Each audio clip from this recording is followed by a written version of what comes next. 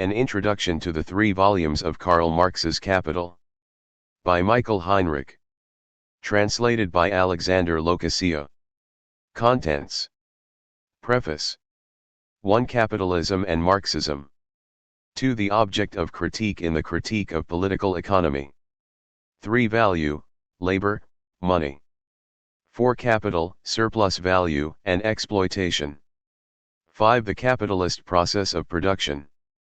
6. The circulation of capital. 7. Profit, average profit, and the law of the tendency of the rate of profit to fall. 8. Interest, credit, and fictitious capital. 9. Crisis. 10. The fetishism of social relations in bourgeois society. 11. State and capital. 12. Communism society beyond the commodity, money, and the state. Preface. Protest is occurring again. In 2011 the Arab Spring rocked the Arab world and overthrew a number of rulers, who seemed to be invincible, at least to their people. In summer people in several countries of Western Europe were inspired by the actions of the Arab Spring. They conquered public places to protest against the policies of the governments. And in fall 2011 Occupy Wall Street started in New York, leading to Occupy movements in many other countries. With the banking crisis of 2008, more people than ever during the last decades question capitalism. Is it really the system which provides freedom and wealth for the majority as is promised by its supporters? Or is it the system which brings wealth only to the 1% and economic pressure and misery at different levels to the 99%? Even beyond traditionally left circles, discussions about the destructive consequences of capitalism are taking place. That this is not a matter of course is proven by a quick glance into the past. At the beginning of the 1990s, after the collapse of the Soviet Union, it seemed as though capitalism had ultimately and globally triumphed as an economic and social model to which there was no alternative.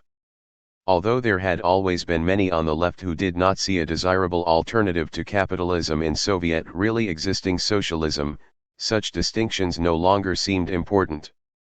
To most people, a society beyond the capitalist market economy appeared only as an entirely unrealistic utopia. Instead of protest, accommodation, and resignation reigned. But it was also and in particular the 1990s which showed that capitalism, even after its apparent final victory, continued to go hand in hand with processes of crisis and immiseration, and Kosovo, Afghanistan, and the First War in Iraq showed that wars in which the developed capitalist countries were not only indirectly, but indeed very directly involved, were by no means a thing of the past. All this was taken up in different forms by the new counter-globalization movement and other social movements and made the point of departure for critique. Initially, these critiques were focused on single issues and posed limited demands that remained within the framework of the system. Furthermore, the critiques often rested upon a simple black and white moralism.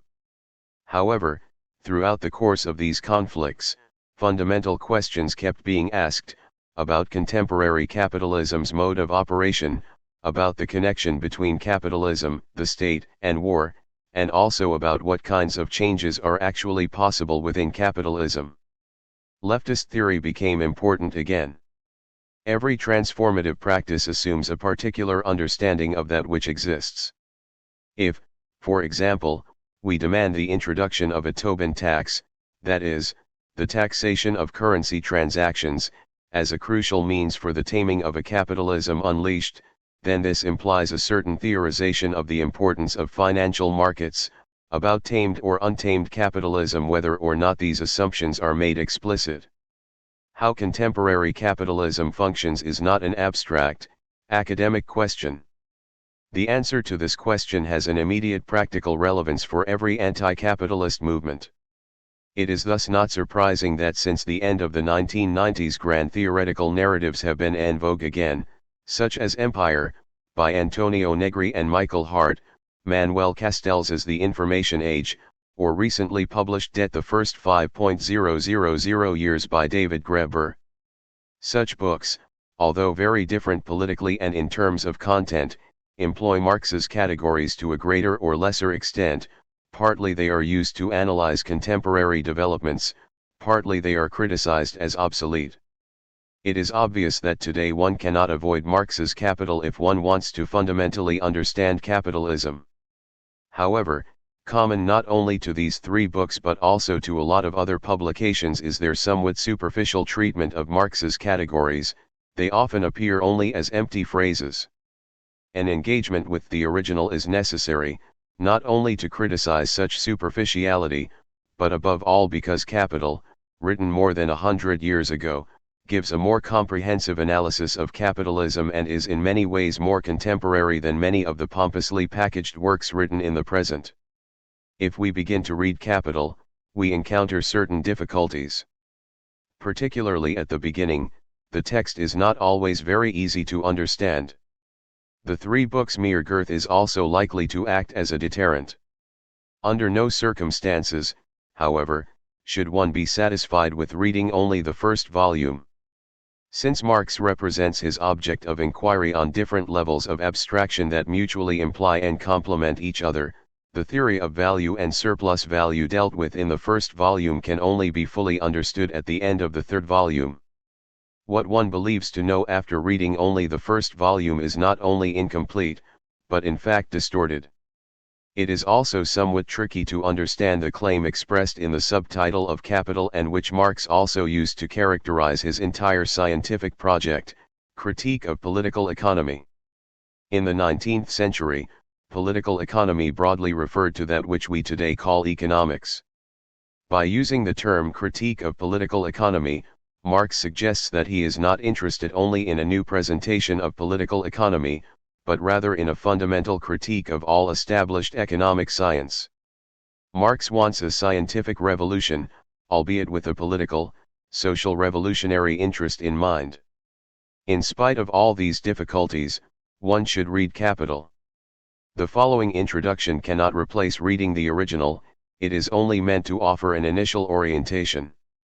A detailed commentary on the first two chapters of Capital amended by commentaries on further Marxian texts dealing with value theory can be found in Heinrich, 2009. In this, readers should be aware that they are bringing to this text certain assumptions about the nature of capital, crisis, and also of the purpose of Marxian theory. These assumptions, which have been formed automatically by schools and media through conversations and conflicts, have to be critically interrogated. The point is not only to engage with something new, but also to investigate that which seems familiar and obvious. This interrogation should begin with the first chapter. There we develop, on the one hand, a preliminary definition of capitalism that is different from many everyday understandings of the term. On the other hand, we discuss the role of Marxism in the workers' movement. The point is to show that there is in fact no such thing as Marxism. There has always been disagreement as to what the core of Marx's theory really is, not only between Marxists and critics of Marx, but also among the Marxists themselves. After the second preparatory chapter, Chapter 2, which is dedicated to a preliminary characterization of the subject matter of capital, the preceding chapters roughly follow the structure of the argument in the 3 volumes of Capital. Chapters 3 to 5 treat the content of the first volume, Chapter 6 the content of the second, and Chapters 7 to 10, the contents of the third volume.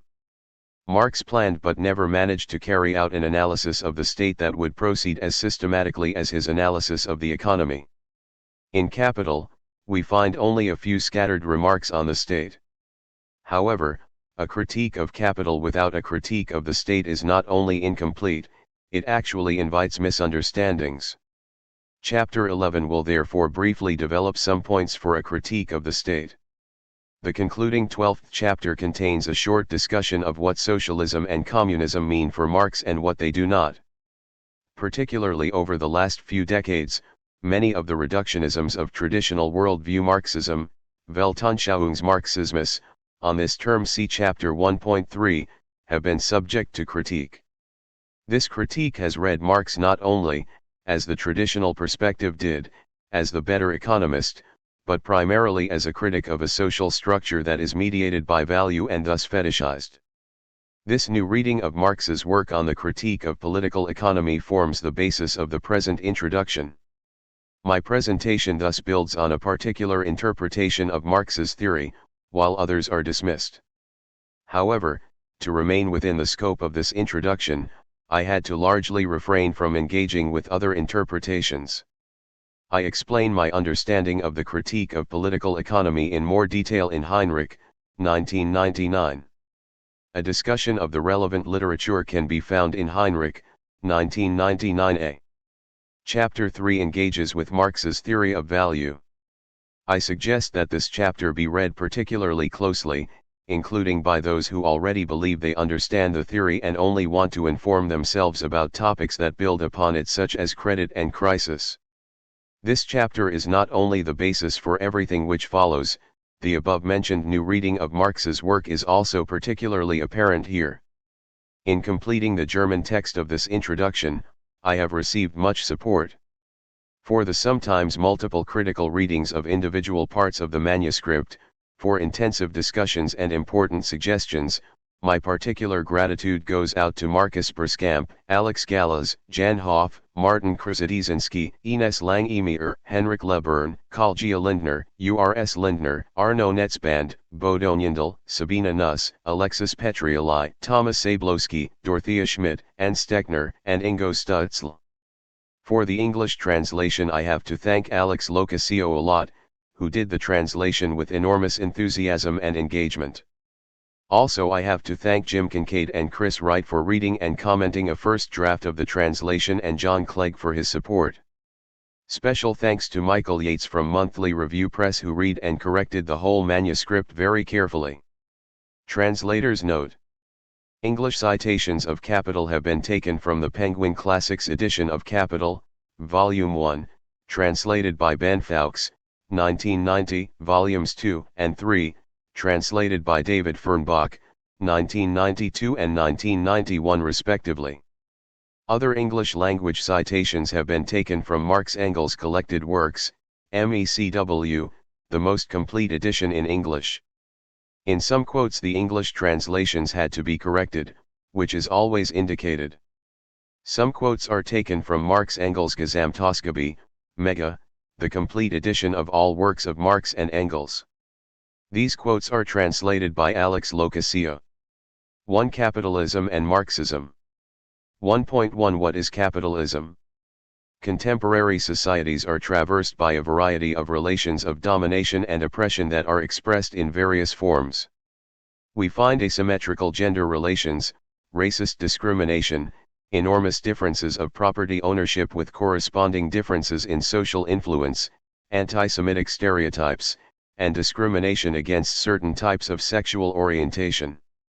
There has been much debate concerning the connection between these relations of domination, and particularly concerning the question as to whether one of them is more fundamental than the others. If relations of domination and exploitation rooted in the economy are placed in the foreground in the following account, then it is not because they are the only relevant relations of domination.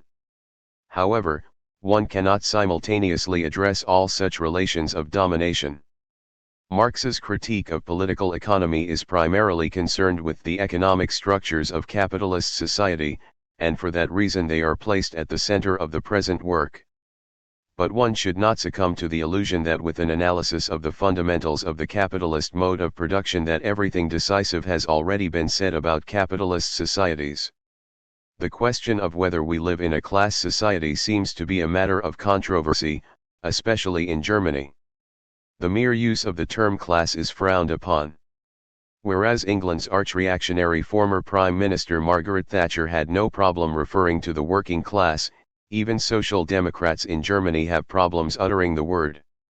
Over here, there are only Arbeitnehmer, or employees, Unternehmer, or entrepreneurs, Beamt, or civil servants, and above all else the Mittelschicht, literally, middle level, avoiding any use of the term class or middle class. At the same time, talk of classes is in no way in and of itself particularly critical. That's not only the case for conceptions of social justice that aspire to an equilibrium between classes, but also for some allegedly leftist conceptions of bourgeois politics as a sort of conspiracy of the ruling class against the rest of society. The existence of a ruling class, opposed to a ruled and exploited class, might be a surprise for a conservative social studies teacher who only knows citizens, but this fact alone doesn't say very much. All societies that are known to us are class societies. Exploitation only means in the first instance that the dominated class not only produces its own subsistence, but also that of the ruling class. These classes have manifested themselves in different ways throughout history. Slaves existed opposite slave owners in ancient Greece, serfs existed opposite landlords in the Middle Ages, and in capitalism the bourgeoisie, the propertied class, exists opposite the proletariat, wage-dependent laborers.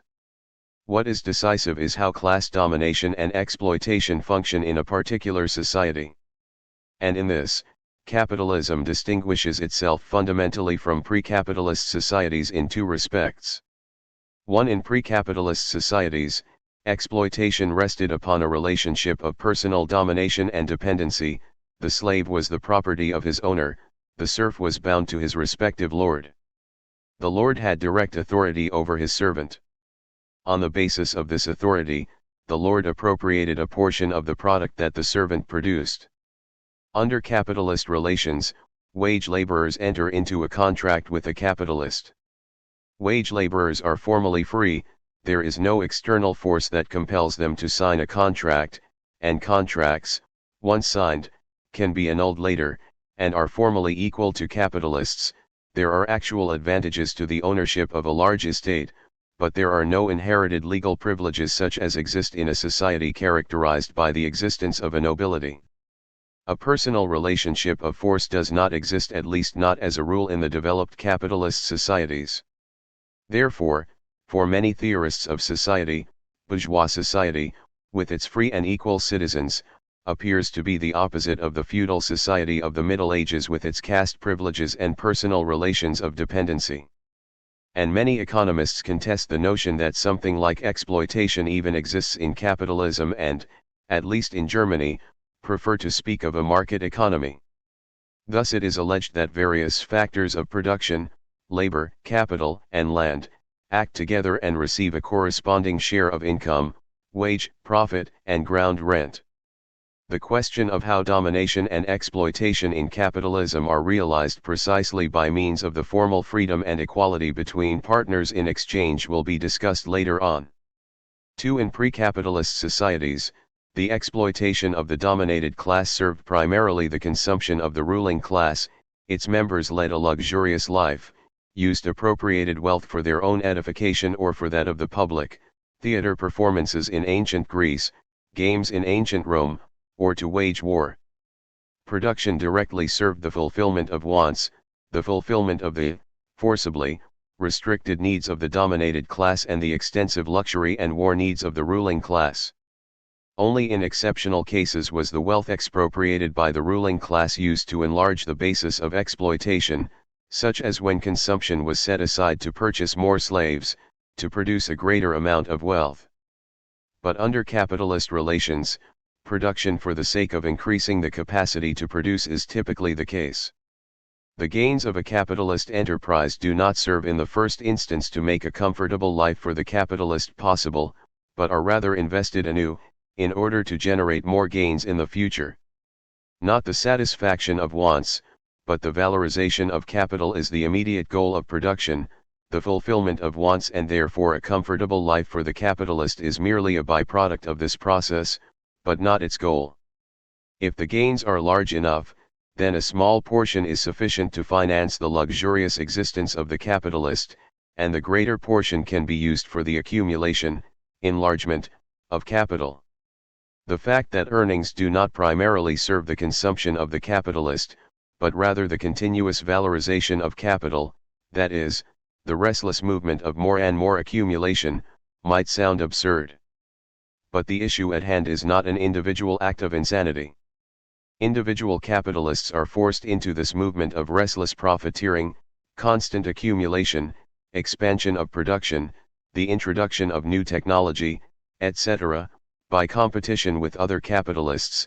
If accumulation is not carried on, if the apparatus of production is not constantly modernized, then one's own enterprise is faced with the threat of being steamrolled by competitors who produce more cheaply or who manufacture better products.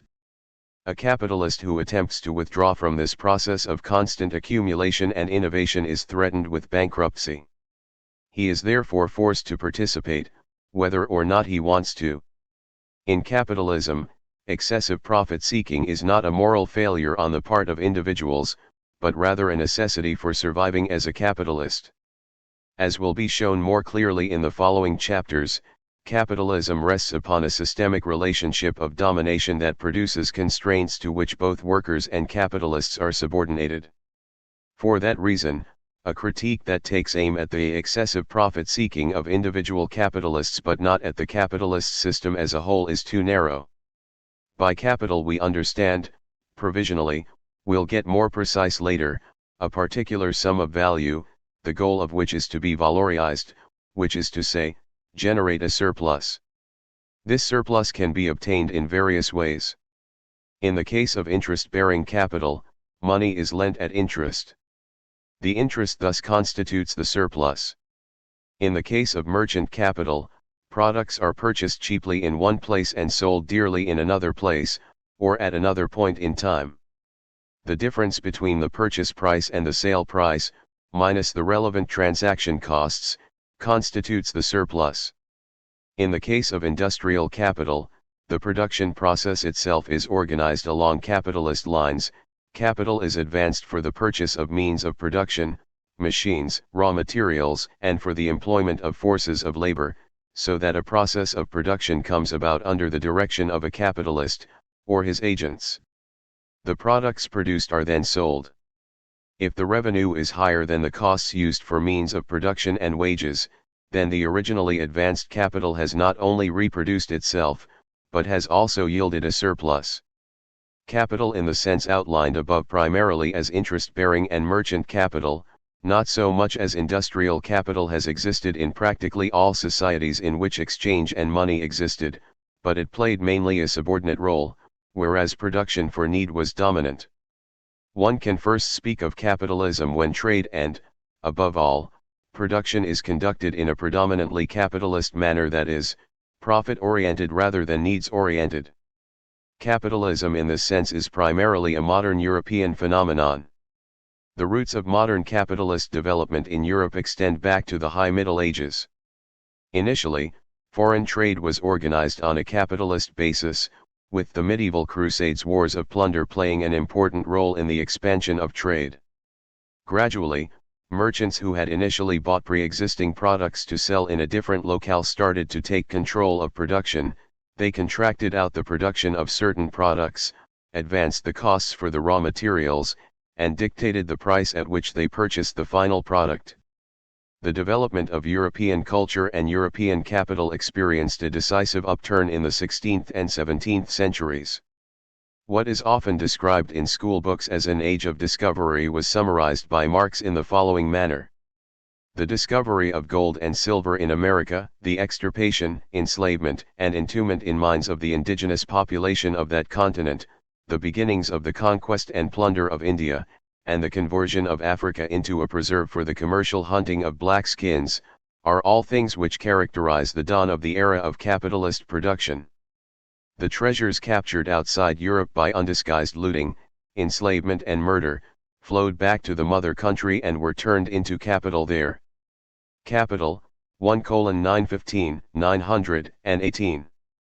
Within Europe, capitalist production took hold of further areas, manufactories and factories emerged, and industrial capitalists employing constantly growing labor forces inside of increasingly large production facilities established themselves alongside the merchant capitalists. This industrial capitalism developed initially in England in the late 18th and early 19th centuries, with France, Germany, and the United States following in the 19th century.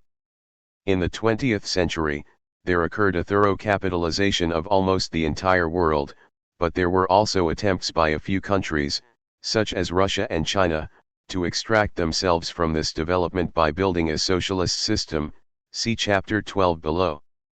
With the collapse of the Soviet Union's and China's orientation toward a capitalist market economy, capitalism at the beginning of the 21st century knows no boundaries, at least not of the geographical sort.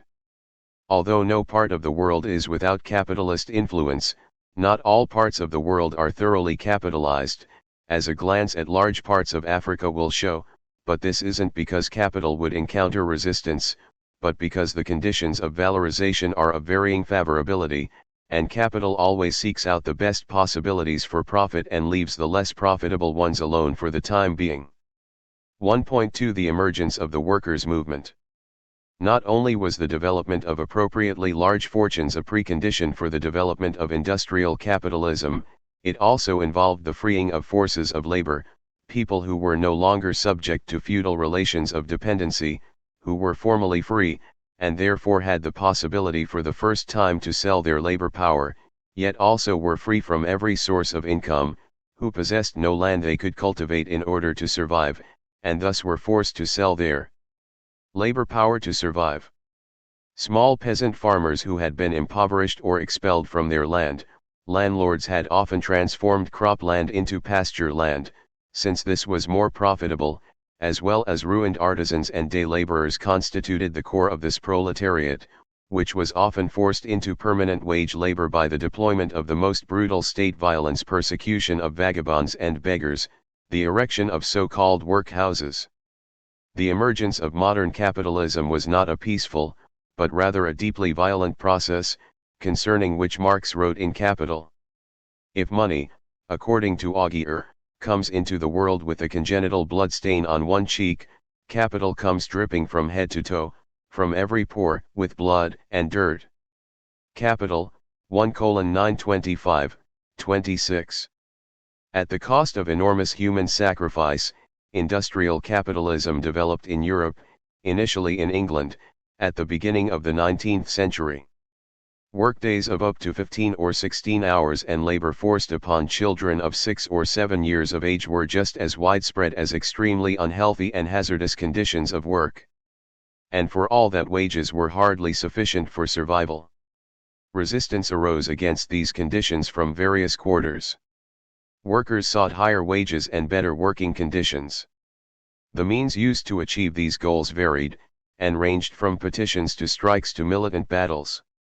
Strikes were frequently put down violently through the deployment of police and the military, and the first trade unions were often persecuted as insurrectionary associations, their leaders often convicted as criminals. Throughout the entire 19th century, battles were carried out for the recognition of trade unions and strikes as a legitimate means of struggle. With time, enlightened citizens and even individual capitalists criticized the miserable conditions under which a large part of the constantly growing proletariat vegetated during the course of industrialization. Ultimately, the state was forced to notice that the young men who were subject at an early age to the overly long work hours of the factories were no longer suitable for military service. Partially under pressure from the increasingly strong working class, partially due to the insight that capital and the state needed halfway healthy people as forces of labor and as soldiers, the factory laws were introduced in the 19th century, again with England leading the way.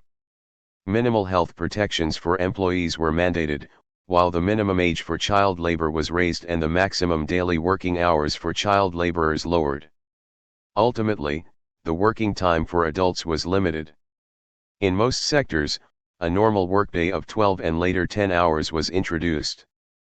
During the 19th century, the workers' movement grew increasingly strong, and there emerged trade unions, workers' associations, and ultimately also workers' political parties. With the extension of suffrage, which was initially limited to property owners, or more precisely, property-owning males, the parliamentary fractions of these parties continued to grow. A constant source of debate was the question concerning the goal of the struggle of the workers' movement. Was the issue merely that of a reformed capitalism or of the abolition of capitalism? Also debated was the question of whether states and governments were opponents that should be fought just as much as capital, or whether they were possible coalition partners who merely needed to be convinced of the proper perspective. Since the first decades of the 19th century, there emerged an abundance of analyses of capitalism, utopian conceptions of socialism, reform proposals, and strategic blueprints as to how particular goals were to be best achieved. From the middle of the 19th century onwards, Marx and Engels won increasing influence within these debates. Toward the end of the 19th century, both had already died, but Marxism was dominant within the international workers' movement. However, even back then it was questionable as to how much this Marxism had anything to do with Marx's theory. 1.3 Marx and Marxism. Karl Marx, 1818–1883, was born in Trier. He came from an educated petit bourgeois family. His father was a lawyer. Marx formally studied law in Bonn and Berlin, but occupied himself above all else with the then dominant philosophy of Hegel, 1770–1831, and the Young Hegelians, a radical group of followers of Hegel. In 1842–43 Marx was the editor of the Rheinische-Zeitung, which functioned as an organ of the liberal Rhineland bourgeoisie in opposition to the authoritarian Prussian monarchy. In his articles, Marx criticized Prussian policies, whereby the Hegelian conception of the essence of the state, namely the realization of a reasonable freedom standing above all class interests, served as the benchmark of criticism. During the course of his journalistic activity, Marx came into more and more contact with economic questions, which made the Hegelian philosophy of the state appear increasingly dubious. Under the influence of Ludwig Feuerbach, 1804–1872, a radical critic of Hegel, Marx attempted to take real human beings as his point of departure rather than Hegelian abstractions. In doing so, he wrote his economic and philosophical manuscripts of 1844, which were never published during his lifetime. In these texts, he developed his theory of alienation, which would go on to enjoy an extraordinary reception in the 20th century. Marx attempted to show that under capitalist relations the species being, Gattungswesen, the human essence of real humans, that is to say what separates them from animals, namely that they develop their potential and ability through labor, is alienated. As wage laborers they do not possess the products of their labor, nor do they control the labor process, both being subject to the rule of the capitalist. Communism, the abolition of capitalism, is therefore conceived of by Marx as the transcendence of alienation, as the reappropriation of human species, Gattungswesen, the human essence being by real humans. During his time with the Rheinische-Zeitung, Marx got to know Friedrich Engels, 1820–1895, the son of a factory owner from Barmen, today a part of Wuppertal. In 1842, for the purposes of completing his training as a merchant, Engels was sent by his parents to England and witnessed the misery of the English industrial proletariat. By the end of 1844 there existed between Marx and Engels a close personal friendship that would endure until the end of their lives. In 1845 they jointly wrote the German Ideology, a work, unpublished during their lifetimes, that was intended as a settling of accounts not only with the radical young Hegelian philosophers, but also, as Marx later wrote, with our former philosophical conscience, MECW, 29:264. In this work, as in the theses on Feuerbach that Marx wrote shortly before the German Ideology, Marx and Engels criticized in particular the philosophical conception of a human essence and of alienation. The really existing social relations under which people live and work became the object of investigation. Subsequently, the concept of a human species being or essence no longer surfaces in Marx's work, and he only rarely and vaguely speaks of alienation. In discussions concerning Marx, it is a point of contention as to whether he actually discarded the theory of alienation or whether he simply no longer placed it at the foreground of his work. The debate as to whether there is a conceptual break between the writings of the young and those of the old Marx is primarily concerned with this question. Marx and Engels would become widely known through the Communist Manifesto, published in 1848 shortly before the outbreak of the revolutions of the same year, a programmatic text that was composed under the auspices of the League of Communists, a small revolutionary group that existed only for a short time.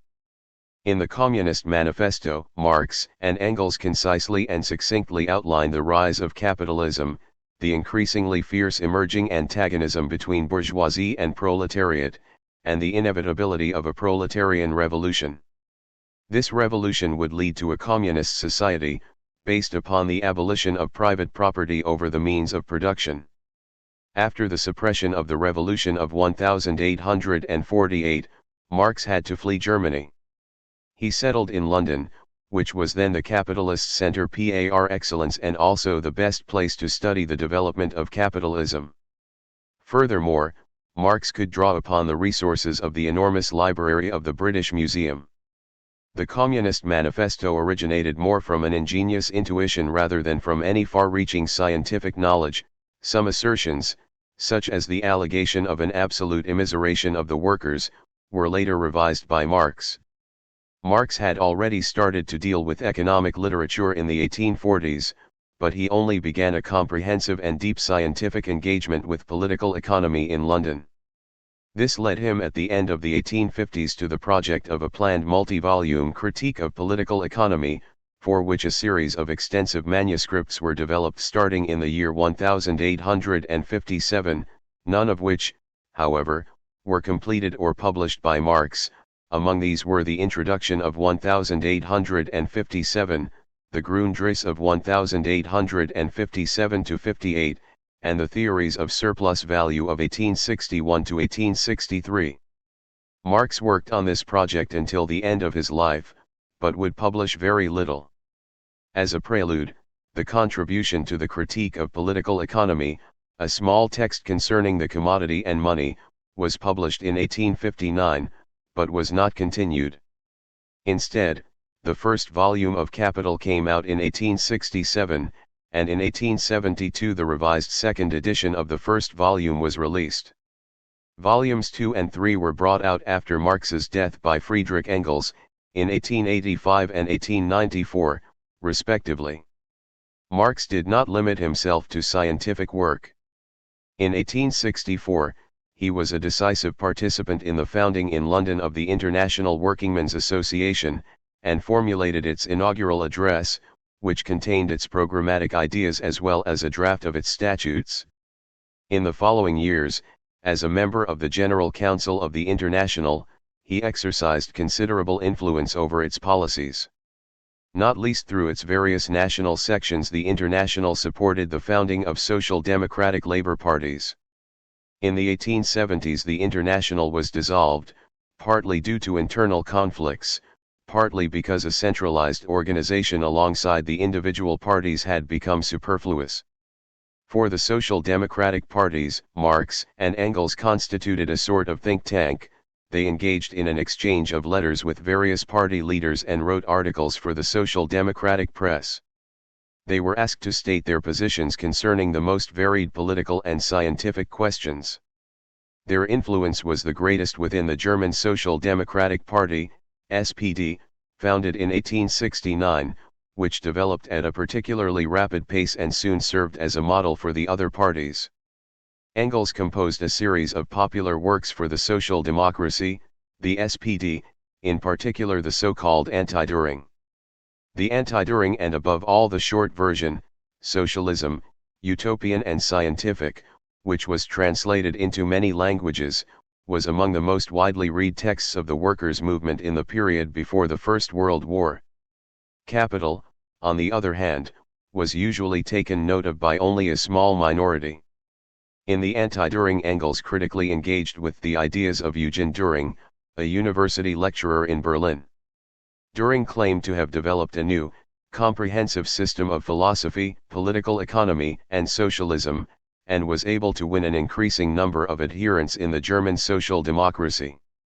Düring's success rested upon a strong desire within the workers' movement for a Weltanschauung, or worldview, a comprehensive explanation of the world offering an orientation and answers to all questions. After the worst outgrowths of early capitalism had been eliminated and the everyday existence of the wage-dependent class within capitalism was somewhat secure, a specific social democratic workers' culture developed. In workers' neighborhoods there emerged workers' sports clubs, workers' choral societies, and workers' education societies. Excluded from the exalted bourgeois society and bourgeois culture, there developed within the working class a parallel everyday life and educational culture that consciously attempted to distance itself from its bourgeois counterpart, but often ended up unconsciously mimicking it. And so it was that at the end of the 19th century August Bebel, the chairman of the SPD over the course of many years, was graciously honored in a manner similar to the way that Kaiser Wilhelm II was honored by the petty bourgeoisie. Within this climate, there emerged the need for a comprehensive intellectual orientation that could be opposed to the dominant bourgeois values and worldview, in which the working class played no role or merely a subordinate role. Insofar as Engels not only criticized during but also sought to counterpose the correct positions of a scientific socialism, he laid the foundations for the worldview of Marxism, which was appreciatively taken up in social democratic propaganda and further simplified. This Marxism found its most important representative in Karl Koschei, 1854–1938, who until the First World War was regarded as the leading Marxist theoretician after the death of Engels. What dominated the social democracy at the end of the 19th century under the name of Marxism consisted of a miscellany of rather schematic conceptions, a crudely knitted materialism, a bourgeois belief in progress, and a few strongly simplified elements of Hegelian philosophy and modular pieces of Marxian terminology combined into simple formulas and explanations of the world. Particularly outstanding characteristics of this popular Marxism were an often rather crude economism, ideology and politics reduced to a direct and conscious transmission of economic interests, as well as a pronounced historical determinism that viewed the end of capitalism and the proletarian revolution as inevitable occurrences. Widespread in the workers' movement was not Marx's critique of political economy, but rather this worldview Marxism, which played above all an identity-constituting role. It revealed one's place as a worker and socialist, and explained all problems in the simplest way imaginable. A continuation and further simplification of this worldview Marxism took place within the framework of Marxism-Leninism. Lenin, 1870–1924, who became after 1914 so influential, was intellectually rooted in worldview Marxism. He openly expressed the exaggerated self-confidence of this Marxism. The teaching of Marx is all-powerful because it is true. It is complete and harmonious, providing men with a consistent view of the universe, which cannot be reconciled with any superstition, any reaction, any defense of bourgeois oppression. Lenin, the three sources and three component parts of Marxism. Before 1914, Lenin supported the Social Democratic Center around Karl Koschei against the left wing represented by Rosa Luxemburg, 1871–1919. His break with the center came at the beginning of the First World War, when the SPD voted for war credits requested by the German government. From then on, the split within the workers' movement took its course, a social democratic wing that in the next few decades would move further away both theoretically and practically from Marxist theory, and the goal of transcending capitalism stood opposite a communist wing that nurtured a Marxist phraseology and revolutionary rhetoric, but existed above all to justify the zigzags in the domestic and foreign policy of the Soviet Union, such as during the Hitler-Stalin Pact. After his death, the communist wing of the workers' movement turned Lenin into a Marxist pillar saint. His polemical writings, most of which were written within the context of contemporary debates within the workers' movement, were honored as the highest expression of Marxist science and were combined with already existing Marxism into a dogmatic system of philosophy, dialectical materialism, history, historical materialism, and political economy, Marxism-Leninism. This variant of worldview Marxism served above all else an identity-constituting role, and in the Soviet Union in particular legitimized the political domination of the party and suffocated open discussion.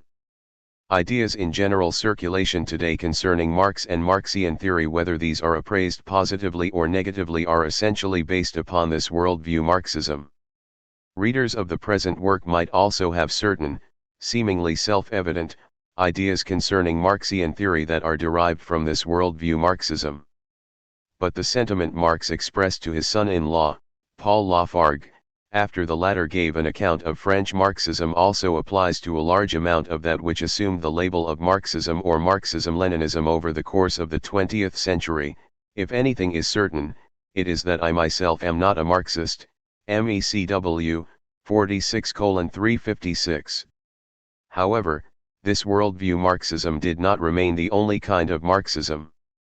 Against the background of the split in the workers' movement into social democratic and communist wings, as well as the disappointment of the revolutionary hopes that existed after the First World War, there developed in the 1920s and 1930s differing, and widely diverging, variants of a Marxist critique of worldview Marxism.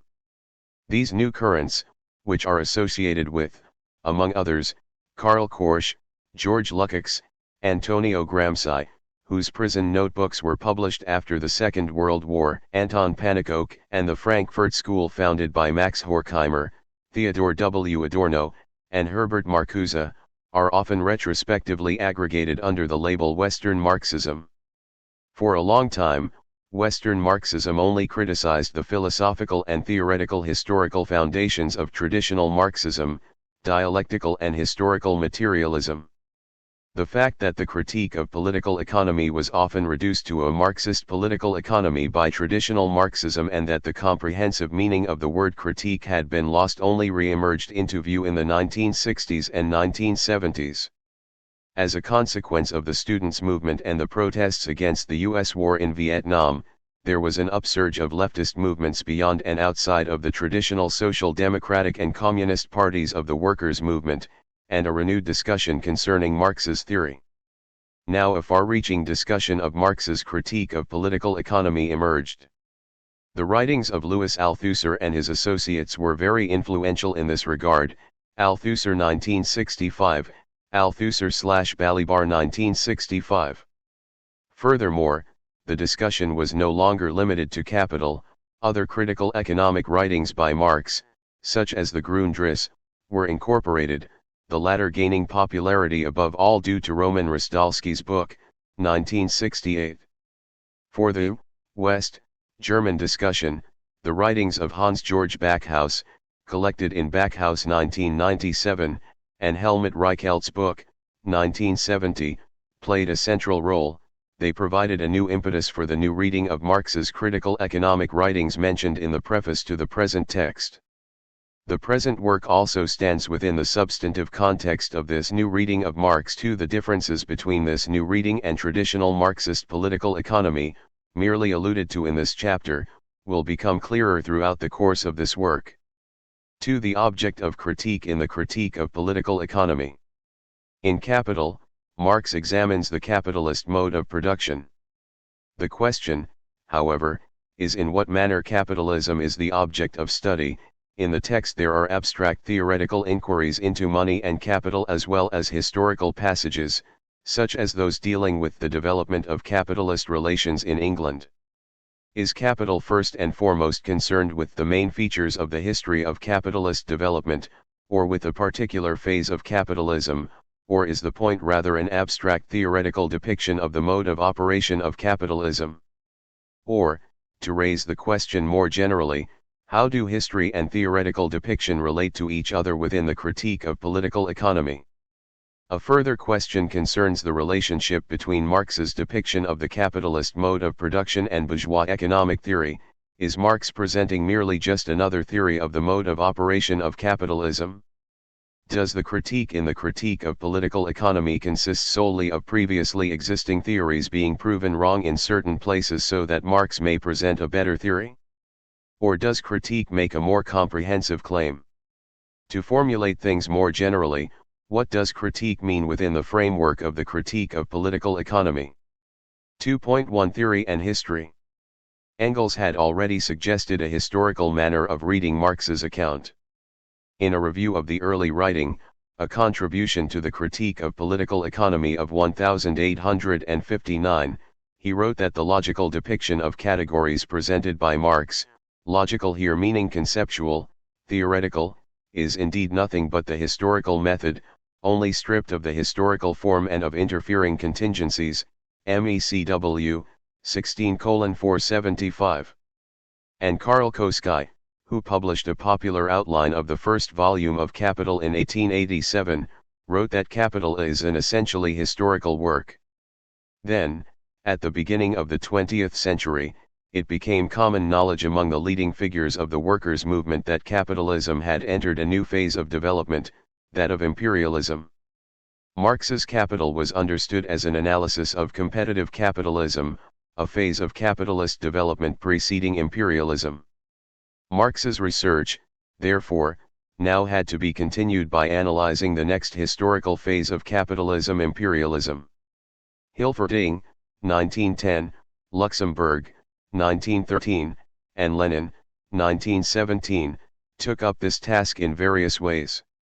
One also frequently hears from contemporary economists, insofar as they don't reject Marx's analysis entirely, that it is at best valid for the 19th century. But in the 20th century, economic conditions have supposedly undergone such extensive change that Marx's theory is of no use, which is why one hears so little of it in most economics departments. Such historicizing ways of reading Marx, which are also typical of many introductions to Marx's Capital, are at the very least opposed to Marx's own understanding of his work. In the foreword to the first volume, Marx writes the following concerning the object of his research. What I have to examine in this work is the capitalist mode of production, and the relations of production and forms of intercourse verkehrsverhältnisse that correspond to it. Until now, their locus clas siecus has been England. That is the reason why England is used as the main illustration of the theoretical developments I make. Intrinsically, it is not a question of the higher or lower degree of development of the social antagonisms that spring from the natural laws of capitalist production. It is a question of these laws themselves, of these tendencies winning their way through and working themselves with iron necessity.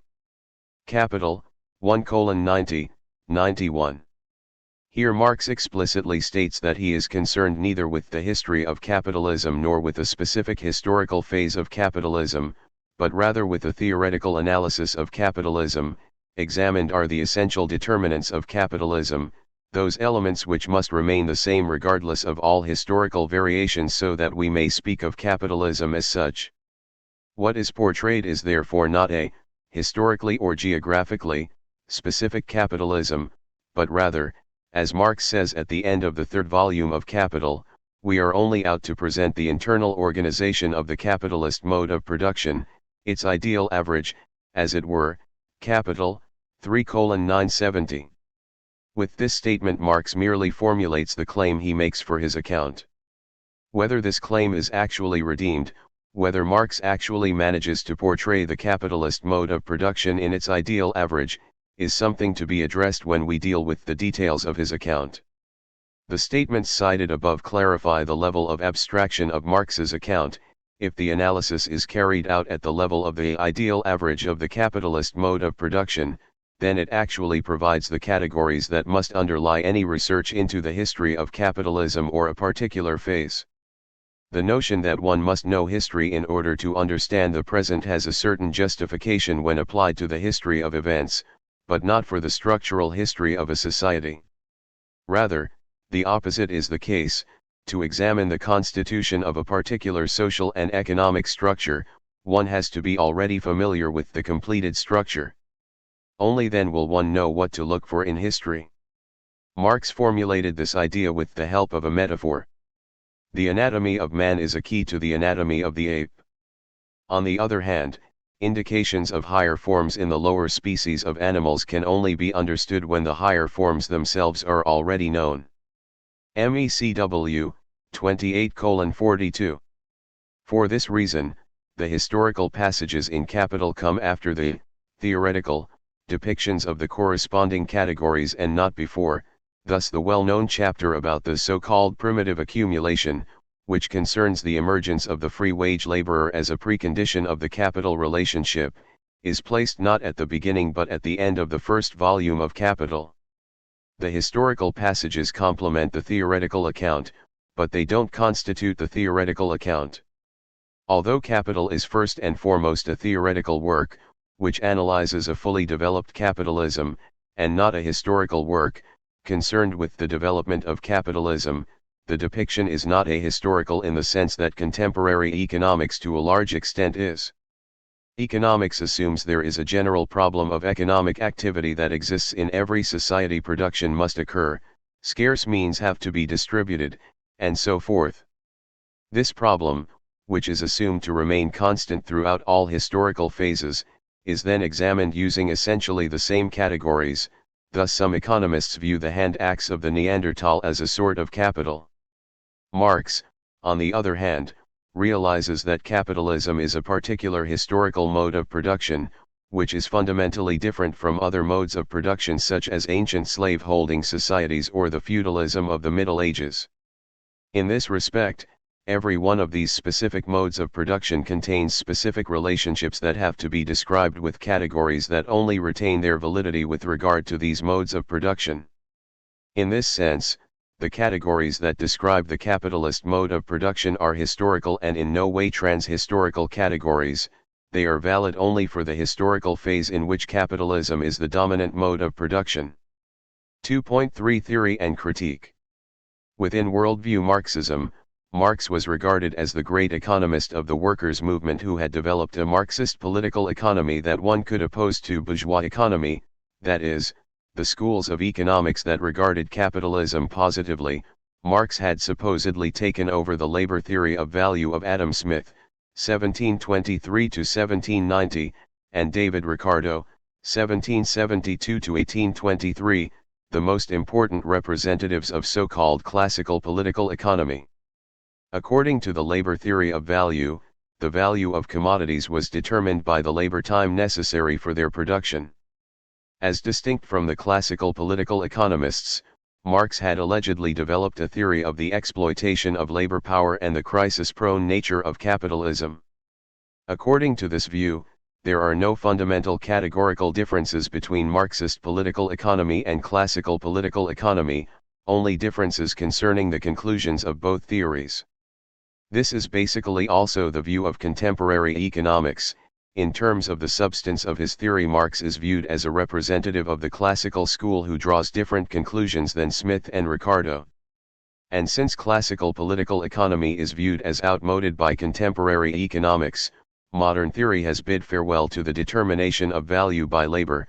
A contemporary economist doesn't think he has to seriously concern himself with Marx.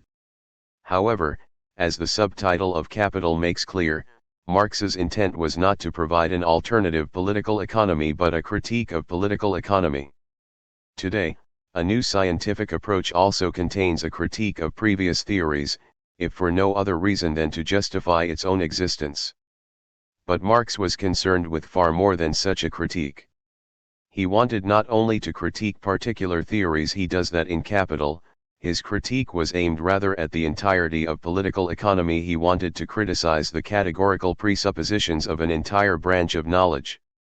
Marx made clear the comprehensive character of this critique in a letter he wrote to Ferdinand Lassalle at the end of the 1850s. The work I am presently concerned with is a critique of economic categories, or, if you like, a critical exposé of the system of the bourgeois economy. It is at once an exposé and, by the same token, a critique of the system. MECW, 40:270, emphasis in original. This critique of categories begins with the most abstract category of political economy, that of value. Marx concedes that political economy has grasped the content concealed in value and its magnitude, the connection between labor and value. But political economy has never once asked the question why this content has assumed that particular form, that is, why labor is expressed in value and why the measurement of labor by its duration is expressed in the magnitude of the value of the product, capital, 1:173, 74. Marx is not predominantly criticizing the conclusions of political economy, but rather the manner in which it poses questions, meaning the distinction between that which political economy aims to explain and that which is accepted as so self-evident that it doesn't need to be explained at all, such as the commodity form of the product of labor. Thus did Adam Smith, the progenitor of classical economy, proceed on the assumption that humans, as distinct from animals, had a propensity to truck, barter, and exchange. 1776, Smith, 25. Thus it would be a general human trait to relate to all things as commodities. Within political economy, social relationships such as exchange and commodity production are naturalized and reified, that is, social relationships are conceived of as quasi-natural conditions, ultimately as the characteristics of things.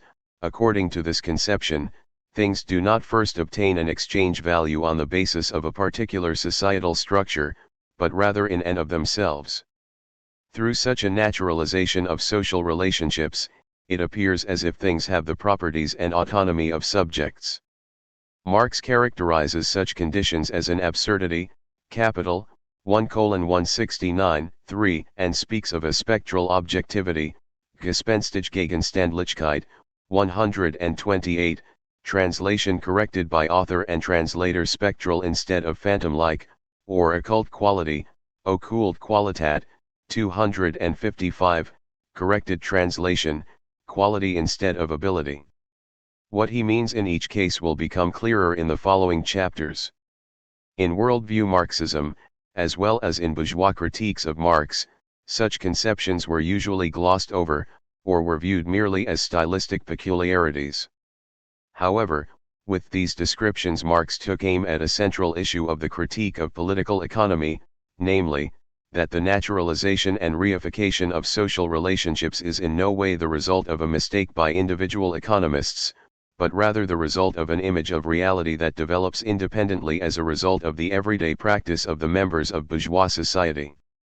At the end of the third volume of Capital, Marx can therefore establish that people in bourgeois society inhabit the bewitched, distorted and upside-down world, and that this religion of everyday life, Capital, 3:969, is not only the basis of everyday consciousness, but also constitutes the background for the categories of political economy. The question was posed above as to what critique means within the context of the critique of political economy. We are now able to provide a tentative answer. Critique aims to break down the theoretical field, meaning the self-evident views and spontaneously arising notions, to which the categories of political economy owe their apparent plausibility. The absurdity, Verrücktheit, of political economy should be made clear. Here, the critique of perception, the question as to how perception is possible, meets the analysis of the capitalist relations of production. Neither is possible without the other. Point 4. However, Marx's intent with Capital was not simply to write a critique of bourgeois science and bourgeois consciousness, but also to formulate a critique of bourgeois social relations. In a letter, he described his work not very modestly as without question the most terrible missile that has yet been hurled at the heads of the bourgeoisie, landowners included, MECW, 42:358.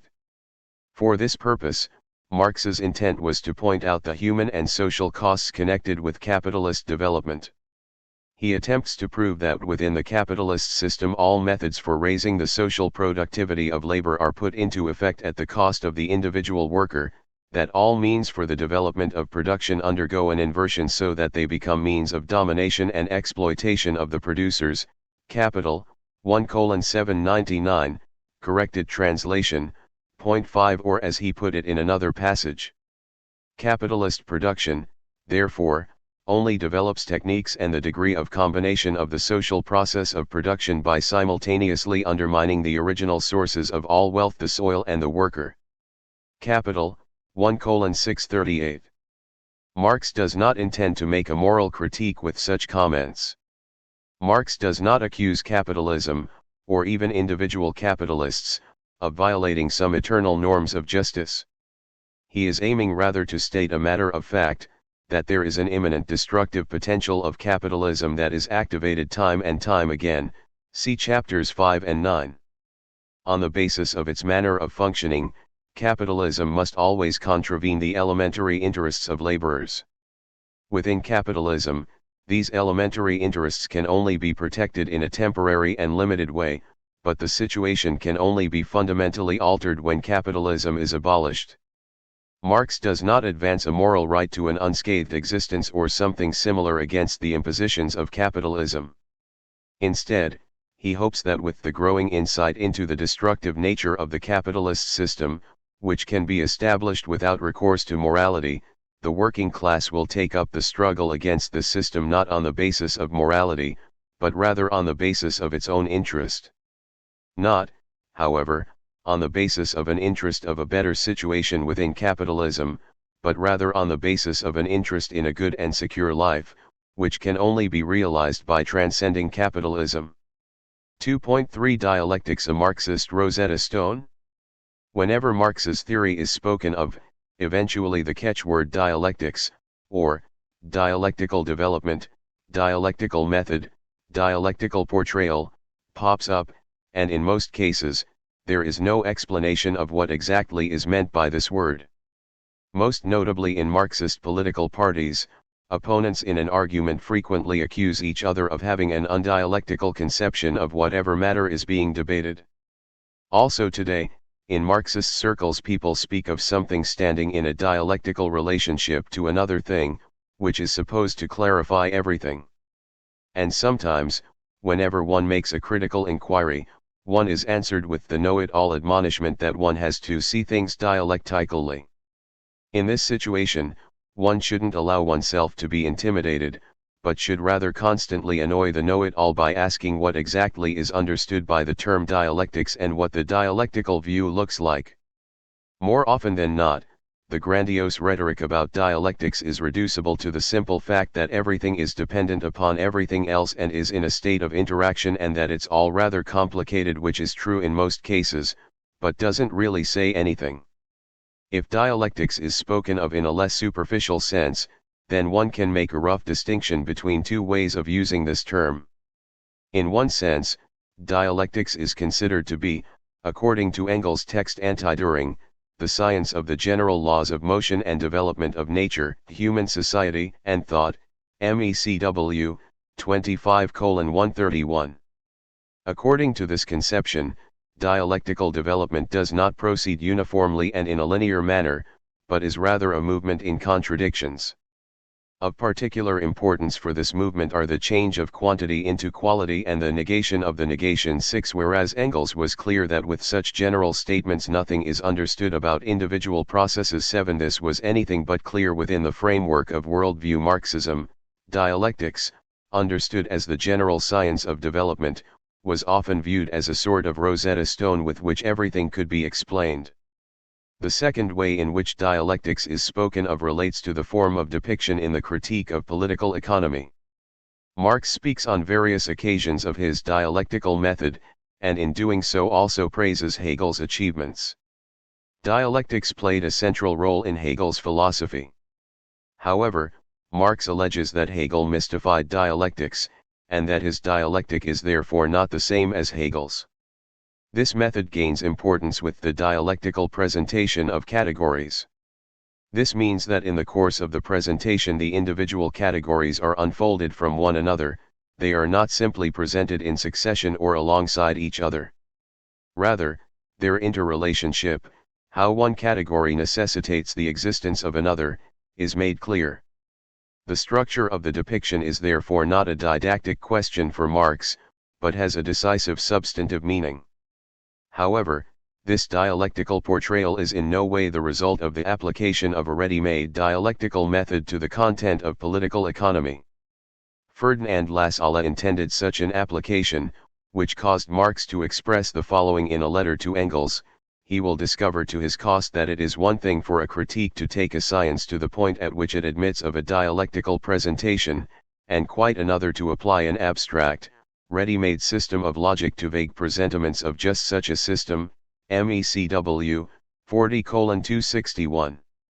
The precondition of a dialectical portrayal is not the application of a method, a widespread conception in worldview Marxism, but rather the categorical critique, discussed in the previous section. And such a categorical critique presumes an exact and detailed familiarity and engagement with the substance of a field of knowledge to which the categories refer. An exact discussion of Marx's dialectical presentation is therefore only possible if one already knows something about the categories being portrayed. One cannot talk about the dialectical character of Marx's account or even the relationship between Marx's dialectic and Hegel's before one has engaged with Marx's account itself. The frequent characterization of Marx's account as advancing from the abstract to the concrete, MECW 2838, also says very little to those who are first beginning to read Marx's Capital. Above all else, the actual structure of the presentation in Capital is considerably more complex than this formula, which stems from the introduction of 1857, would lead one to believe. Other than in the foreword and afterword, Marx speaks very seldom of dialectics in Capital. He practices a dialectical portrayal, but without demanding from his readers that they deal with the subject of dialectics before reading Capital. Only in hindsight can one say what is dialectical about Marx's account. For that reason, the present work does not begin with a section on dialectics. 3. Value, labor, money. 3.1 Use value, exchange value, and value. Marx's intent in Capital is to analyze the capitalist mode of production, but his analysis does not begin immediately with capital. In the first 3 chapters, only the commodity and money are mentioned, and capital is dealt with explicitly only from the 4th chapter onward. Within the framework of the historical manner of reading Capital mentioned above, the first 3 chapters are therefore understood as an abstract description of a pre-capitalist simple, or petty, commodity production. But the first 2 sentences make it clear that the chapter is not about pre-capitalist conditions. The wealth of societies in which the capitalist mode of production prevails appears as an immense collection of commodities, the individual commodity appears as its elementary form. Our investigation therefore begins with the analysis of the commodity. Capital, 1:125. Here, Marx points out a specific aspect of capitalist socialization. In capitalist society and only in capitalist society the commodity is the typical form of wealth. Commodities, which we can define provisionally as goods intended for exchange, also exist in other societies, but only in capitalist society do the overwhelming majority of goods consist of commodities. In the feudal societies of the early Middle Ages, only a small amount of goods were exchanged. The commodity form was more of an exception than the rule. The overwhelming majority of goods consisted of agricultural products, and these were either produced for one's own use or turned over to landlords, nobles or the church, not exchanged. Not until capitalism does exchange become comprehensive, and with it the commodity form of goods.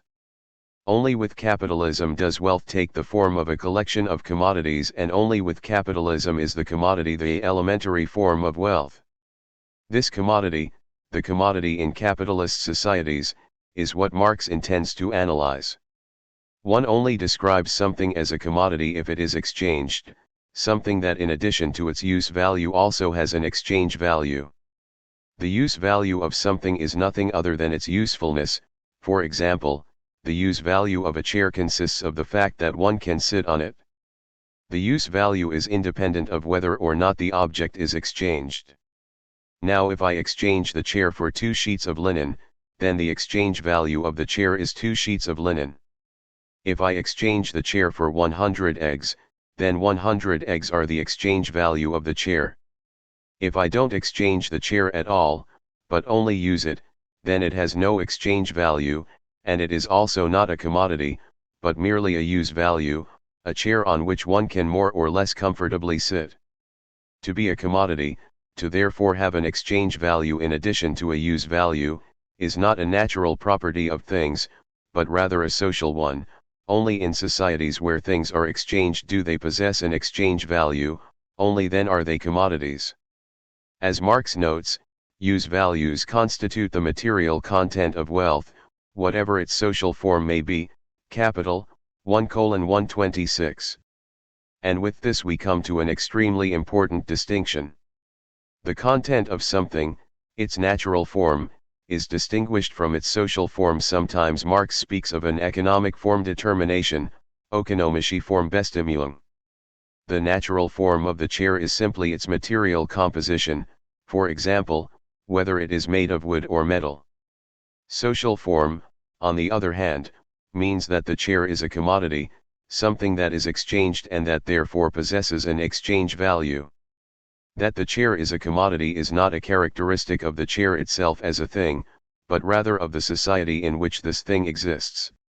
Individual acts of exchange occur in all forms of society that are known to us. But it is a specific aspect of capitalist society that almost everything is exchanged. This has consequences for quantitative relationships of exchange.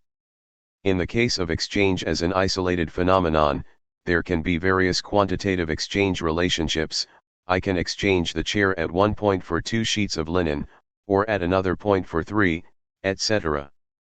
But if exchange is the normal form in which goods are transferred, then individual relations of exchange have to match each other in a certain way. In the example above, a chair was exchanged for 2 sheets of linen or for 100 eggs. If this is so, then it must also be the case that one can exchange 100 eggs for 2 sheets of linen. Why is that? If this were not the case, if for example 100 eggs could only be exchanged for 1 sheet of linen, then by a clever series of acts of exchange I could constantly make a profit. I exchange a sheet of linen for 100 eggs, then 100 eggs for 1 chair, then 1 chair for 2 sheets of linen. Through mere exchange, I would have doubled my inventory of linen sheets, and through a number of corresponding acts of exchange I could continuously increase my wealth.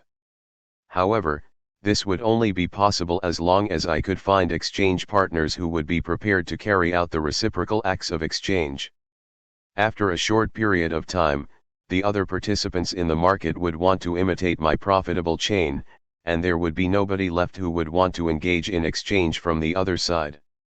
Relations of exchange can only be stable when they exclude the possibility that profit and loss can result merely through a particular sequence of exchange acts.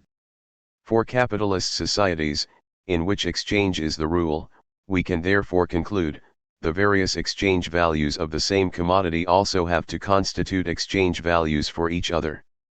If a chair can be exchanged for 2 sheets of linen, and on the other hand for 100 eggs, then one must also be able to exchange 2 linen sheets for 100 eggs. Now, when such a regularity of exchange exists, and it must exist for exchange to function smoothly, then one cannot help asking what a chair, 2 linen sheets, and 100 eggs have in common. The answer suggested by our everyday experience is, these 3 things have the same value. Through experience with exchange we have a rather exact appreciation of the value of many things. If this diverges in actual exchange from our notion of what a thing is worth, then we conclude that a particular thing is just cheap or expensive. But the questions for us are, what is it that constitutes this value, and how is the respective magnitude of value determined?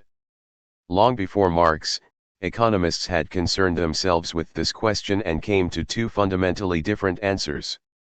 One answer is, the value of something is determined by its usefulness. For something that is of great use to me, I'm prepared to pay a lot, whereas I'll pay very little, or nothing at all, for something that is of little use to me. This utility theory of value, however, faces a great problem that Adam Smith had already formulated very clearly. Water is of great use, we couldn't live without water, but the value of water is very small. Compared to water, the utility of a diamond is infinitesimally small, but its value is huge. Smith therefore drew the conclusion that it would not be the usefulness of a thing that determines its value. Rather, Smith considered the quantity of labor necessary to produce something as constituting its value. This is the second fundamental answer to the question as to what makes up value. This labor theory of value was the common understanding within political economy during Marx's time. 8 applied to our example above, the labor theory of value says that a chair, 2 linen sheets, and 100 eggs have the same value, because the same quantity of labor is necessary to produce them. There are 2 obvious objections to the labor theory of value. For one, things are also exchanged that are not products of labor, for example, virgin soil. For another, there are certain products of labor, such as works of art, whose exchange value is completely independent of the labor time expended for their production. Regarding the first point, it should be noted that the labor theory of value only explains the value of products of labor. Things that are not products of labor do not possess a value. If they're exchanged, they have an exchange value or price, but no value, and this exchange value has to then be explained separately. Marx did this in Volume 3 of Capital. As to the second point, a work of art is a product of labor, but unlike normal commodities, it is a unique object, something that only exists once. The price that a buyer is prepared to pay for it is a collector's price, which hasn't the slightest to do with the labor expended by the artist. However, most economic products are not unique, but rather mass-produced goods, and it is the value of those goods that should be explained. Marx also sees the value of commodities as accounted for by commodity-producing labor. As an objectification of equal human labor, commodities are values. The magnitude of value is determined by the quantity of the value-forming substance, the labor, contained in the article, capital, 1:129. But, Marx continues, it is not the labor time individually expended by isolated producers that creates value. A chair then produced by a slow carpenter would have more value than an identical chair produced by a speedy carpenter. Rather, it is the socially necessary labor time that creates value. Socially necessary labor time is the labor time required to produce any use value under the conditions of production normal for a given society and with the average degree of skill and intensity of labor prevalent in that society. Capital, 1:129. However, the labor time socially necessary for the production of a particular use value does not remain constant. If the productivity of labor increases, if more products can be created in the same time span, then the labor time socially necessary for the production of a single item has diminished and the magnitude of its value declines. If, however, the productivity of labor declines, then the labor time socially necessary for production increases, and the magnitude of a single product's value increases. This could be the consequence, for example, of natural conditions. If a harvest is spoiled, then the same quantity of labor yields a smaller output, more labor is necessary for the production of a single fruit, and its value increases. If exchange exists, then a division of labor is implied. I only exchange for things that I do not myself produce. Division of labor is a precondition of exchange, but exchange is not a precondition for the division of labor, as a glance at any factory would confirm. Within a factory, there is a high level of division of labor, but the products themselves are not exchanged for one another. Up until now, one might have had the impression that when the term commodity is used, it refers solely to physical objects. But what is relevant here is the act of exchange, not the fact that physical objects are being exchanged. Services can also be exchanged and therefore become commodities. The difference between a material product and an immaterial service consists solely of a different temporal relationship between production and consumption. The material product is first produced and subsequently consumed.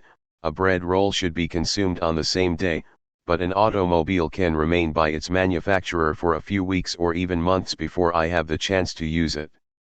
In the case of a service, whether we are talking about a taxi ride, a massage, or a theater performance, the act of production is concurrent with the act of consumption. As the taxi driver produces a change of place, I consume it. The difference between services and physical objects consists of a distinction of the material content. The question as to whether they are commodities pertains to their social form, and that depends upon whether objects and services are exchanged. And with that, we have sorted out the matter of the frequently stated argument that with the transition from an industrial to a service economy, or in the left-wing variant of Hart and Negri the transition from material to immaterial production, Marx's value theory has become outmoded. The aspects of value theory that we have considered up to this point were largely dealt with by Marx on the first 7 pages, out of a total of 50, of the first chapter of Capital. For many Marxists, and most of Marx's critics, this constitutes the core of Marx's value theory. The commodity is use value, and value is an objectification of human labor. The magnitude of value depends upon the socially necessary labor time required for the production of a commodity. The last point is frequently referred to as the law of value. If that were actually all there is to it, then Marx's value theory would not have gone very far beyond classical political economy. But the central value theoretical insights of Marx are not limited to these simple propositions. The decisive, most important aspects of Marx's value theory lay beyond what has thus far been outlined, which shall be made clear in the rest of this chapter. 3.2 A proof of the labor theory of value. Individual agency and social structure. Tied up with the question concerning the difference between Marx's value theory and classical value theory is the question of whether Marx had proven the labor theory of value, that is, whether he had established beyond the shadow of a doubt that labor and nothing else underlies the value of a commodity. This question has been frequently discussed in the literature about Marx. But as we're about to see, Marx was not at all interested in such a proof. Adam Smith had proven the determination of a commodity's value through labor with the argument that labor entails effort and that we therefore estimate the value of something according to how much effort is involved in producing it. Here, value is ascribed directly to the rational considerations of isolated individuals.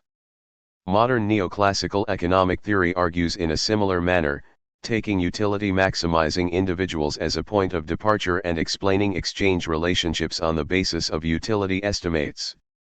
Both classical and neoclassical economic theory begin as a matter of course with isolated individuals and their allegedly universal human strategies and attempt to explain the whole of society from this starting point. In order to do this, they have to project onto individuals some of the features of the society they purport to explain. Thus does Adam Smith define the propensity to truck, barter, and exchange as the characteristic that distinguishes humans from animals, and from there it is of course no problem to derive the structures of an economy based upon commodity exchange from the rationality of the sort of person, the commodity owner, to declare these structures as universally human. For Marx, on the other hand, it was not the thought processes of individuals that are fundamental, but rather the social relations in which the individuals are embedded at any given time. As he pointedly formulated it in the Grundriss, society does not consist of individuals, but expresses the sum of relationships and conditions in which these individuals stand to one another. MECW, 28:195. These relations impose a certain form of rationality to which all individuals must adhere if they wish to maintain their existence within these conditions. If their actions correspond to this rationality, then the activity of individuals also reproduces the presupposed social relations. Let's make this connection clear using an obvious example. In a society based upon commodity exchange, everyone must follow the logic of exchange if he or she wants to survive. It is not merely the result of my utility-maximizing behavior if I want to sell my own commodities dearly and buy other commodities cheaply. Rather, I have no other choice, unless I am so rich that I can choose to ignore exchange relationships. And since I am not capable of seeing an alternative, maybe I even perceive my own behavior as natural. When the majority behaves in the manner indicated, they also reproduce the social relations that commodity exchange is based upon, and therefore the compulsion for every individual to continue to behave accordingly. Marx therefore does not account for his value theory on the basis of the considerations of those engaged in exchange. Contrary to a common misunderstanding, his thesis is not that the values of commodities correspond to the labor time socially necessary for their production because those engaged in exchange want it to be so. On the contrary, Marx maintains that people engaged in exchange in fact do not know what they're actually doing. Capital, 1:166, 67. With value theory, Marx seeks to uncover a specific social structure that individuals must conform to, regardless of what they think. The question posed by Marx is therefore completely different than that posed by classical or neoclassical economics. In principle, Adam Smith observes a single act of exchange and asks how the terms of exchange can be determined. Marx sees the individual exchange relation as part of a particular social totality, a totality in which the reproduction of society is mediated by exchange, and asks what this means for the labor expended by the whole society. As he made clear in a letter to his friend Ludwig Kugelmann, a proof of the labor theory of value is not the point. The chatter about the need to prove the concept of value arises only from complete ignorance both of the subject under discussion and of the method of science. Every child knows that any nation that stopped working, not for a year, but let us say, just for a few weeks, would perish. And every child knows, too, that the amounts of products corresponding to the differing amounts of needs demand differing and quantitatively determined amounts of society's aggregate labor. It is self-evident that this necessity of the distribution of social labor in specific proportions is certainly not abolished by the specific form of social production, it can only change its form of manifestation. Natural laws cannot be abolished at all.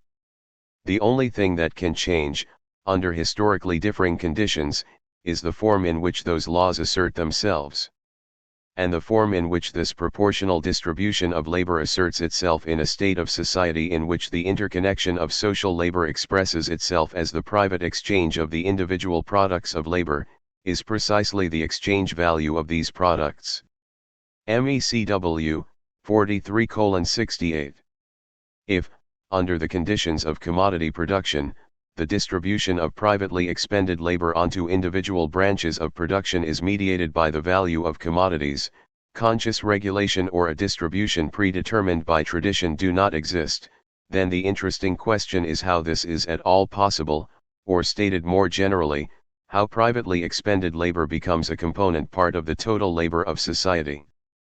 So value theory doesn't prove that an individual act of exchange is determined by the productively necessary quantity of labor. 9 Rather, it should explain the specific social character of commodity-producing labor, and Marx does this mainly beyond the first 7 pages of Capital discussed above, which traditional Marxism as well as many critics of Marx take to be the most important for Marx's value theory.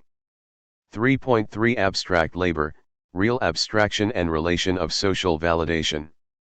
To understand what's behind the specific social character of commodity-producing labor, we have to deal with the distinction between concrete and abstract labor. In most accounts of Marx's value theory, this distinction is briefly mentioned, but its importance is frequently not understood. Marx himself pointed out its fundamental significance. I was the first to point out and to examine critically this twofold nature of the labor contained in commodities. As this point is crucial to an understanding of political economy, it requires further elucidation. Capital, 1:132. What does this mean? If the commodity has a twofold character, as use value and value, then commodity-producing labor must also have a twofold character, it is labor that not only produces a use value, but also value. Here it is important to note that not all labor has a twofold character, but rather only commodity-producing labor. Qualitatively different concrete labors produce qualitatively different use values. Carpentry produces a chair, linen weaving produces a linen sheet. When we learn a trade, we study the particularities of a concrete activity. When we observe a person working, then we observe him or her executing a concrete act of labor. Value, however, is not constituted by a particular concrete labor or through a particular aspect of concrete labor. Every act of labor whose product, which can also be a service, is exchanged produces value. As values, the commodities are qualitatively equal, therefore the various acts of labor that produce values must have the status of qualitatively equal human labor. Carpentry does not produce value as carpentry, it produces a chair. Rather, it produces value as human labor, whose product is exchanged with other products of human labor. So carpentry produces value precisely as labor abstracted from its concrete manifestation as carpentry.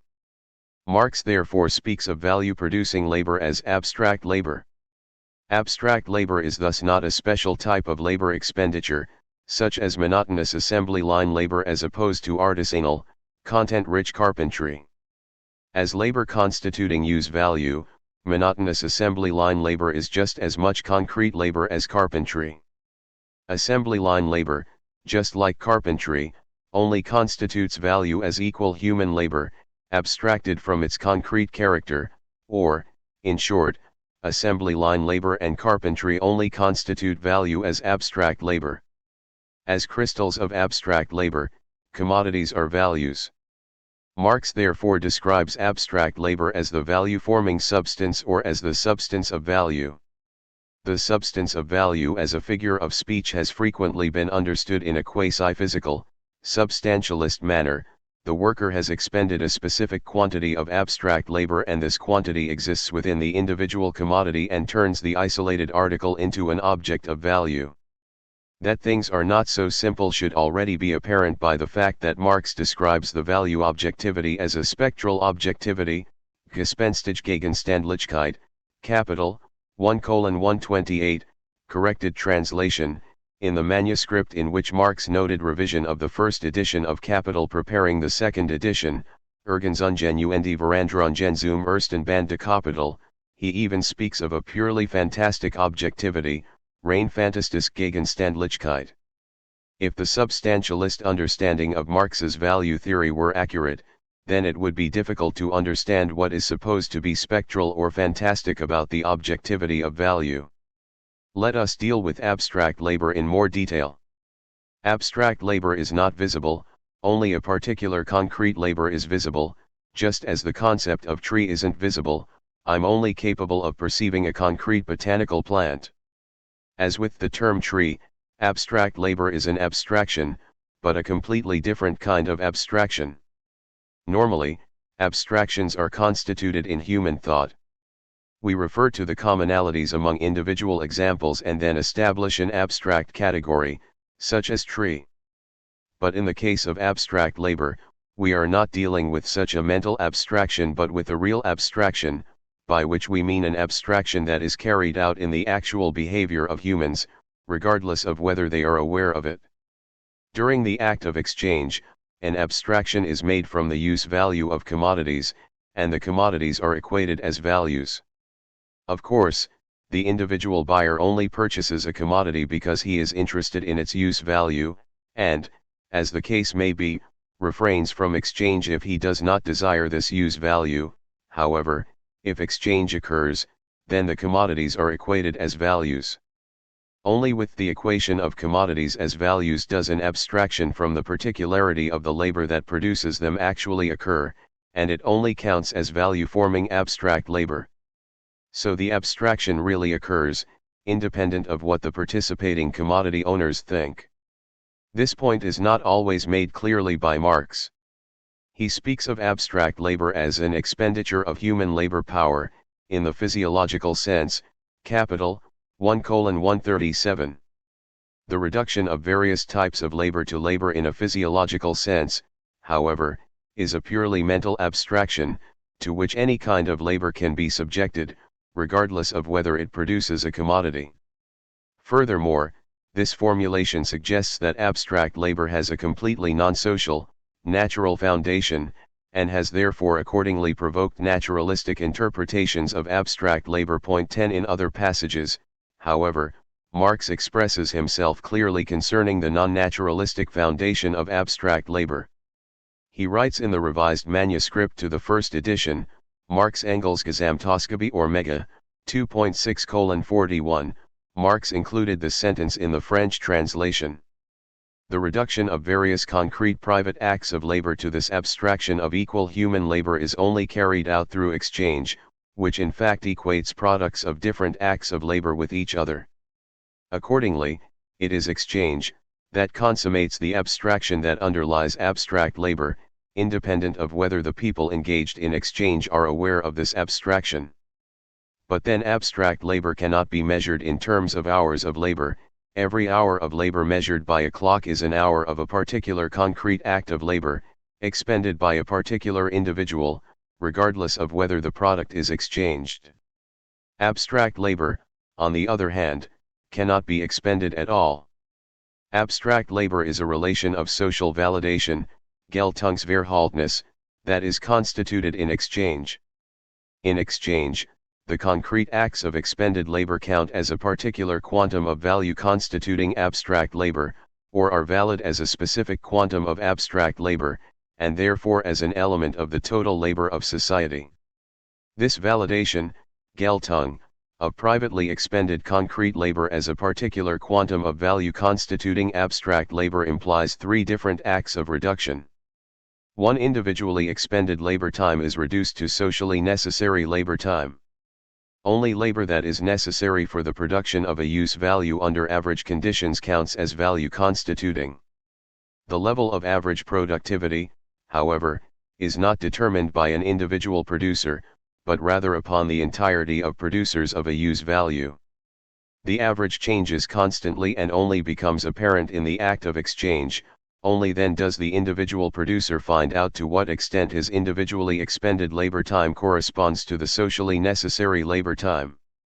2. In traditional Marxism, a technologically determined socially necessary labor time was usually understood as the sole determinant of value constituting labor. Whether the use values produced faced a corresponding monetary demand appeared to play no role in the determination of their value. However, Marx noted that in order to produce a commodity one has to produce not only a use value, but rather use values for others, social use values, capital, 1:131. If a greater quantity of a use value, a linen sheet for example, is produced beyond that of the monetary demand existing in society, then this means that too great a portion of the total social labor time has been expended in the form of weaving. The effect is the same as if each individual weaver had expended more labor time on his particular product than was socially necessary, capital, 1:202. Only labor time expended under the average existing conditions of production as well as for the satisfaction of monetary social demand constitutes value. To what extent the privately expended labor was actually necessary to satisfy demand depends on the one hand upon the amount of this demand and on the other hand upon the volume of production of other producers, both of which first become apparent in exchange. 3. Individual acts of labor expenditure are not only distinguished from one another in their concrete character, as carpentry, as tailoring, etc., but in regard to the qualifications of the required labor power. Simple labor power is the labor power possessed in his bodily organism by every ordinary man, on the average, without being developed in any special way, capital, 1:135. Exactly what counts as a qualification belonging to the simple average labor force and whether, for example, reading and writing or computer skills are counted among these qualifications varies from country to country and among different cultural epochs, but remains firmly established within a particular country at a particular point in time. The labor of more highly qualified forces of labor counts as skilled labor, and is regarded as constituting a greater magnitude of value than simple average labor. To what degree a particular amount of skilled labor constitutes more value than the same amount of simple labor is again only apparent in exchange. Not only do the qualifications of the labor force emphasized by Marx play a role in the quantitative relation, also decisive are processes of social hierarchization that are reflected, for example, in the fact that female professions have a lower status than male professions, which in turn influences how activities are considered simple or skilled. The extent to which privately expended individual labor counts or is effectively valid as value constituting abstract labor is the result of these three reductions that take place simultaneously in the act of exchange. 3.4 Spectral objectivity. A production or circulation theory of value. Value objectivity, Werkgegenständlichkeit, is not possessed by commodities as objectifications of concrete labor, but rather as objectifications of abstract labor. However, if, as we just outlined, abstract labor is a relation of social validation existing only in exchange, where privately expended labor counts as value constituting abstract labor, then value also first exists in exchange. What's more, value is not at all a property that an individual thing possesses in and of itself. The substance of value, that constitutes the foundation of this objectivity, is not inherent to individual commodities, but is bestowed mutually in the act of exchange. The most emphatic statement on this by Marx can be found in his revised manuscript for the first edition. There he states that when a coat is exchanged for linen, then both are reduced to an objectification of human labor per se. However, it should not be forgotten that none of both is in and of itself value objectivity Werkgegenständlichkeit, they are this only insofar as that this objectivity is commonly held by them. Outside of their relationship with each other, the relationship in which they are equalized, neither coat nor linen possess value objectivity or objectivity as congelations of human labor per se. Mega, 2.6:30. As a consequence, a product of labor, considered in isolation, is not value, nor is it a commodity. It only becomes value in its unity with another product of labor. Mega, 2.631. With this we also come closer to the phantom-like, better translated, spectral, character of value objectivity that Marx spoke of at the beginning of Capital. The substance of value is not something that two commodities have in common in the way, for example, that both a fire truck and an apple have the color red in common.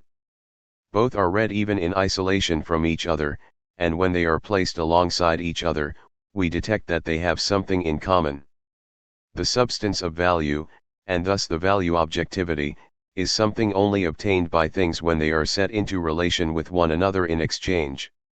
It's as if the fire truck and apple were only red when they're actually standing alongside one another, and had no color when separated, the fire truck in the fire station, the apple hanging from an apple tree. Normally, objective properties of things are inherent, regardless of their relationship to other things. We do not regard properties of things that only exist in a specific connection to other things as objective, inherent properties of those things, but rather as relations. If soldier A is commanded by Staff Sergeant B, then A is a subordinate and B is a superior. The property of being a subordinate or a superior arises from the specific relationship between A and B within a military hierarchy, but are not inherent to them as people outside of this hierarchy. In the case of value, a property that only exists within a relationship appears to be an objective property that is also inherent outside of this relationship. If we attempt to locate this objectivity outside of the exchange relationship, it eludes our grasp. The objectivity of value is quite literally a spectral objectivity. Traditional Marxism was also taken in by the illusion that value was a property of an individual commodity. The substance of value was understood in a substantialist way, as a property of an individual commodity. The magnitude of value was also understood as a property of an individual commodity, and it was believed to be determined, independent of the exchange process, by the quantity of socially necessary labor time expended in the production of the commodity. Conceptions that emphasized the importance of exchange were accused of advancing a circulation theory of value, and thus of approaching value by placing emphasis on a supposedly negligible aspect. However, even the question as to whether value and the magnitude of value are determined in the sphere of production or in the sphere of circulation, the sphere of buying and selling, is the result of a fatal reduction. Value isn't just there after being produced someplace.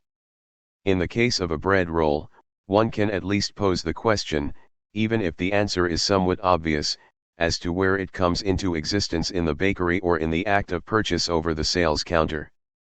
But value isn't a thing like the bread roll, but rather a social relationship that appears as a tangible characteristic of a thing. The social relationship that is expressed in value and the magnitude of value is constituted in production and circulation, so that the either/or question is senseless.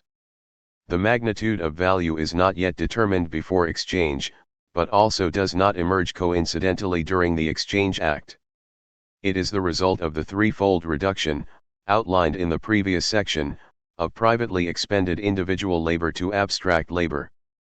The magnitude of value of a commodity is not simply a relationship between the individual labor of the producer and the product, which is what the substantialist conception of value amounts to, but rather a relationship between the individual labor of producers and the total labor of society.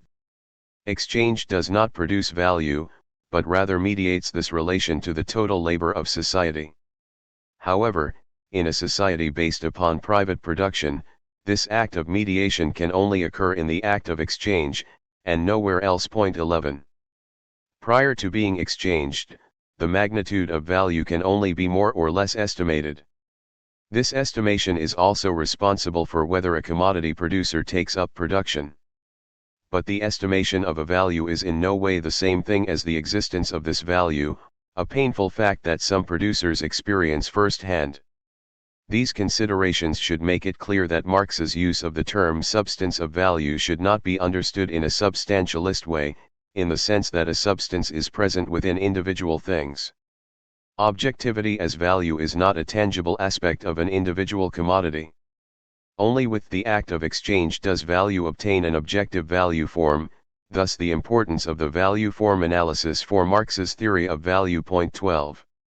3.5 The form of value and money, economic determinate form. With the analysis of the form of value, Marx claims to accomplish something that has no counterpart in bourgeois economy. He writes, "Everyone knows, if nothing else, that commodities have a common value form, which contrasts in the most striking manner with the motley natural forms of their use values. I refer to the money form. Now, however, we have to perform a task never even attempted by bourgeois economics. That is, we have to show the origin genesis of this money form, we have to trace the development of the expression of value contained in the value relation of commodities from its simplest, almost imperceptible outline to the dazzling money form." Capital, 1:139.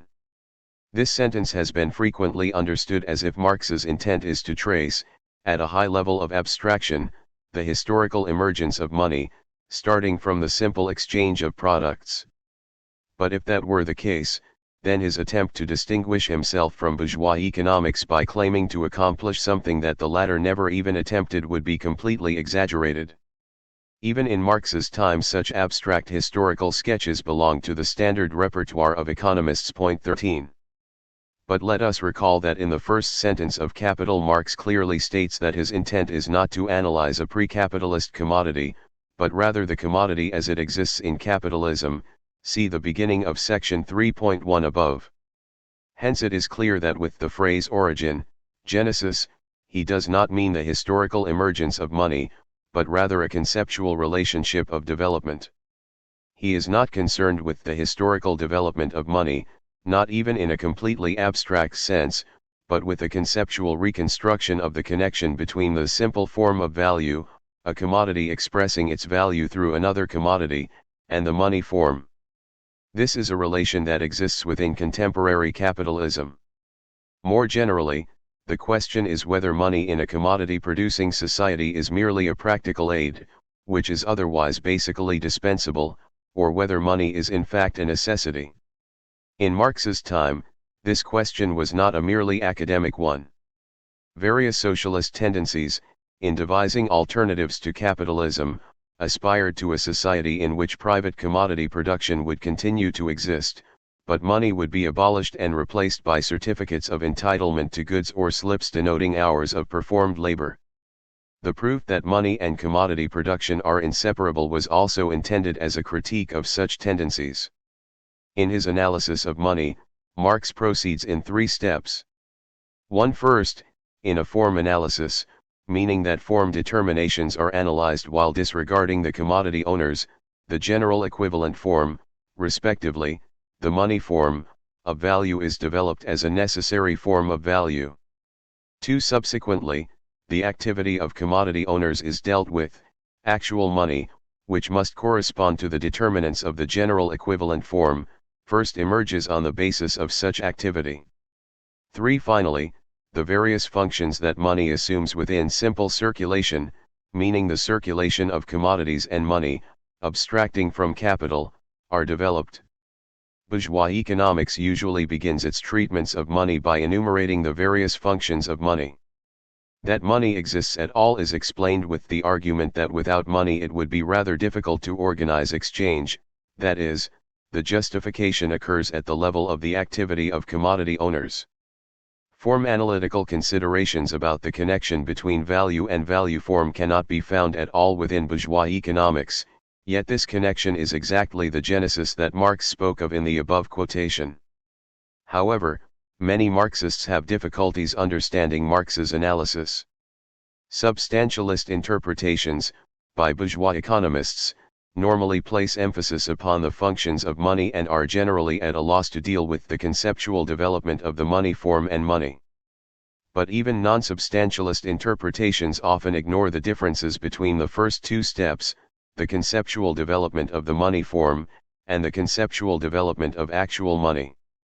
We'll deal with the first step in this subsection and handle steps 2 and 3 in the following 2 subsections. Marx begins the analysis of the value form with the examination of the simple, isolated, or accidental form of value. This is the expression of a commodity's value in another. X commodity A equals Y commodity B. Or Marx's famous example. 20 yards of linen equals 1 coat. The value of the linen is expressed, and the coat serves as a means of expressing the value of the linen. Both commodities thus play completely different roles in the form of expression of value, and Marx assigns different terms to these roles. The value of the first commodity, linen, is expressed as relative value, meaning in relation to something else, this commodity is in the relative form of value. The second commodity, the coat, serves as an equivalent for the value of the first commodity, it is in the equivalent form of value. In the simple expression of value, only the value of one commodity can be expressed at any given time, only the value of the linen is expressed as a specific quantity of coat. The value of the coat, on the other hand, is not expressed. However, the expression of value 20 yards of linen are worth 1 coat also implies the reverse, 1 coat is worth 20 yards of linen. Now the coat is in the relative form of value and the linen is in the equivalent form. Value cannot be grasped within an individual use value, it only obtains a tangible form in the expression of value. The commodity that appears as the equivalent form, commodity B, now has the status of being the embodiment of the value of the commodity in the relative form of value, commodity A.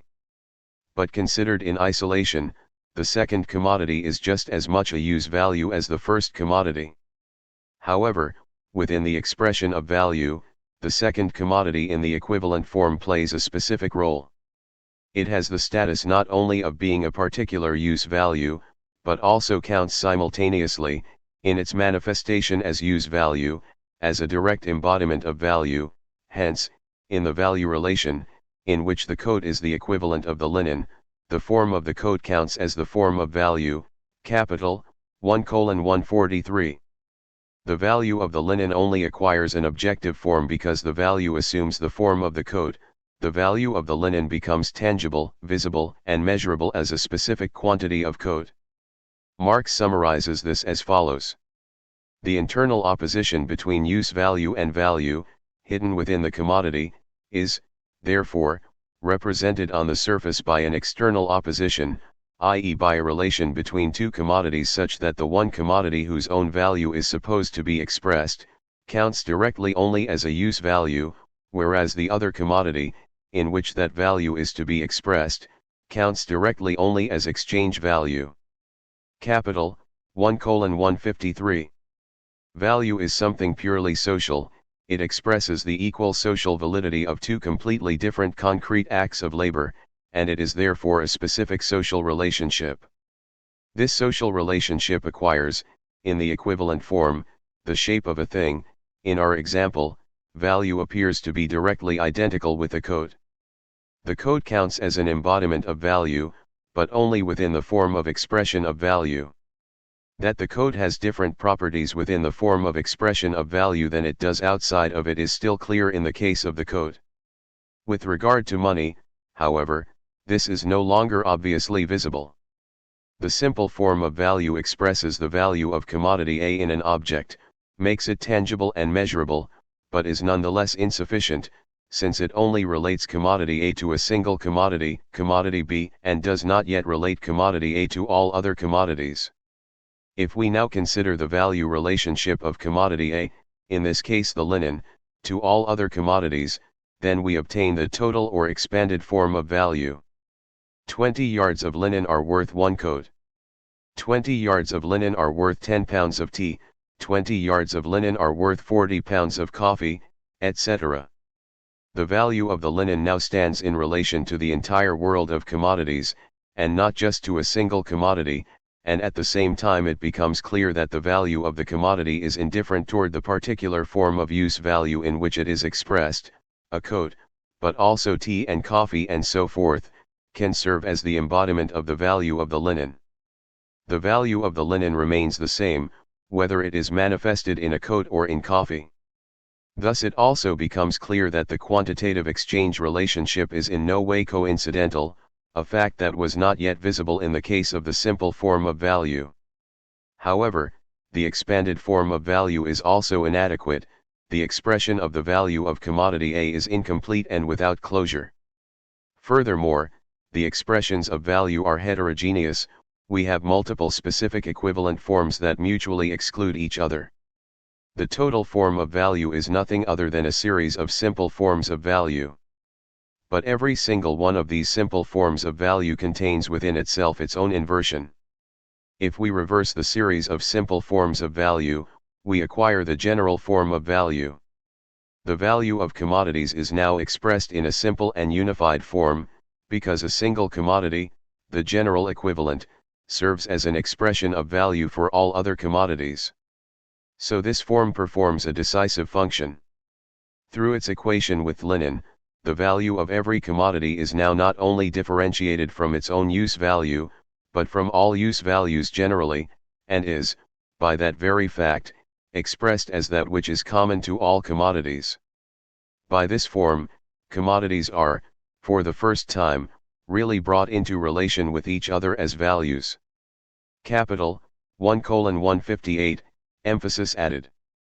The value objectivity, Werkgegenständlichkeit, is not an inherent property of any individual commodity but rather a social characteristic, because it expresses the relationship of individual commodities, or, respectively, the individual acts of labor producing these commodities, to the entire world of commodities, respectively, the total labor of society. Thus, not only does value necessitate an objective form of value, it necessitates a form of value that expresses this social character, and this is first accomplished with the general form of value. The specific social character of the general form of value is shown in a further quality that distinguishes the general form of value from both the elementary and the expanded form of value. In both cases, it is the private task, so to speak, of the individual commodity to give itself a form of value. But now, the general form of value, on the other hand, can only arise as the joint contribution of the whole world of commodities. A commodity only acquires a general expression of its value if, at the same time, all other commodities express their values in the same equivalent, and every newly emergent commodity must follow suit.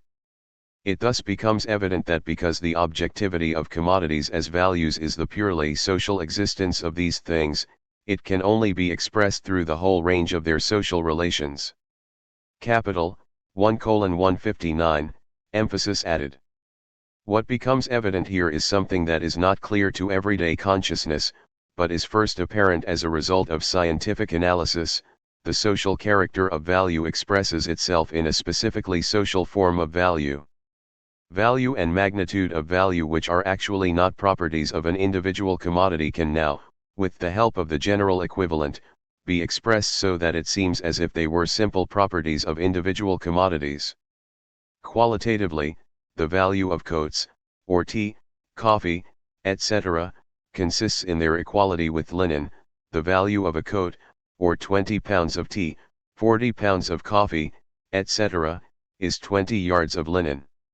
The money form is ultimately distinguished from the general form of value merely by the fact that the equivalent form has coalesced by social custom with the specific natural form of a particular commodity. Historically this has been gold, and to a lesser extent silver. This commodity thus becomes the money commodity. The reference to social custom makes it clear that with the money form, we find ourselves at the level of the activity of commodity owners. Up to now, commodity owners have not been discussed. The commodity form of the product of labor and the exchange relations of commodities have been observed, but not the exchange acts of commodity owners. 3.6 Money and exchange, activity of commodity owners. Only with the second chapter of Capital does Marx deal explicitly with commodity owners and their activity. As commodity owners, people are merely representatives of commodities. For that reason, the commodity had to be examined first. If one considers only the exchange relation of commodities, then every commodity effectively serves as a manifestation of the value of every other commodity for which it can be exchanged. The commodity owner, however, does not wish to exchange his commodity for any arbitrary commodity, but rather for definite, particular commodities. For him, the commodity he owns is not a use value, and its exchange should provide him with the use value he requires. The commodity owner therefore would like to treat his own commodity like a general equivalent that can be directly exchanged for all other commodities. But since every commodity owner wants this from his commodity, no commodity is a general equivalent. For this reason, the commodity owners in the process of exchange are apparently faced with an irresolvable problem. Marx summarizes the actual solution rather incisively. In their difficulties our commodity owners think like Faust, in the beginning was the deed. Im Anfang war die Tagerde, Faust, Part 1, Scene 3. They have therefore already acted before thinking. The natural laws of the commodity have manifested themselves in the natural instinct of the owners of commodities. They can only bring their commodities into relation as values, and therefore as commodities, by bringing them into an opposing relation with some one other commodity, which serves as the universal equivalent. We have already reached that result by our analysis of a commodity. The form analysis undertaken by Marx in the first chapter that we dealt with in the previous section. M.H. But only the action of society can turn a particular commodity into the universal equivalent. The social action of all other commodities, therefore, sets apart the particular commodity in which they all represent their values. The natural form of this commodity thereby becomes the socially recognized equivalent form. Through the agency of the social process it becomes the specific social function of the commodity which has been set apart to be the universal equivalent. It thus becomes money. Capital, 1:180, 81, emphasis added. The analysis of the commodity revealed the necessity of the general equivalent form. In order to behave toward things as commodities, that is, to relate things to each other as values, the owners of commodities must relate their commodities to a general equivalent. Their social act must make a commodity into a general equivalent and thus real money. The people engaged in exchange are free in their activity, but as commodity owners they must follow the laws imposed by the nature of commodities. As Marx already observed in the preface to Capital, individuals only enter the stage insofar as they are personifications of economic categories, 1:92. If the analysis begins by considering the activity and consciousness of commodity owners, then the social context that needs to be explained has been taken for granted. This is the reason why it was necessary for Marx to distinguish between the form determinants of the commodity and the activity of commodity owners, and initially depict the form determinants as such, since they are the given preconditions for the activity and considerations of the commodity owners who then continually reproduce these conditions through their own activity, see section 3.2 above. Really existing money is a result of the activity of commodity owners, but in no way rests upon a silent contract, as John Locke, one of the most important philosophers of the early bourgeois era, thought. Money is not simply introduced with deliberate consideration in one go, which is what economists who argue that money is used as a means of simplifying exchange assume. Commodity owners, emphasized Marx, already acted before thinking. Their activity necessarily brings about money as a result, otherwise, it is not at all possible to relate commodities to one another as values. Point 14. So money is in no way merely a helpful means of simplifying exchange on the practical level and an appendage of value theory on the theoretical level. Marx's value theory is rather a monetary theory of value. Without the value form, commodities cannot be related to one another as values, and only with the money form does an adequate form of value exist. Substantialist conceptions of value, which attempt to establish the existence of value within individual objects, are pre-monetary theories of value. They attempt to develop a theory of value without reference to money. Both the labor theory of value of classical political economy and the theory of marginal utility of neoclassical economics are pre-monetary theories of value. The usual Marxist value theory that alleges that value is already completely determined by socially necessary labor time is also a pre-monetary value theory. Point 15. 3.7 The functions of money, the money commodity, and the contemporary monetary system. Marx distinguishes between three fundamental functions of money that arise from the simple circulation of commodities and money. If one considers the total process of capitalist production and reproduction, there are additional functions of money, see Chapter 8 below. The first function of money consists of serving as the general measure of value. The value of every commodity is expressed as a specific quantity of money. Commodities are values as crystals of their common substance, abstract labor. So it is not money that makes commodities commensurable but the common reference to abstract labor. Marx therefore notes, money as a measure of value is the necessary form of appearance of the measure of value which is intrinsic to commodities, namely labor time, capital, 1:188. But with this, the question is also posed as to why value cannot be immediately expressed in labor time, or why money does not directly represent labor time. Marx very briefly deals with this question in Capital in a footnote and refers to his earlier text of 1859, a contribution to the critique of political economy. In this text he wrote, "Commodities are the direct products of isolated independent individual kinds of labor vereenzelter unabhängiger Privatarbeiten, and through their alienation Enterung in the course of individual exchange they must prove that they are general social labor. In other words, on the basis of commodity production, labor becomes social labor only as a result of the universal alienation Enterung of individual kinds of labor." MECW, 29:321, 22. Emphasis added. That which can be measured by a clock is always just the individual private labor expended before the act of exchange. As noted in the section concerning abstract labor, only with exchange can it be shown how much of this privately expended labor was actually value constituting and thus valid as an element of social labor time. Value constituting labor time, or the magnitude of abstract labor, cannot be measured before, only during exchange and when the values of all commodities are set into relation with one another, then this act of measuring can only be conducted by means of money. For that reason, Marx can speak of money as the necessary form of appearance of the immanent value measurement by labor time. Value constituting labor time cannot be otherwise measured except through money. 16. The expression of the value of a commodity in money terms is its price. To specify the price of a commodity there must be a clear understanding of what functions as money, gold, silver, a paper note, but the money must not necessarily be at hand, it merely serves here in an imaginary or ideal capacity, capital, 1:190.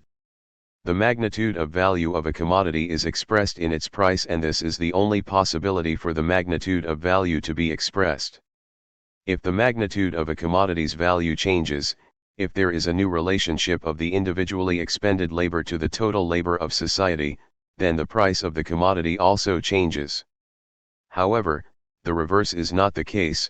Not every price is the expression of a specific magnitude of value, nor does every change in price indicate a change in the magnitude of value. Things without value, meaning those things that are not products of abstract labor, can also have a price.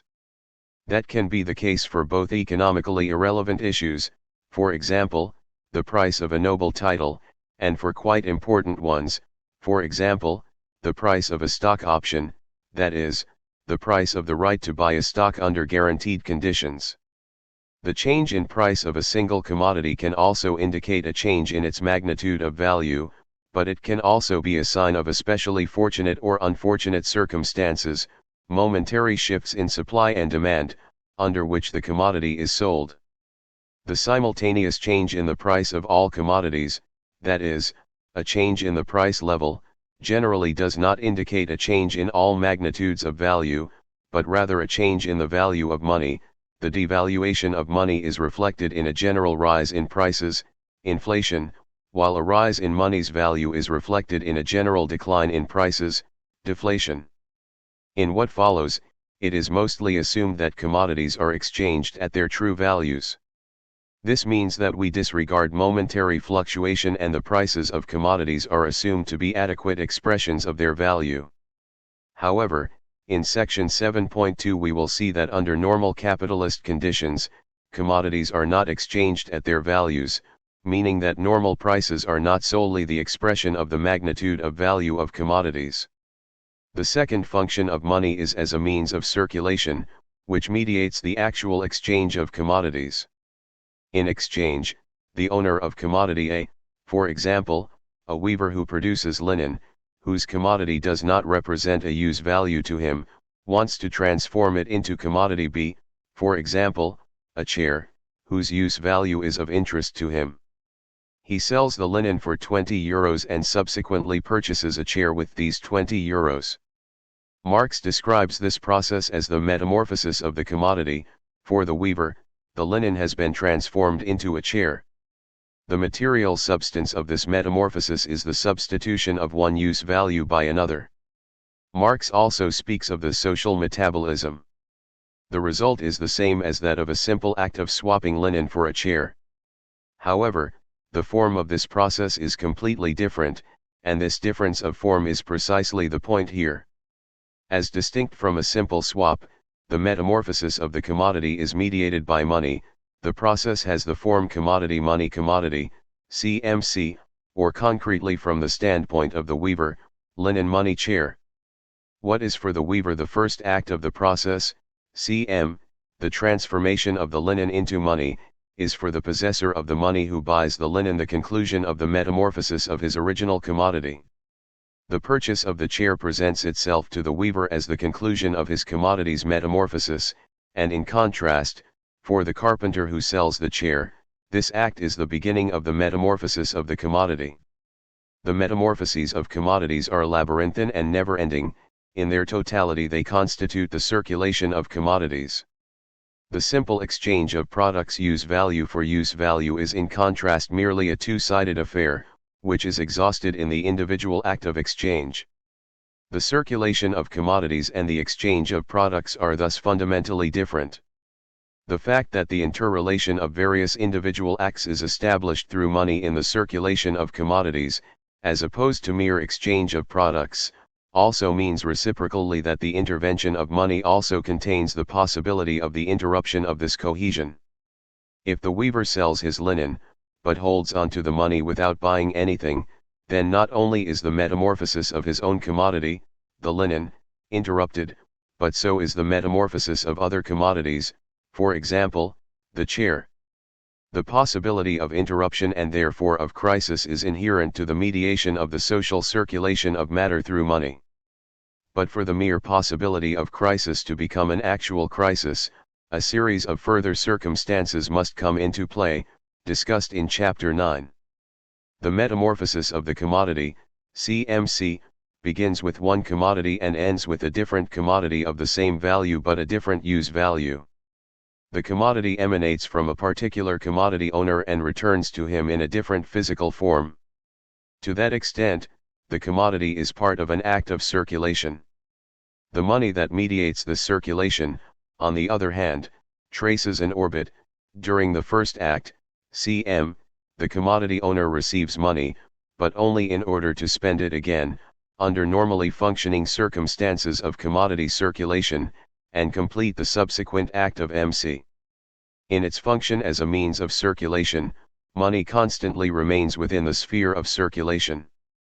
However, merely symbolic money is sufficient for circulation, since the commodity owners are only concerned with the commodities that they can buy with it, and money can be substituted for mere symbols of value that are themselves without value, such as paper bills. Only with its third function does money ultimately function as real money, as the magnitude of value money does not actually have to be present, and ideal money is sufficient. As a means of circulation money has to be present, but symbolic money is sufficient. Only as a unity of magnitude of value and means of circulation is money really money, that is, an independent embodiment of value, and this implies a series of new determinations. Whereas the various commodities in their material existence represent particular use values and their value, abstract wealth, can only be imagined, real money is the material being of abstract wealth, MECW, 29:358, corrected translation.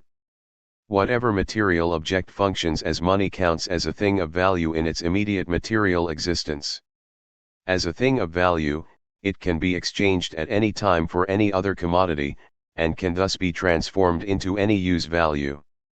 Real money is therefore the material symbol of physical wealth, MECW, 29:358. Real money, meaning money as an independent manifestation of value, has very specific functions. It functions as a hoard, as a means of payment, and as universal money. As a hoard, money is withdrawn from circulation. It no longer mediates the circulation of commodities, but instead serves as an independent manifestation of value outside the process of circulation. In order to hoard, a commodity owner sells commodities without engaging in a subsequent act of purchase. The goal of the sale is to hold on to money as an independent manifestation of value. Every commodity producer, in order not to postpone his own purchases until his commodities are sold, or in order to ensure against his failure to sell a commodity, is dependent upon a smaller or greater hoard of money. In its function as a means of payment, money also acts as an independent manifestation of value. If a commodity is not paid for at the moment of purchase but later, then the buyer becomes a debtor, and the seller becomes a creditor. Money does not function here as a means of circulation that mediates a purchase but as a means of payment that concludes a purchase that has already happened. The phrase means of payment is used by Marx only in this sense, in contemporary everyday usage, as well as in contemporary economics.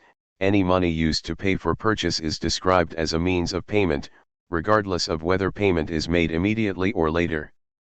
If money is used as a means of circulation, then the commodity owner initially engages in an act of sale, CM.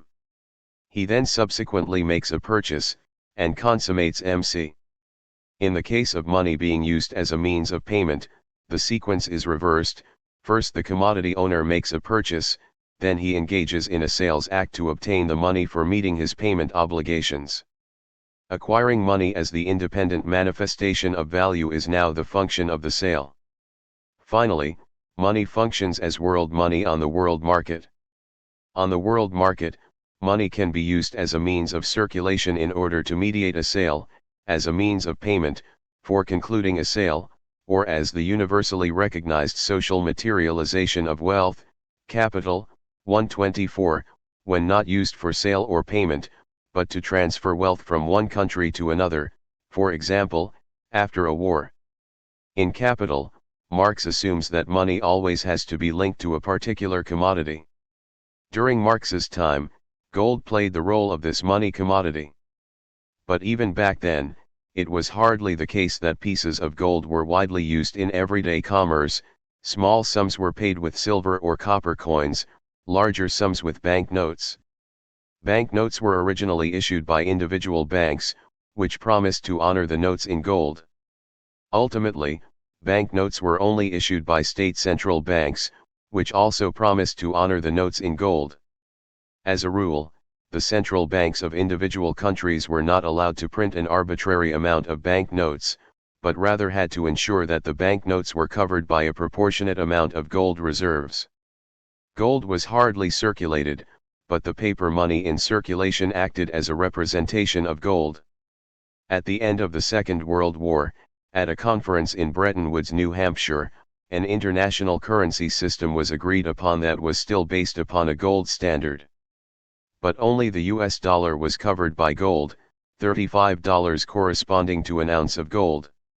All other currencies had a fixed exchange rate to the dollar.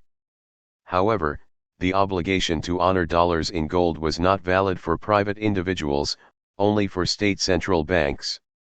At the end of the 1960s, it had become clear that the massive amount of dollars in circulation had rendered the coupling of the dollar to gold a fiction. At the beginning of the 1970s, the gold standard was formally abolished, as were fixed currency exchange rates. Since then, there is no longer any commodity that functions at a national or international level as a money commodity. Now, money is essentially the paper money issued by the state central banks, and there is nothing for which this paper money can be redeemed. Of course, one can still buy gold with this paper money, but now gold is just another commodity like silver or iron, and no longer plays the special role of a money commodity, neither legally nor by default. Marx could not imagine a capitalist money system existing without a money commodity, but the existence of such a commodity is in no way a necessary consequence of his analysis of the commodity and money. Within the framework of the analysis of the commodity form, he developed the form determinations of the general equivalent, and the analysis of the exchange process yields the result that commodity owners do in fact have to relate their commodities to a general equivalent. But that the general equivalent must be a specific commodity was not proven by Marx, merely assumed. That which serves as a general equivalent, whether an actual physical commodity or merely paper money, cannot be determined at the level of simple commodity circulation. For a more extensive analysis, see Heinrich 1999, 233. Only when the capitalist credit system is taken into consideration, see section 8.2 below, does it become clear that the existence of a money commodity is merely a historically transitional state of affairs, but does not correspond to the capitalist mode of production, in its ideal average that Marx sought to analyze, see section 2.1 above. 3.8 The secret of the fetishism of commodities and money. The final section of the first chapter of Capital is titled The Fetishism of the Commodity and Its Secret. The term commodity fetish has enjoyed a certain amount of propagation since Marx's time, but is not always used and understood in a way referring to phenomena dealt with by Marx.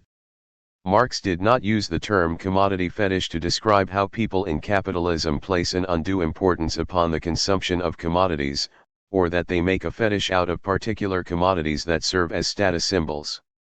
The term also does not refer to making a fetish of brand names. There is no secret behind possessing expensive commodities as status symbols that needs to be deciphered. It is often the case that the commodity fetish is characterized solely as a state of affairs in which the social relationships between people appear as social relationships between things, the relationships of those engaged in exchange appear as a value relationship between the products being exchanged, so that social relationships become the property of things. But if we leave it at that, then fetishism appears to be merely a mistake. People ascribe false properties to the products of their labor and fail to see that in reality a social relationship between people lies behind the relationship between things. Fetishism would therefore be a form of false consciousness that merely conceals the real conditions. 17 If that were the case, then this false consciousness must disappear once the real conditions have been explained. In this reductionist conception of the commodity fetish, important points of Marx's analysis are lost. We will therefore deal with Marx's argumentation in great detail. To offer a better overview, the following is divided into lettered sections. Point 18. A. One must first pose the question, where can we pinpoint the secret that Marx speaks of in the section heading and that he seeks to decipher? Marx commences with the following. A commodity appears at first sight an extremely obvious, trivial thing. But its analysis brings out that it is a very strange thing, abounding in metaphysical subtleties and theological niceties. Capital, 1:163, emphasis added. The commodity is thus only a very strange and mysterious thing, not in terms of everyday perception, but as a result of the analysis, as rendered thus far. A table, for example, is an ordinary, sensuous thing. But as soon as it emerges as a commodity, it changes into a thing, which transcends sensuousness. Capital, 1:163. This translation is wrong.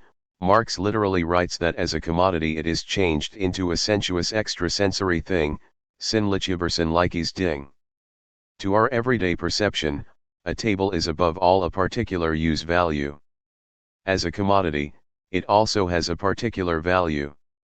Both aspects are not at all mysterious to our spontaneous, everyday consciousness.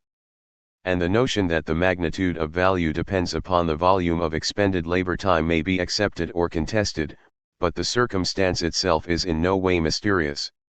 The sensuous extrasensory character of the commodity is first made clear by analysis. The analysis shows that the value objectivity of the commodity cannot be expressed within the commodity itself, and is therefore extrasensory, that is, a spectral objectivity, but only in another commodity that effectively acts as a direct embodiment of value. The substance of value, abstract labor, was demonstrated to be just as elusive as the objectivity of value. The analysis has thus unearthed a number of disconcerting findings. b. Marx then asks, whence, then, arises the enigmatic character of the product of labor, as soon as it assumes the form of commodities, and formulates the following answer. Clearly it arises from this form itself. The equality of the kinds of human labor takes on a physical form in the equal objectivity of the products of labor as values.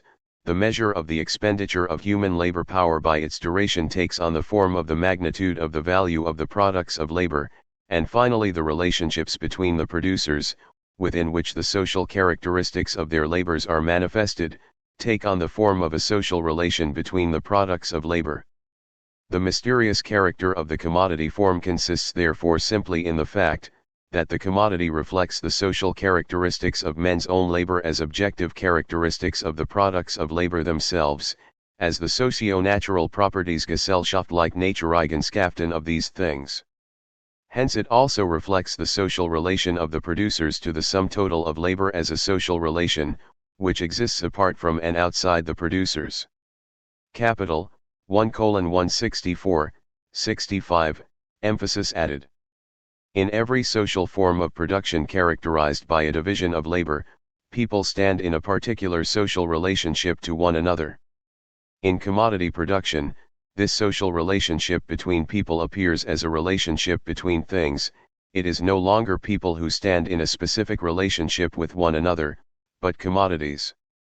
People's social relationships therefore appear to them as socio-natural properties of the products of labor.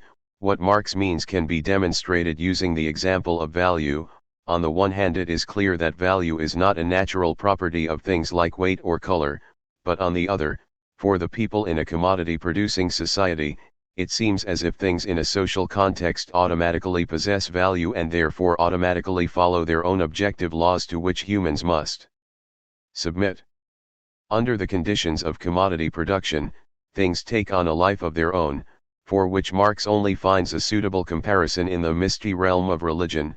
In religion, it is the products of the human mind that take on a life of their own, whereas in the world of commodities it is the products of men's hands that do so. I call this the fetishism which attaches itself to the products of labor, as soon as they are produced as commodities, and is therefore inseparable from the production of commodities. Capital, 1:165. See, if fetishism attaches itself to commodities, then it must be something more than simply a case of false consciousness. The fetishism must also express an actual situation. And, under the conditions of commodity production, producers do not relate to one another in a direct, social way. They first enter into a relationship with one another during the act of exchange through the products of their labor. That their social relationship to one another appears as a social relationship between things is therefore not at all an illusion. To those engaged in exchange, writes Marx, the social relations between their private labors appear as what they are, i.e., they do not appear as direct social relations between persons in their work, but rather as material dingliche relations between persons and social relations between things. Capital, 1:166, emphasis added. That things have social characteristics under the conditions of commodity production is in no way wrong. What is wrong is the assumption that they possess these social characteristics automatically, in every social context. Fetishism does not consist of products of labor being regarded as objects of value in bourgeois society. Products of labor that are exchanged are in fact objects of value, but this objectivity of value is considered a self-evident and nature-imposed necessity. Capital, 1:175. D. What must interest commodity owners first and foremost is the value of their commodities. These values are the objective expression of a social connection produced by humans, but not transparent to them. Men do not therefore bring the products of their labor into relation with each other as values because they see these objects merely as the material integuments of homogeneous human labor. The reverse is true. By equating their different products to each other in exchange as values, they equate their different kinds of labor as human labor. They do this without being aware of it. Capital, 1:166, emphasis added. Commodity producers produce their social connection precisely not as a result of a particular awareness concerning the connection between value and labor, but independent of such awareness. It would therefore be completely wrong to understand Marx's theory of value as claiming that people exchange their commodities according to their values because they know how much labor is contained within the individual products. It is Marx's intent to show that humans act without being aware of the conditions of their action. This unconsciously produced fetishism is not simply a state of false consciousness, but rather possesses material force. Whether my individually expended labor is recognized as a component of the total labor of society, and to what degree, is not information provided to me directly by society, but by the value of my commodity in exchange. And my prosperity or misfortune depends upon this information. But the magnitudes of value of commodities vary continually, independently of the will, foreknowledge, and actions of the exchangers. Their own movement within society has for them the form of a movement made by things, which far from being under their control, in fact control them. Capital, 1:169, 70, emphasis added. The value of commodities is an expression of an overwhelming social interaction that cannot be controlled by individuals. In a commodity-producing society, people, all of them, are under the control of things, and the decisive relations of domination are not personal but objective, sachlich. This impersonal, objective domination, submission to inherent necessities, does not exist because things themselves possess characteristics that generate such domination, or because social activity necessitates this mediation through things, but only because people relate to things in a particular way as commodities. That this objective domination, sachliche Herrschaft, and the objectification of social relationships to properties of things is a result of a specific behavior of humans is not transparent to everyday consciousness. For this spontaneous consciousness, forms which stamp products as commodities, possess the fixed quality of natural forms of social life, capital, 1:168, emphasis added. In addition to everyday consciousness, classical political economy, and modern neoclassical economics, labors under the delusion of these forms. However, this delusion is not the result of the subjective delusion of individual economists. Marx emphasizes that this delusion is itself based upon a specific objectivity and therefore has a certain necessity. The categories of bourgeois economics consist precisely of forms of this kind. They are forms of thought which are socially valid, and therefore objective gesellschaftlich gültig, also objective Gedankenformen, for the relations of production belonging to this historically determined mode of social production, i.e. commodity production. Capital, 1:169, emphasis added. These objective forms of thought constitute what individual economists perceive as a matter of course to be the immediate, obvious object of political economy.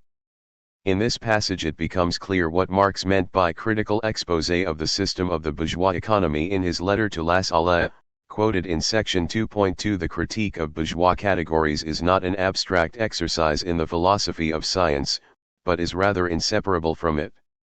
The various schools of political economy do not engage in debate concerning the form determinations of their subject matter, but rather concerning the content of these form determinations.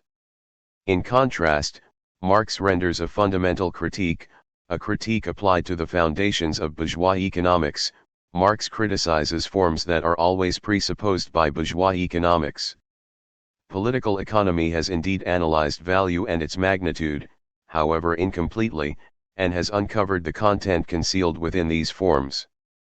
But it has never once asked the question why this content has assumed that particular form, that is to say, why labor is expressed in value, and why the measurement of labor by its duration is expressed in the magnitude of the value of the product.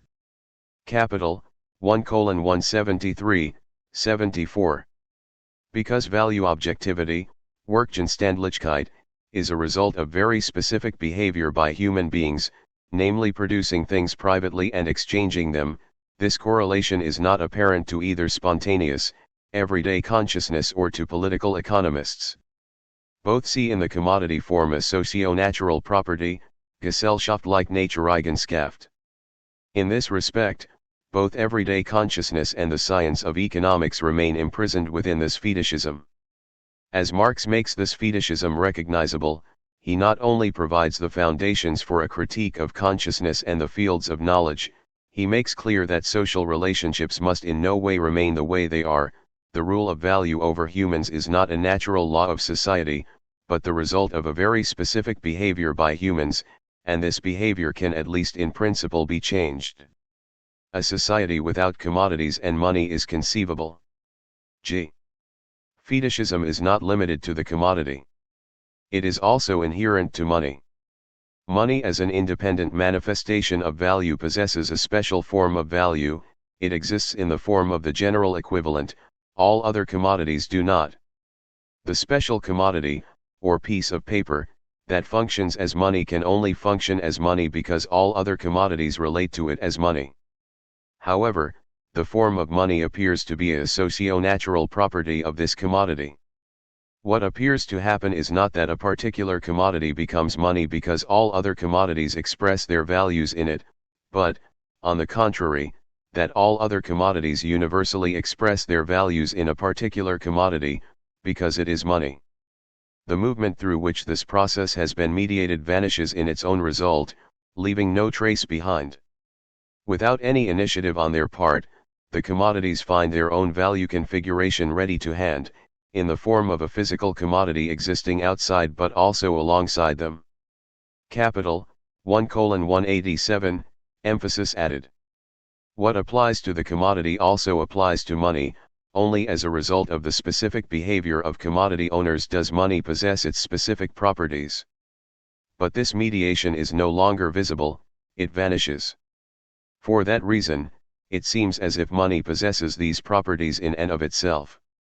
In the case of money, whether it is a money commodity or a piece of paper, a social relationship appears as an objective property of a thing. And just as with the commodity, social actors do not have to be aware of the mediating relation in order to act, anyone can use money as money without necessarily understanding what money is. Theories of Surplus Value, MECW 32:348. H. The absurdity Verruchtheit, capital, 1:169, of this reification of social relationships is increased in the case of money. If products of labor are turned into commodities, they acquire a value objectivity in addition to their physical objectivity as use values. This value objectivity, as illustrated above, is a spectral objectivity, apparently just as objective as use value but nonetheless not tangible or visible within the individual object. But money now counts as an independent manifestation of value. Whereas commodities are useful objects that additionally have the objective status of being values, money is directly a value thing, word ding. In the first edition of Volume 1 of Capital, Marx makes this point clear using a nice example.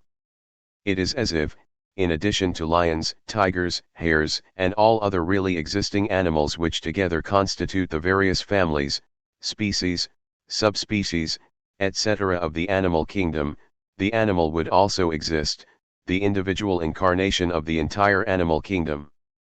Mega 2.537, emphasis in original.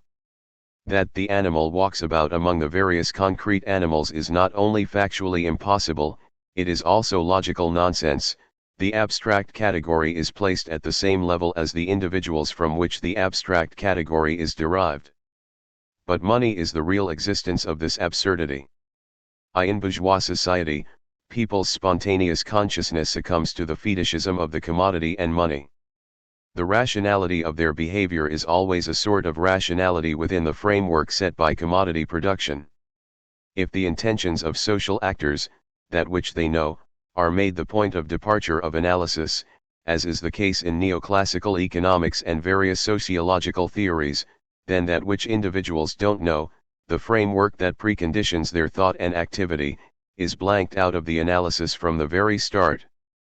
Proceeding from this consideration, not only can we criticize a considerable portion of the foundations of bourgeois economics and sociology but also a popular argument of worldview Marxism, namely that there exists a social subject, the working class, which, on the basis of its particular position in bourgeois society, possesses a special ability to see through social relationships.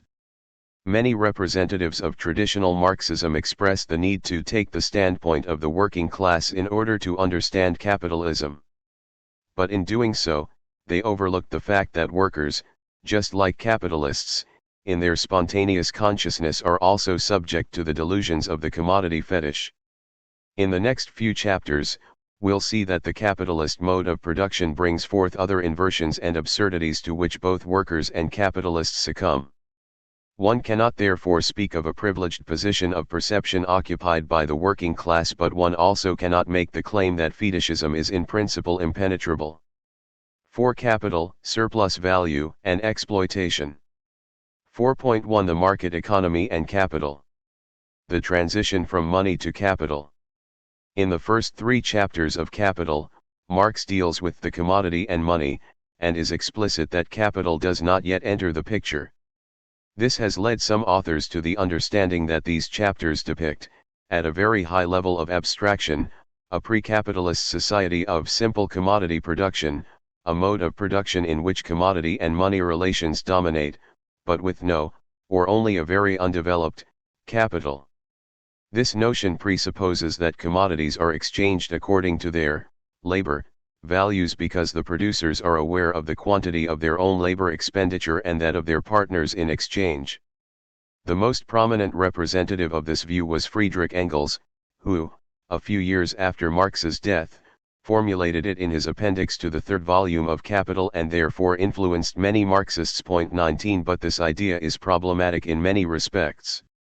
As a historical assertion, exchange has been practiced for thousands of years, and coin money has existed at least since 500 BCE, but commodity and money relations in pre-capitalist eras were always embedded in other relations of production, they were never comprehensive, and the economy was not dominated by them.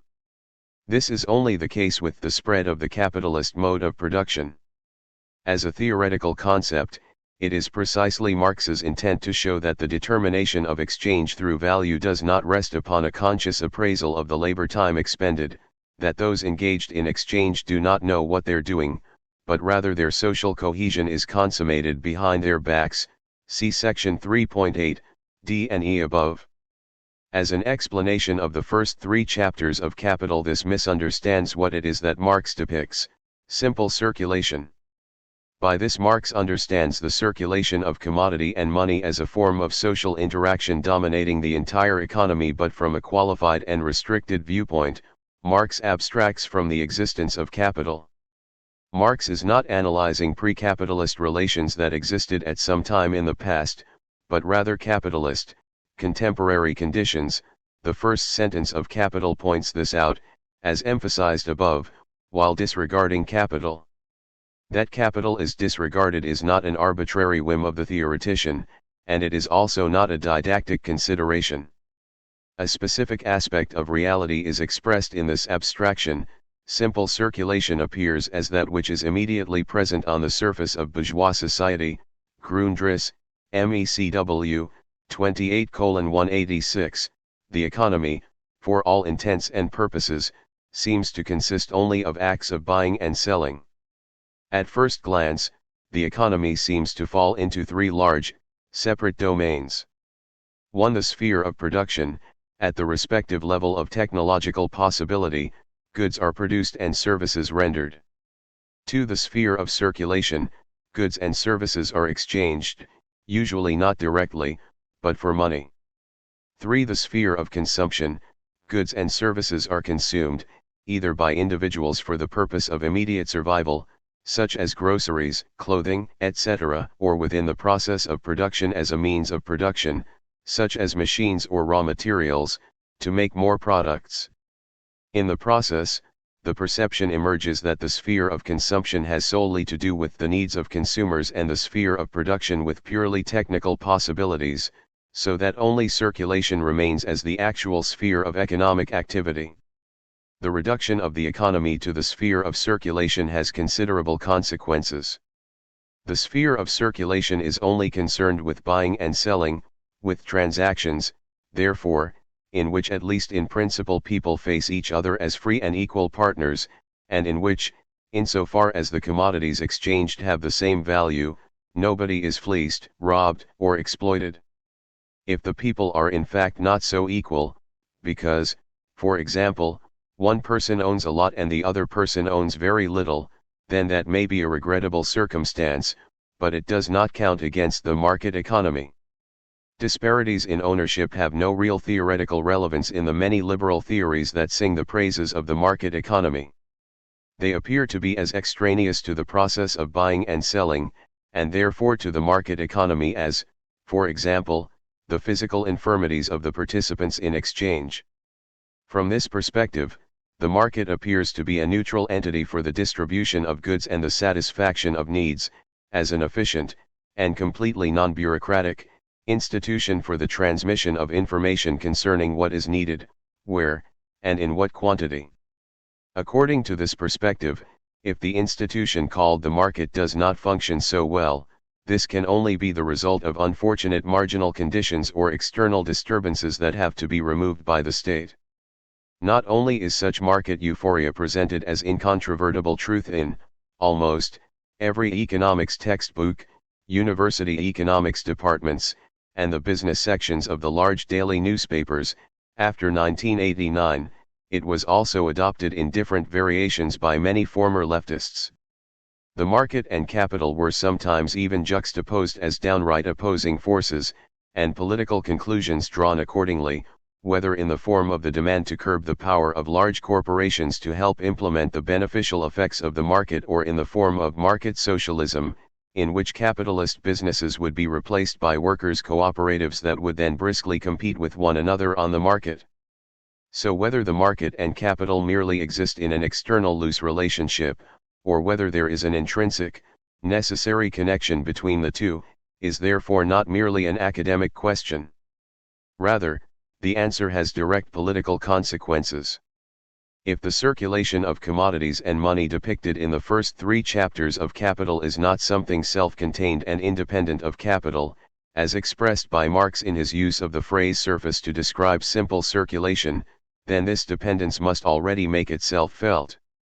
Rather similar to the relationship between the commodity and money, an intrinsic, necessary connection between money and capital must be revealed. Let us shortly recapitulate 3 essential steps in the course of depiction of the commodity and money. 1. The commodity was analyzed. It presents itself as having a twofold nature, as a use value and as value. Its value objectivity turns out to be something special. It is a purely social characteristic, which is not inherent to an individual commodity, but only exists as a common property of commodities that are exchanged, hence the spectral character of value. 2. For this spectral value to become tangible, it requires an independent manifestation. It obtains this in money. Money is therefore not supplemental to the world of commodities or a mere expedient. Money is necessary to express the value of commodities, to comprehensively relate commodities to one another as values, hence the characterization of Marx's theory of value as a monetary theory of value. This also means that commodity production and money are inseparable. One cannot, as some socialists thought, abolish money while retaining private commodity production. 3. Money is an independent manifestation of value, but as the measure of values and as the means of circulation it does not appear as such. Money serves here as a mere expedient. Only as a unity of the magnitude of value and means of circulation, money as money, does money become an independent manifestation of value. It is not only an intermediary that constantly disappears, in the case of the means of circulation, or that doesn't even have to be physically present, as in the case of the measure of values.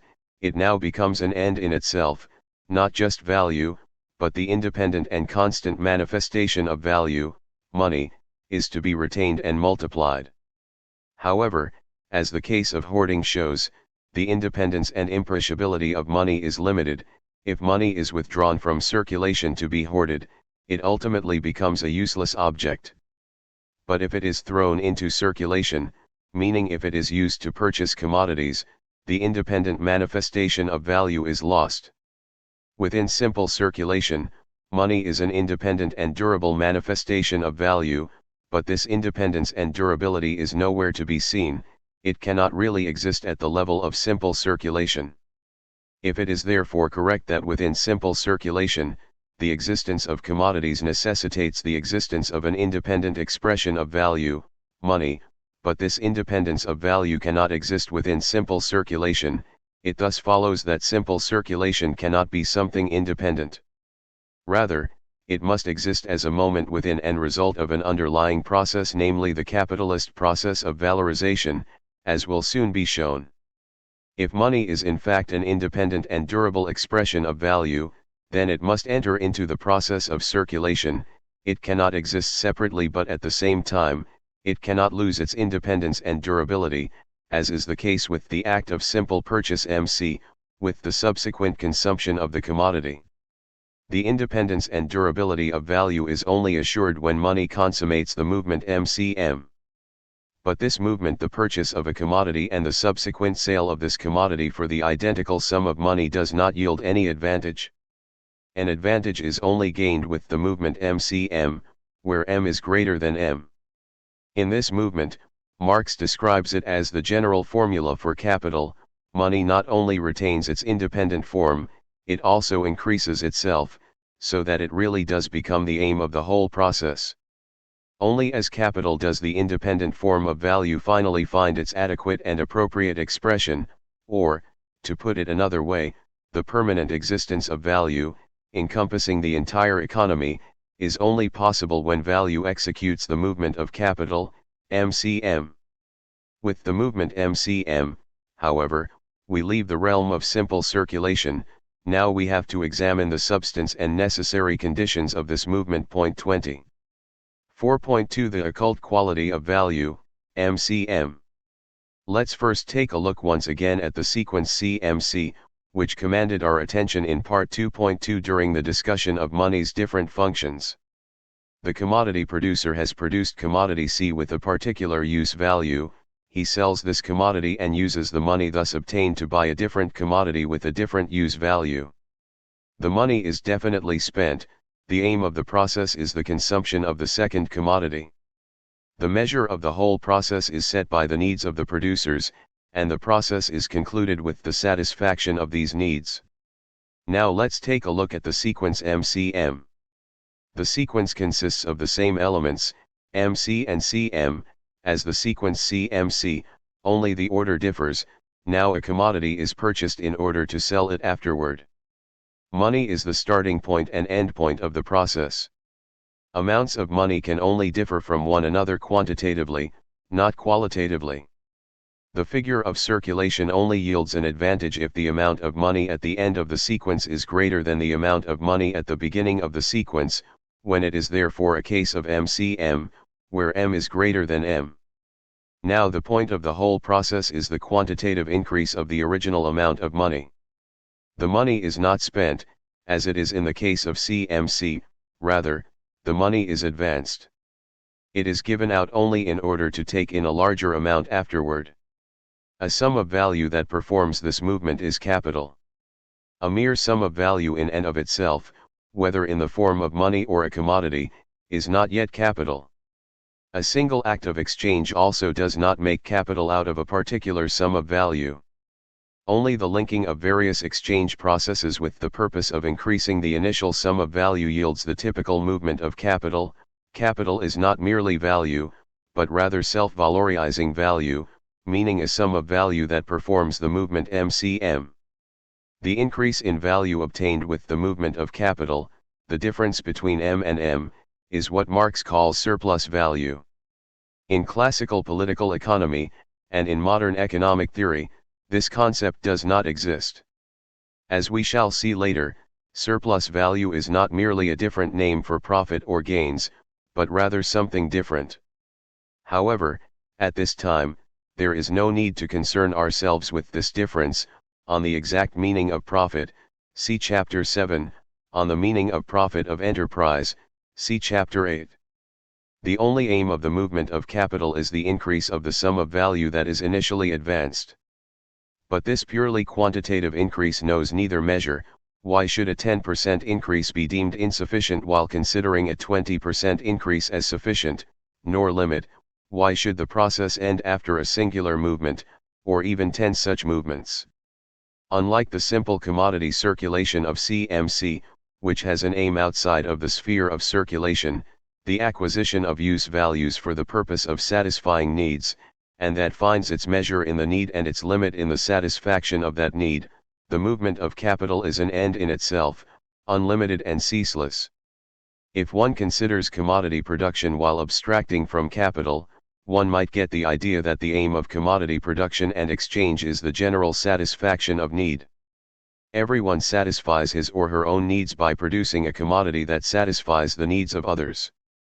This commodity is then exchanged for money in order to use this money to purchase a commodity that satisfies one's needs.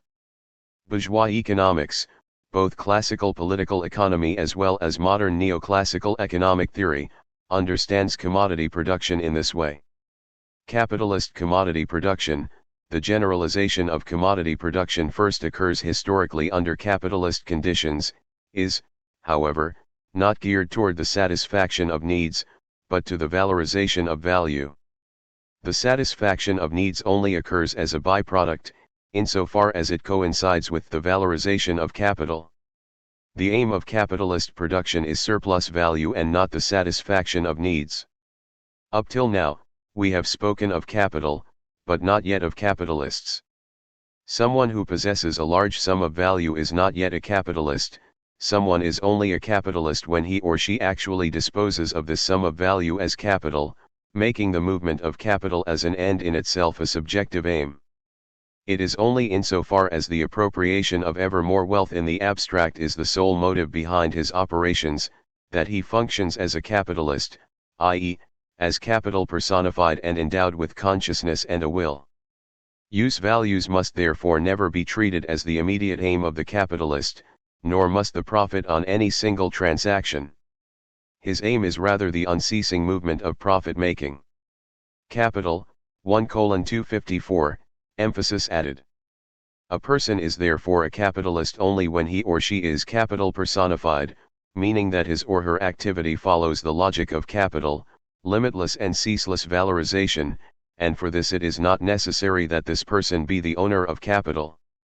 And only in this sense, capitalists as capital personified, is the term capitalist used in the following chapters.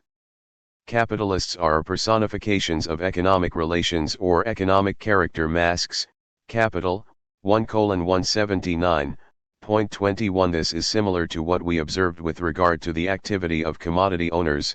See sections 3.2 and 3.6. A person behaves like a commodity owner or capitalist insofar as his or her behavior follows a specific rationality. This rationality is a result of the form determination of the economic process, the economic form determination of the commodity or capital, respectively. As people's behavior conforms to this specific rationality, they reproduce the preconditioned economic form determinant. In Marx's presentation, the economic form determination must be analyzed first, before the behavior of people is addressed. An actual owner of money might pursue other goals besides the valorization of capital, but then he no longer operates exclusively as a capitalist. The fact that the individual capitalist constantly attempts to increase his profit is not rooted in any psychological trait like greed. Rather, such behavior is compelled by the competitive struggle among capitalists. The individual capitalist, insofar as he or she wishes to remain a capitalist, requires increasing returns not to satisfy an increase in personal consumption, which in the case of large capital constitutes a tiny fraction of total returns, but primarily to modernize production facilities or produce new products when there is no longer demand for older ones. If a capitalist forgoes modernization or change, he or she will soon be bankrupt. In section 5.2, we will return to these coercive laws of competition. With the passage of time, the external form of appearance of the capitalist has undergone some changes. The free entrepreneur of the 19th century, who managed his business and not uncommonly founded a family dynasty, was largely replaced in the 20th century, at least in the larger businesses, by the manager, who often owned only a smaller share of stock in the business he managed. Both are capitalists in Marx's sense, that is, personifications of capital. They both dispose of a sum of value as capital.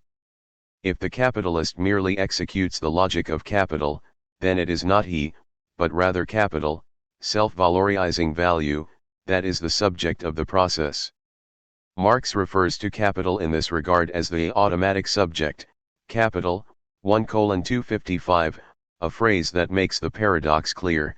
On the one hand, capital is an automaton, something lifeless, but on the other, as the subject, it is the determining agent of the whole process. As the dominant subject, Übergreifend subject, capital, 1:255, in the process of valorization, value needs an independent form and obtains it in money. Money is therefore the starting point and terminal point of the valorization process. Money was already the independent, if inadequate, form of value within the process of simple circulation. As capital, to repeat, capital is neither money nor commodity taken by itself, but rather the limitless and ceaseless movement of appreciation, MCM. Value not only possesses an independent form, it is now a self-moving substance, which passes through a process of its own, a rather curious subject with extraordinary powers. In truth, however, value is here the subject of a process, in which, while constantly assuming the form in turn of money and commodities, it changes its own magnitude. By virtue of being value, it has acquired the occult quality to add value to itself. Capital, 1:255, corrected translation. It seems as if value is able to increase itself. Some banks use the advertising slogan "Let your money work for you," which is characteristic of this illusion. Now let's examine what this occult quality rests upon. 4.3 Class relations, the worker free in the double sense. So far, we have only formally determined what capital is, a sum of value that valorizes itself, that executes the movement MCM.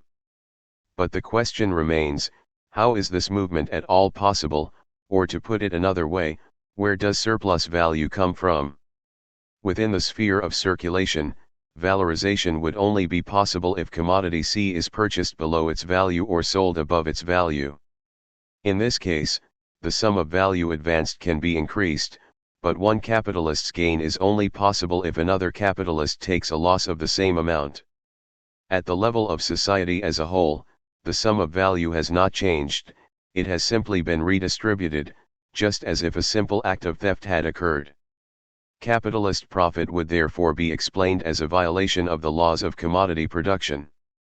If we assume the normal conditions of commodity production and circulation, then the exchange of equivalent supplies, the commodities that are exchanged for one another have the same magnitude of value, the price paid is an adequate expression of the magnitude of value of the commodity and does not express a coincidentally greater or lesser magnitude, the commodities are exchanged at their true values.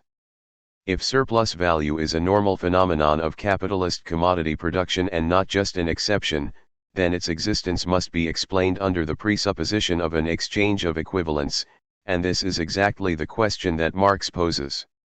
Marx's deliberations can be summarized as follows: if equivalent exchange is assumed, then surplus value cannot be constituted in circulation, not in the first act of circulation, MC, nor in the second act, CM. A change must take place between both acts. But outside of the sphere of circulation, the use value of the purchased commodity is merely consumed. Thus the owner of money must find a commodity on the market whose use value possesses the quality of being a source of value, so that the use of this commodity creates value, and more value than the commodity itself costs. Such a special commodity exists. It is the commodity called labor power. The term labor power refers to the ability of humans to perform labor, and under the conditions of commodity production, the expenditure of labor can be a source of value. If I sell my labor power, then I relinquish this ability to someone else for a specific period of time. In the case of selling labor power, the entire person is not sold, I do not become a slave, but it is also not the case that labor is sold. Labor is the application of labor power. That only the ability to labor was sold, and not labor itself, is shown among other things by the situation where raw materials are temporarily missing and the owner of money cannot use the labor power he has purchased. That the owner of money encounters labor power as a commodity on the market is not a matter of course. Two conditions have to be satisfied for this to be the case. First, there must be people who act as free proprietors of their own labor power, who are therefore in a position to sell their labor power. A slave or a serf is therefore not in such a position, since the sellers of labor power must be legally free people. But if these people have means of production at their disposal and can produce and sell their own commodities or can subsist from the products of their own labor, then they will probably not sell their labor power. They are only driven to sell their labor power, and this is the second condition, if they do not own any means of production, if they are therefore not only legally free but also free of substantive property. Then they actually treat their labor power as a commodity. The existence of workers who are free in this double sense is an indispensable social precondition of capitalist production. Thus a specific relationship between social classes underlies the capitalist mode of production. On the one hand, there must exist a class of property owners, owners of money and means of production, and on the other hand there must exist a class of largely propertyless, but legally free workers. This relationship between social classes is usually what is meant when Marx speaks not of capital, but of the capital relation. When Marx deals with classes, he is doing so without developing a full class theory. 22 The term refers simply to positions within the social process of production, in our case to owners of means of production and those who are excluded from this ownership, respectively. However, with regard to these classes defined by their social position, Marx does not assume that the individual members of a class automatically possess a common class consciousness or even that they exhibit a common class activity. At this level of depiction, class is in the first instance a purely structural category. Whether class means anything more has to be examined in each respective concrete context. When modern sociology against Marx claims to discover the end of class society within capitalism, then it usually cites as evidence the lack of class consciousness, on the basis of possibilities for upward mobility or the individualization of society. 23 It therefore makes use of a criterion that Marx does not at all apply to the structural concept of class predominant in capital. However, traditional worldview Marxism often drew the conclusion of a common consciousness arising from a structurally common social position and tended toward assuming a common social agency. Thus, instead of conceiving class rule as a structural relationship between social classes, it was conceived as an intentional relationship, where one class imposes its will upon another class. The sheer existence of this class relationship, owners of money and means of production on the one hand, propertyless but legally free workers on the other, is in no way natural, but the result of a historical development. This historical development belongs to the prehistory of capitalism. In order to continue with the analysis of the fundamental structures of capitalism, it is sufficient to take the results of this prehistory as given. For that reason, the historical process of emergence of the worker as free in a double sense is sketched at the end of the first volume of Capital under the title The So-Called Primitive Accumulation. Using England as an example, Marx shows that this was an extremely violent and bloody process, which resulted in no way from the market but was actively assisted by the state. We already hinted at this process in sections 1.1 and 1.2. However, primitive accumulation is not a historically singular process.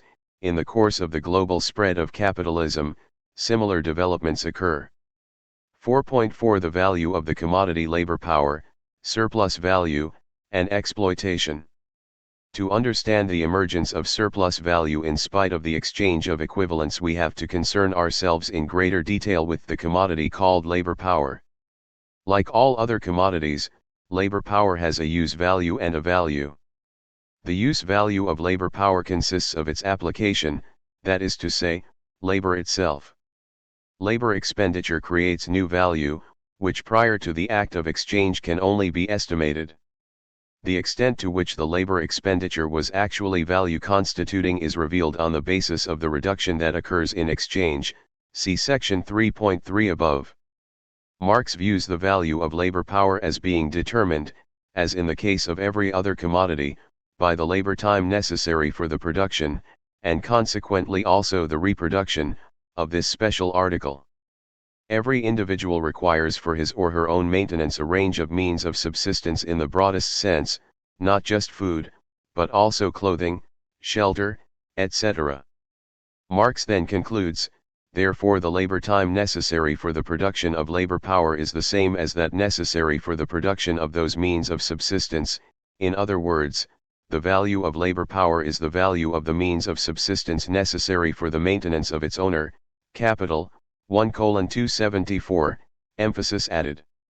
Since the continued existence of the capital relation requires that labor power is continuously offered for sale on the market, the value of labor power must also cover the costs that are necessary for a worker's entire family, including the costs of education for the worker's offspring. If the traditional nuclear family, in which the male hires himself out as a wage laborer while the woman takes over the reproductive labor, is socially predominant, the value of the male labor power has to cover the costs of reproduction. If, in contrast, the usual case is one in which two people are employed, this also influences the value of labor power.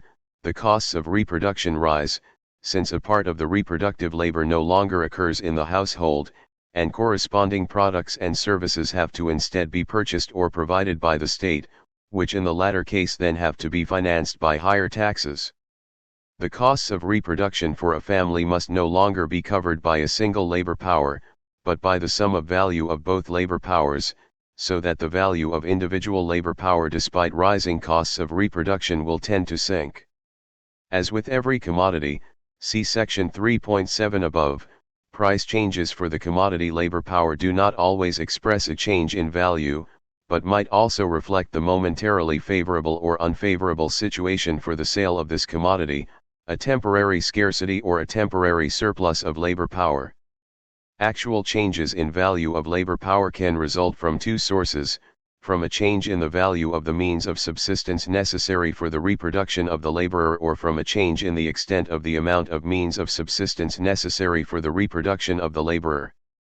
The extent of necessary means of subsistence differs among the various countries and historical periods, and depends upon what is normally counted among the necessary requirements of life, as well as which claims workers are able to assert. Since it is not necessarily the case that capitalists willingly concede such claims, it is the class struggle between workers and capitalists that determines the value of labor power, as specific claims are imposed or not. In this context, Marx speaks of a historical and moral element, capital, 1:275, that enters into the determination of the value of labor power, which is not the case with other commodities. 24. However, there is a further difference between the commodity of labor power and other commodities, which Marx does not address. The value of means of production used to produce a normal commodity forms part of its value, as well as the new value added by the labor that creates the finished product from these means of production. This is not the case with the commodity labor power. Its value is determined solely by the value of the means of subsistence that have to be purchased on the market. Reproductive labor carried out in the household, housework, child-rearing, primarily by women, does not form a part of the value of labor power. Feminist authors have levied the accusation at Marx that the critique of political economy has a blind spot, for example, the programmatic essay by Claudia von Werlhoff, 1978. However, it is not Marx's determination of the value of the commodity labor power that is wrong. He gives an account of how its determination appears in capitalism. What is wrong is that he does not emphasize the distinctiveness of this determination of value, but instead attempts to prove its consistency with the determination of the value of all other commodities. Within capitalism, the particular determination of value of the commodity of labor power is necessary. If workers would receive considerably more than the value of the means of subsistence that they have to buy on the market, then they would in the long term no longer be without property, and would be able to at least partially free themselves from the compulsion to sell their labor power. The restriction of the value of labor power to the costs of reproduction is a functional necessity of capitalism, but the achievement of this restriction is in no way a matter of course. It is entirely conceivable that a well-organized working class would be able to impose correspondingly high wages by means of labor struggles. How this restriction of the value of labor power is nonetheless imposed automatically in the course of the capitalist process of accumulation will be shown in section 5.6. The difference between the daily value of labor power, the sum of value required on average by labor power for its own daily reproduction, and the new value that the individual worker is able to produce in one day under normal conditions accounts exactly for the surplus value referred to above in the case of the formula MCM. The fact that the daily value of labor power, the value required for its own reproduction, is lower than the value that can be created in a day by the use of labor power, through expenditure of labor power, is the foundation of the occult quality of value to create new value. The daily value of labor power thus constitutes only a portion of the value newly created through the daily use of labor power. For example, if a particular sum of value is created through the expenditure of labor power during an 8-hour workday 25, then this newly created value can be formally divided into the value of labor power and the surplus value.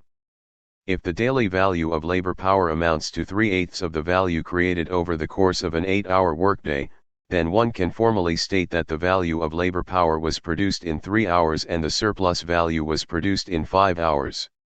Marx therefore refers to the first 3 hours as necessary labor time required to reproduce the value of labor power, and the remaining 5 hours as surplus labor time performed by the worker beyond that necessary to reproduce his or her own labor power. Since the workers in our example receive the value produced in 3 hours as payment, Marx refers to the necessary labor time as paid labor and the surplus labor time that the capitalist receives in the form of surplus value as unpaid labor.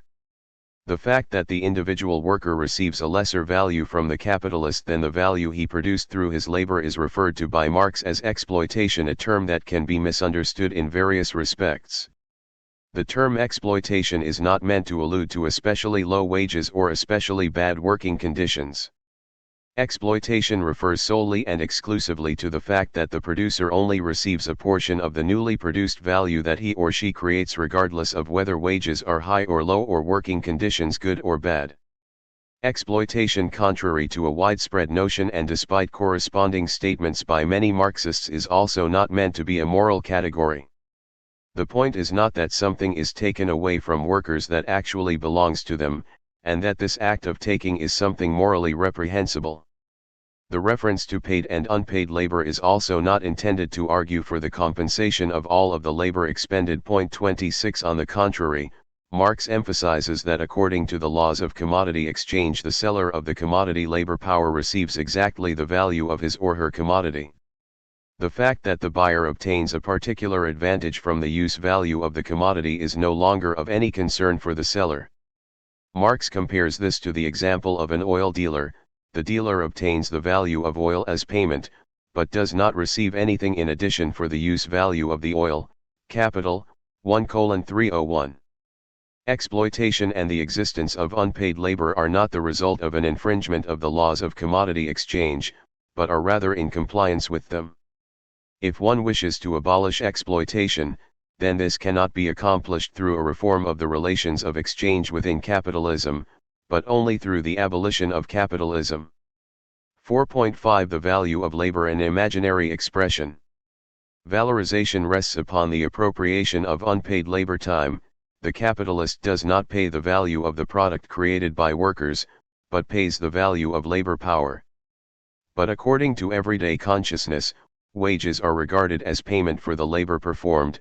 Exploitation as the normal state of capitalist production is not visible. Exploitation only seems to occur if a wage is too low. It seems as if the wage does not express the value of labor power, but rather the value of labor. Marx refers to the term value of labor as an imaginary and irrational expression, capital, 1:677, 679. Labor more precisely, abstract labor is the substance and immanent measure of value. Labor creates value, but does not itself have value. If one speaks of the value of labor and asks how large the value of a workday of 8 hours is, then one would have to answer, the 8-hour workday has a value of 8 hours of labor, a statement that Marx rightly describes as absurd, Capital, 1:675. However, the phrase value of labor is not just an absurd expression. Marx maintains that imaginary expressions like value of labor or value of land arise, nevertheless, from the relations of production themselves. They are categories for the forms of appearance of essential relations, Capital, 1:677.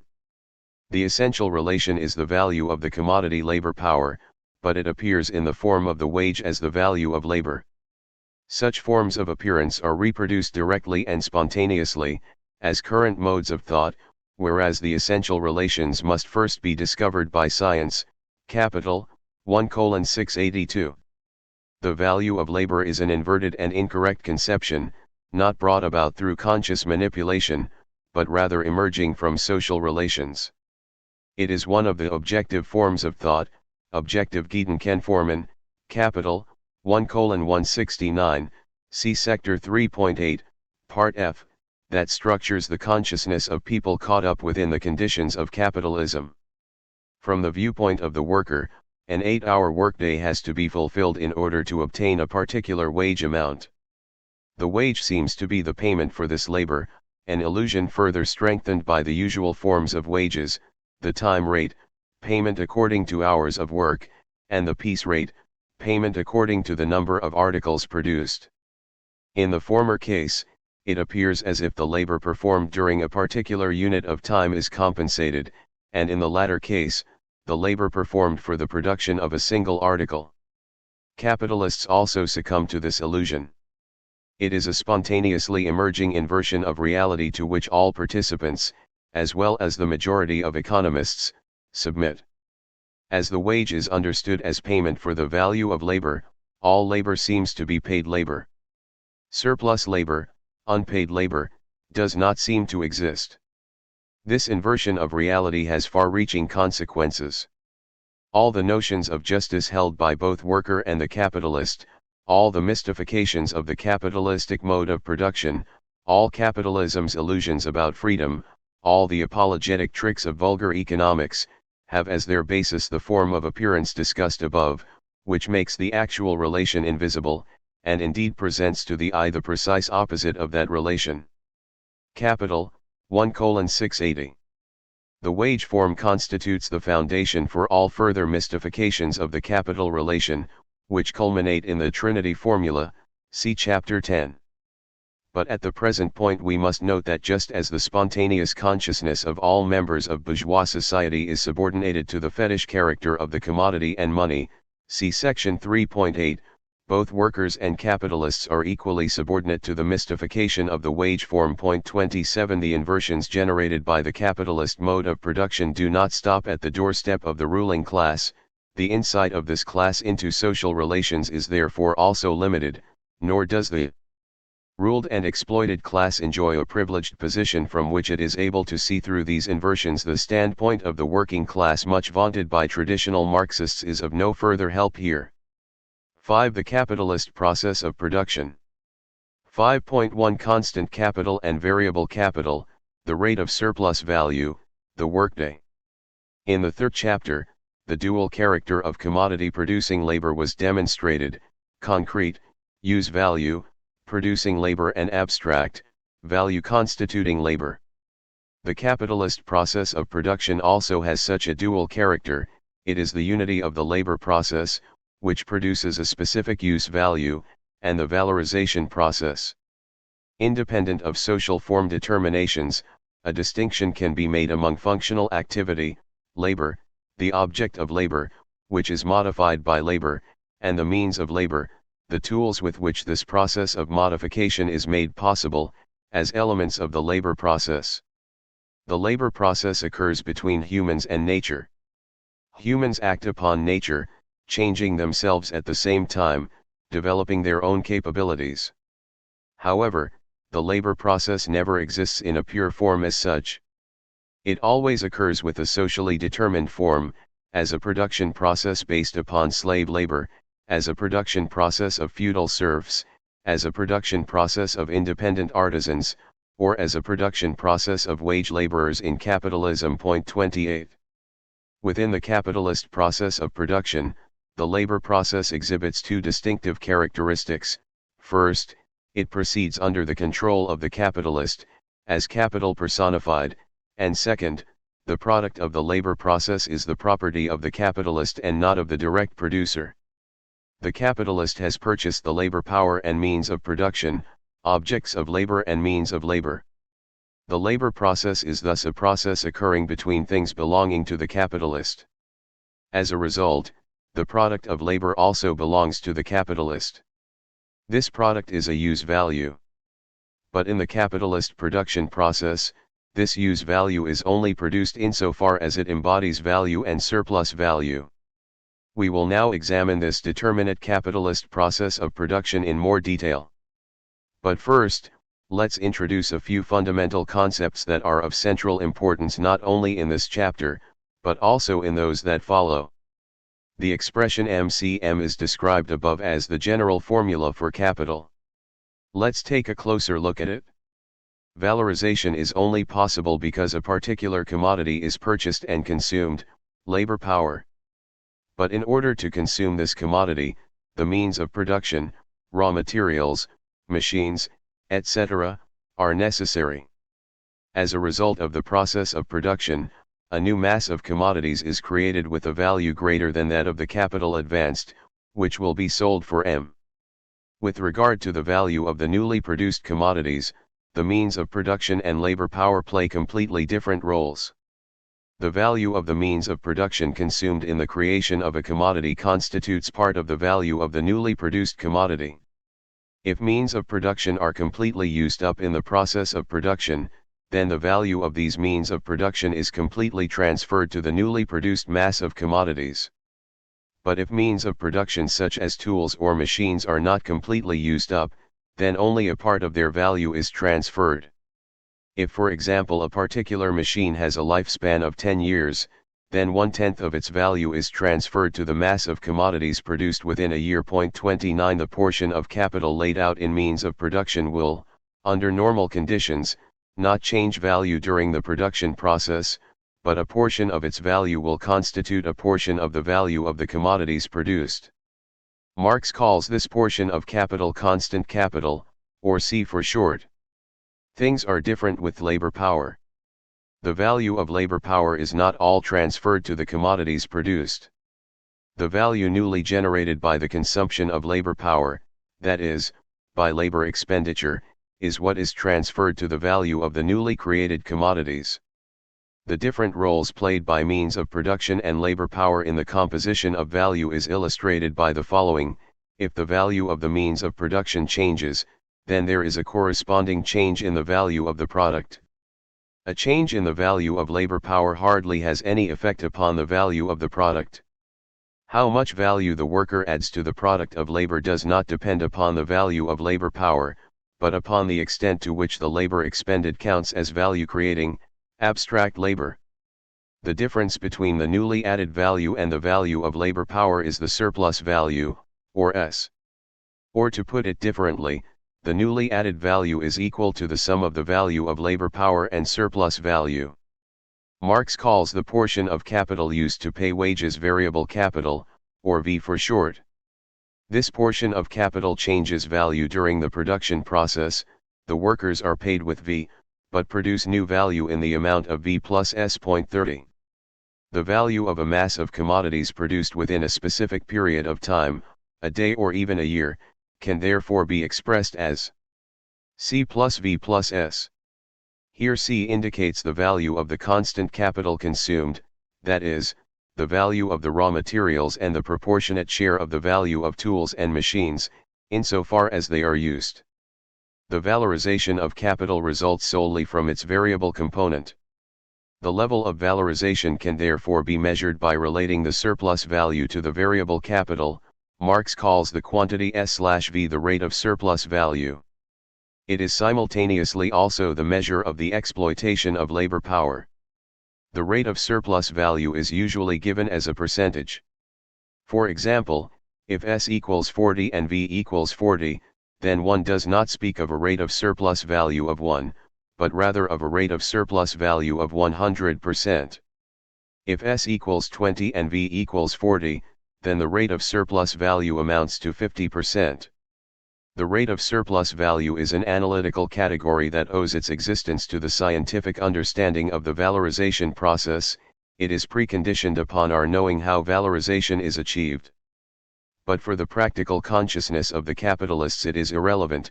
Capitalists calculate that an advance of capital in the amount of C plus V is necessary in order to realize a profit of S, regardless of how this profit is created, or as the case may be, the profit is regarded as the fruit of capital. The capitalist's measure of valorization is the rate of profit, S/C plus V. Profit and rate of profit, which play such a decisive role in the everyday life of capitalism, are dealt with by Marx in the third volume of Capital, see Chapter 7. This is one reason among others why the reader should absolutely take all 3 volumes of Capital into consideration. The length of the workday is given by the sum of necessary labor time, in which the value of labor power V is produced, and surplus labor time, in which the value of surplus value S is produced. If the value of labor power within a particular society at a specific point in time is given, then the amount of necessary labor time is also given but not yet the amount of surplus labor time. In every society based upon class divisions, a distinction can be made between necessary labor time, in which those products are produced that are necessary for the reproduction of the exploited class, and surplus labor time, in which the surplus product is produced, that is, the portion of the total social product appropriated by the ruling class.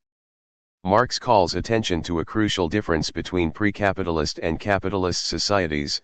It is however clear that in any economic formation of society, where the use value rather than the exchange value of the product predominates, surplus labor will be restricted by a more or less confined set of needs, and that no boundless thirst for surplus labor will arise from the character of production itself. Capital 1:345. But this boundless thirst of surplus labor that characterizes the capitalist mode of production is not used by Marx as a moral reproach against individual capitalists. Although this need for surplus labor implies, since it knows no limits, that capital takes no account of the health and the length of life of the worker, Capital 1:381, and therefore also implicitly accepts the destruction of labor power, this is not a moral failure of individual capitalists, but the logical consequence of capitalist commodity production. If the capitalist has purchased labor power at its daily value, then the capitalist has the right to apply labor power over the course of a day. But the length of a workday is indeterminate. It has to be shorter than 24 hours so that time remains for the physical and psychic regeneration of the workers, but how much shorter than 24 hours is not clearly determined. If the capitalist attempts to lengthen the workday, then he is merely attempting, like all other commodity buyers, to make the most of the use value of the commodity, just as one attempts to squeeze the last bit of toothpaste from the tube. The competition among capitalists compels the individual capitalist to make ample use of his right as a buyer of maximum utilization of the commodity he has purchased. Workers also behave according to the logic of buying and selling when they attempt to shorten the length of the workday. In order to sell their labor power anew, they have to dispose of it in its regular condition. But if the present workday is too long, then that isn't the case. The capitalist with his attempts to prolong the workday, as well as the workers with their attempt to shorten it, can both invoke the laws of commodity exchange. A limit to the workday cannot be derived from these laws, and this means there is therefore an antinomy, of right against right, both equally bearing the seal of the law of exchange. Between equal rights, force decides. Hence, in the history of capitalist production, the establishment of a norm for the working day presents itself as a struggle between collective capital, i.e. the class of capitalists, and collective labor, i.e. the working class. Capital 1:344.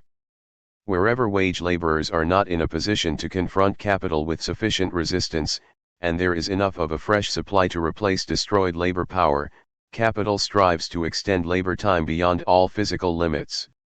The struggle for the normal workday, which Marx describes extensively in Capital, led in the 19th century in England and then in other countries to a legal limit of daily labor time. We will address the specific role of the state in this process in Chapter 11. 5.2 Absolute and Relative Surplus Value, the Iron Law of Competition. Capital, self-valorizing value, has no intrinsic limits to valorization, and for that reason no rate of valorization, once reached, is sufficient. With S/V as the measure of valorization, there arise two basic possibilities for increasing the valorization of capital, which Marx refers to as the production of absolute surplus value and the production of relative surplus value, respectively.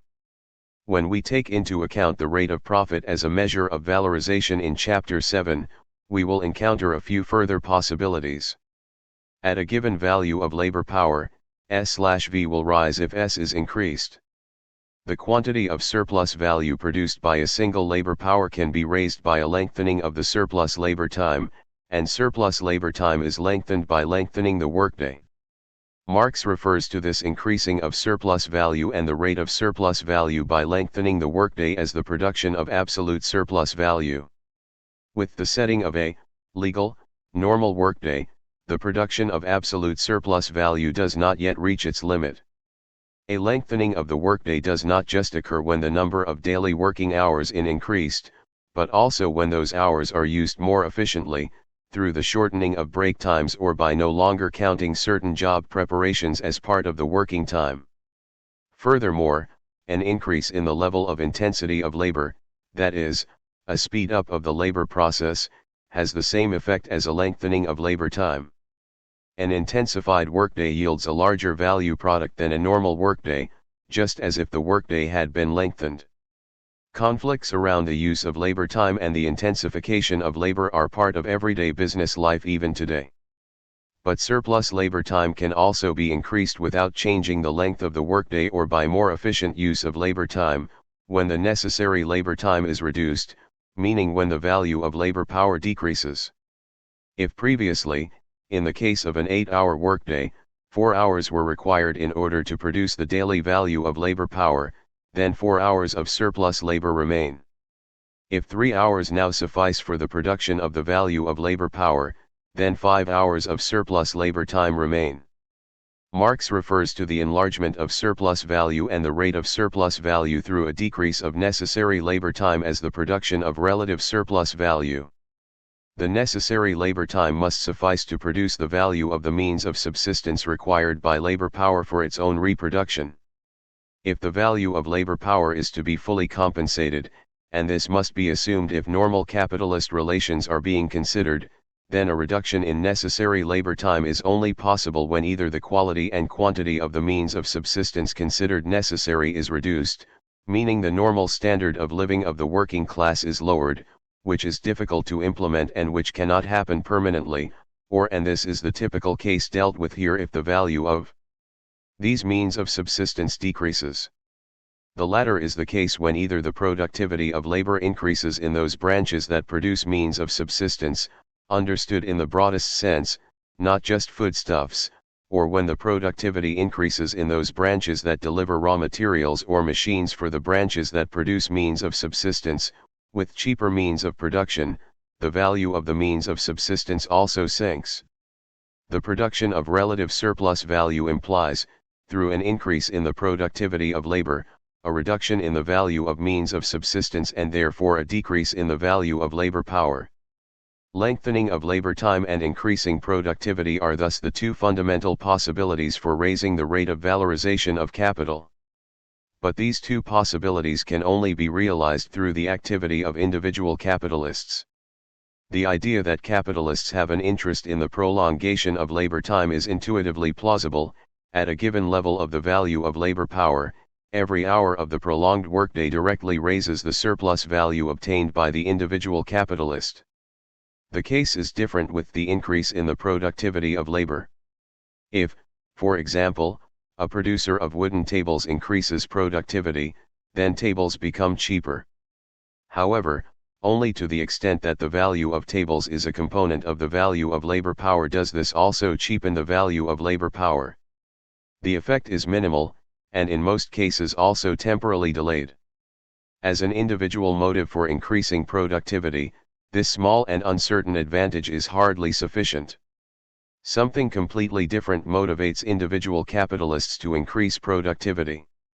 The extent to which individually expended labor time counts as value-creating labor depends, among other things, upon whether the socially necessary labor time, that is, the labor time necessary at a specific socially conventional level of the productivity and intensity of labor, see section 3.1, was expended or not.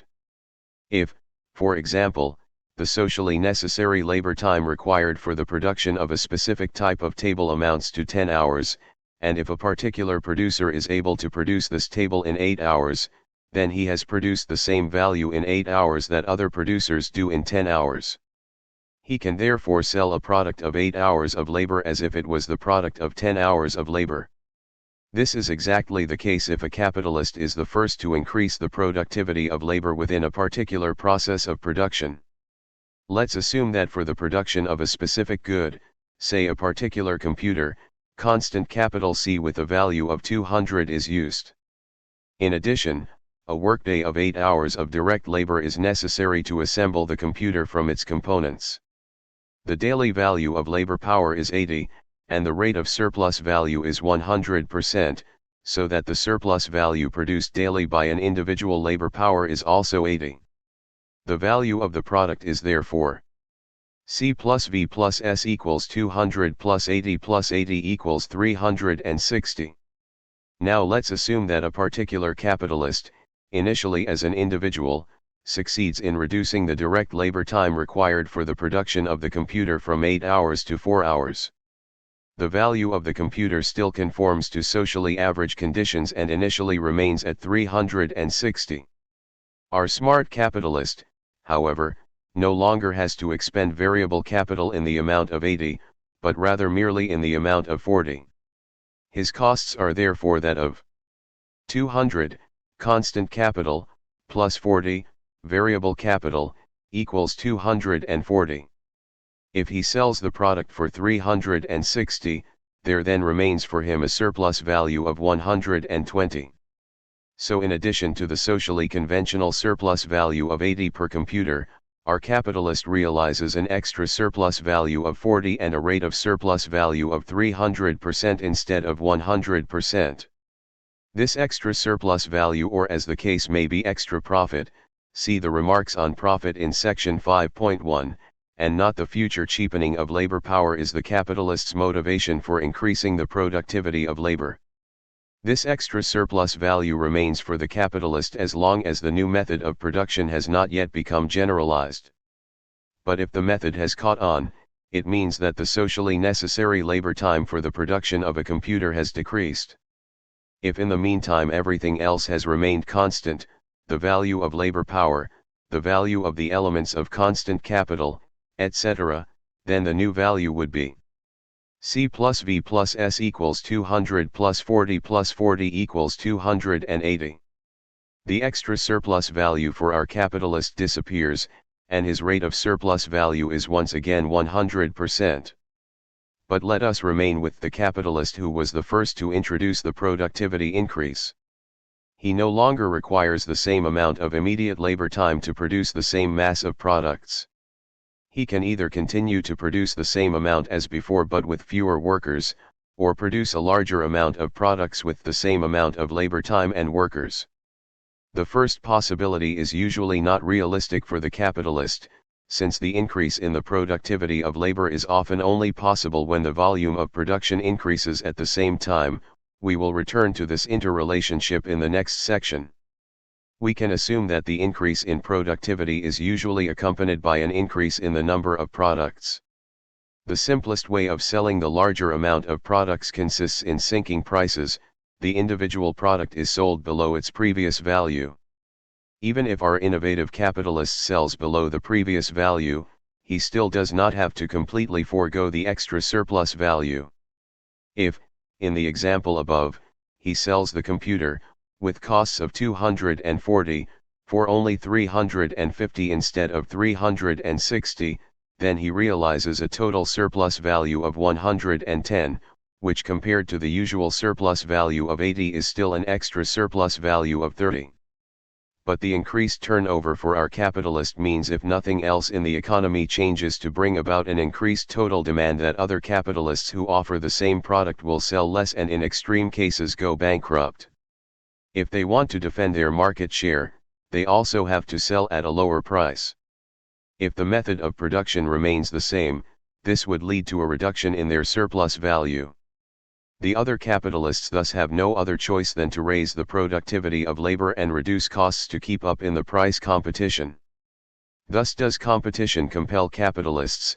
Always have in mind, capitalist refers not necessarily to an owner of capital but to capital personified, see section 4.2, to join in the increase in productivity initiated by another capitalist, even if at an individual level they have no interest in an increasing valorization of capital. The intrinsic laws of capital, such as the tendency toward lengthening the workday and the development of productivity, are independent of the volition of individual capitalists. These laws impose themselves as iron laws of competition. Since each individual capitalist is familiar with this pressure, he normally does not wait until it is imposed upon him by his competitors, but instead attempts to be the first to increase productivity so that he can at least have some of the extra surplus value, instead of just minimizing his losses. As a result, every capitalist puts the screws on all other capitalists, just as he himself is subject to the same pressure. And they all do this by following a blind inherent necessity. However frugal the individual capitalist, he cannot abstain from the hunt for perpetually increasing profit as long as he wishes to remain a capitalist. 5.3 The methods of producing relative surplus value: cooperation, the division of labor, machinery. Capitalist production begins when a large number of workers, brought together under the command of a capitalist, work together for the production of the same type of commodity. An owner of money who barely succeeds in employing 2 or 3 workers, but who still must contribute to the labor process to secure his livelihood, is not a capitalist in the strict sense, but rather a small master. He becomes a capitalist when he can operate as capital personified, meaning that he can devote all his time to the organization and control of the capitalist process of production and the sale of products. The cooperation of many workers brings about, even without a change to the technical conditions of production, a reduction in value of products. There are 2 reasons for this. One is that many means of production are used in common, so that they contribute a smaller share of value to the product. 100 workers might produce 10 times more than 10 workers, but they won't need, for example, 10 times as many buildings. The other reason is that new power emerges from the cooperation of many individual labor powers. A large tree trunk cannot be moved by an individual worker, regardless of how much time he is granted to accomplish the task, but 4 workers can move the trunk instantly. 10 people arranged in a chain can transport a load considerably faster than if each individual covers the distance on his own, and so forth. A further increase in the productivity of labor is achieved through the division of labor. A complex labor process is broken down into a number of simple subfunctions. This task can usually be executed faster when individually performed rather than performed within the framework of the overall process. Through corresponding practice and experience, with the support of special tools adapted to these special tasks, the individual worker specializing in a particular task can become even faster. The flip side is that the individual laborer becomes a largely dependent detail laborer, and the monotonous strain can lead to physical and nervous impairment. An operation in which the production process is based upon an extensive division of labor, but in which no or hardly any machines are used, is referred to as manufacture. At the beginning of the 20th century, the division of labor was carried to the extremes in Taylorism, named after the engineer F. W. Taylor. Taylor broke the movements of the labor process down into the smallest elements, in order to assign an individual worker a small number of movements. Time wasting and secret breaks would be minimized by the system. Such concepts were applied primarily in assembly line production. However, this extreme form of the division of labor did not only bring advantages for capital. In the case of complex production concerned with a high level of quality, an overly strong division of labor proved to be rather obstructive, since it produced too much waste. In the course of the development of the capitalist production process in the 20th century, Taylorism therefore experienced both dissemination and curtailment. The decisive heightening of the productivity of labor is achieved through the use of machinery. A machine is not merely a large tool. What is essential is that the tool is no longer a tool in the hands of an individual, but that it is the tool of a mechanism. The number of tools that can be simultaneously operated by a machine is freed from human constraints.